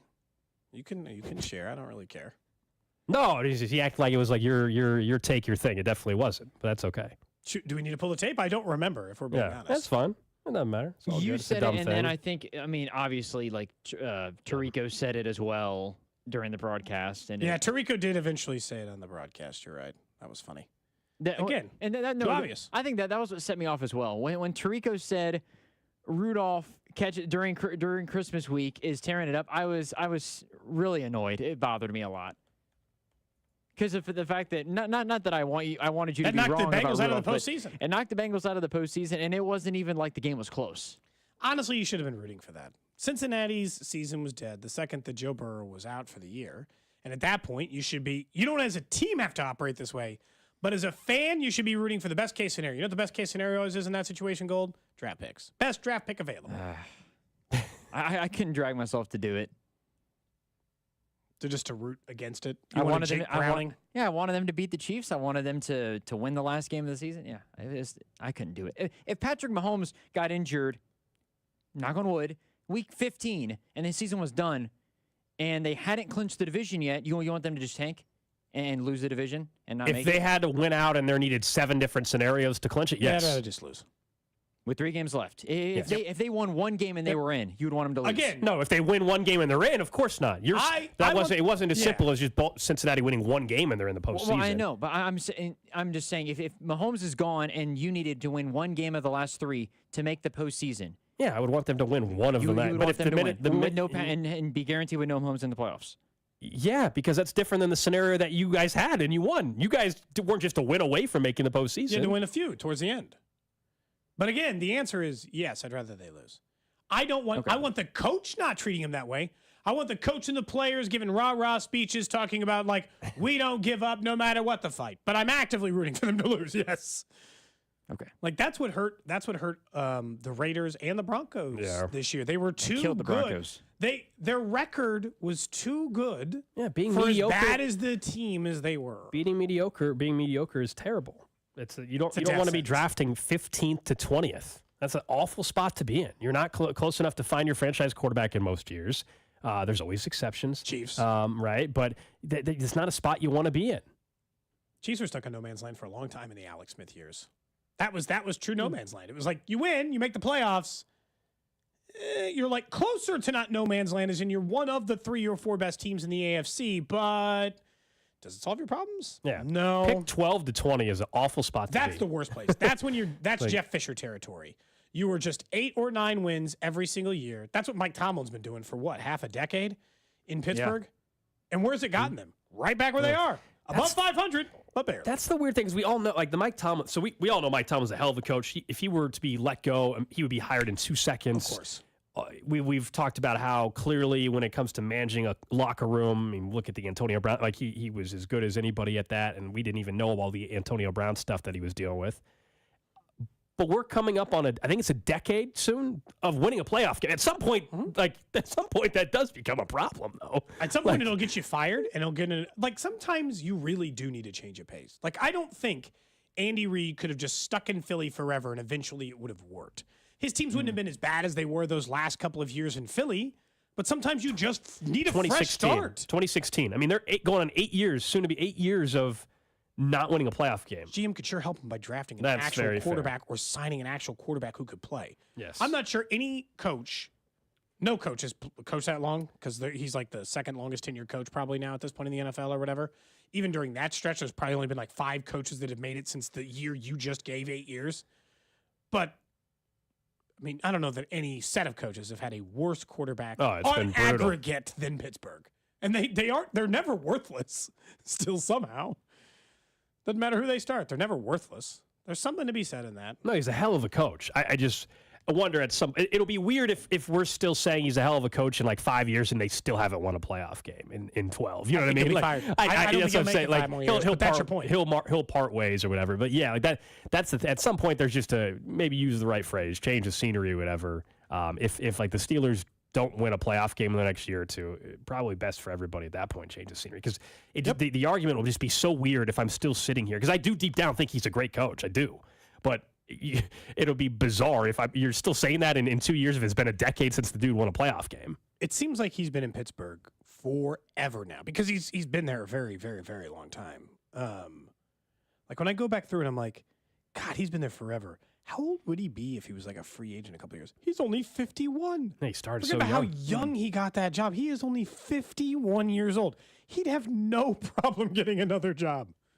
He'd be one of the fastest guys off. Like if in 2 years Andy Reid retired and Mike Tomlin was available in the offseason, can you envision? Very strong consideration. Yeah, I'd have to really think about it. I'd be a little bit worried based on the recent success. Someone is correct on this where it is. There an issue, though, with hiring the staff, though? Like, is that something that he's maybe not been as good at? Because he's the one hiring the offensive coordinators. He's the one, you know what I mean? That's probably fair to look at. I think sometimes you get comfortable and you don't get tested in the same way. Yeah. Like you get Bill Belichick, right? You just get comfortable in your surroundings. You keep doing the same things because you're convinced it'll pull you out of the hole, and it doesn't. Some news in the NFL. The Seahawks, according to Tom Pelissero, releasing 3-time Pro Bowl safeties, plural, Jamal Adams and Quandre Diggs. The move saving them $27.5 million in cash, cap space. And Mike McDonald, remember, comes over from the Ravens to be the head coach and going to change things up. So a couple safeties. This doesn't impact the Chiefs directly, but just some names that we all recognize. Jamal Adams, talk about a guy that had a great rookie year and just never could stay healthy in New York, ran out his welcome there, went to Seattle, couldn't stay healthy there. He's just, he's turned out to be a bad pick. Yeah. It was a bad trade, too. Really for bad Seattle. Trade. Really bad trade. They got absolutely nothing out of that. The trade at the time was the Jets got Bradley McDougald, former Jayhawk, first-round pick, a third-round pick, and another first-round pick. They got 2 first-round picks for Jamal Adams. He's been terrible. It's a good thing they traded Russell Wilson and got all that they did. Yeah. Yeah. Because they probably wouldn't be in the position that they're in now had they not. You can save your ass if you fix it. If you can figure out a way out, it's like draft Brock Purdy and people won't talk as much about drafting Trey Lance, You can always find some exit strategy, Gold. Have you decided? Are you going to drive up to South Dakota? I haven't decided. Ruse Summit League, Saturday. I know. I haven't decided yet. I'm trying to figure out if I can make it work. All right, we're back at it tomorrow. We'll check in out in Surprise, Arizona. Josh Vernier, our Royals insider, going to join us on the show. In the meantime, we'll hand things off to C-Dot and Rob.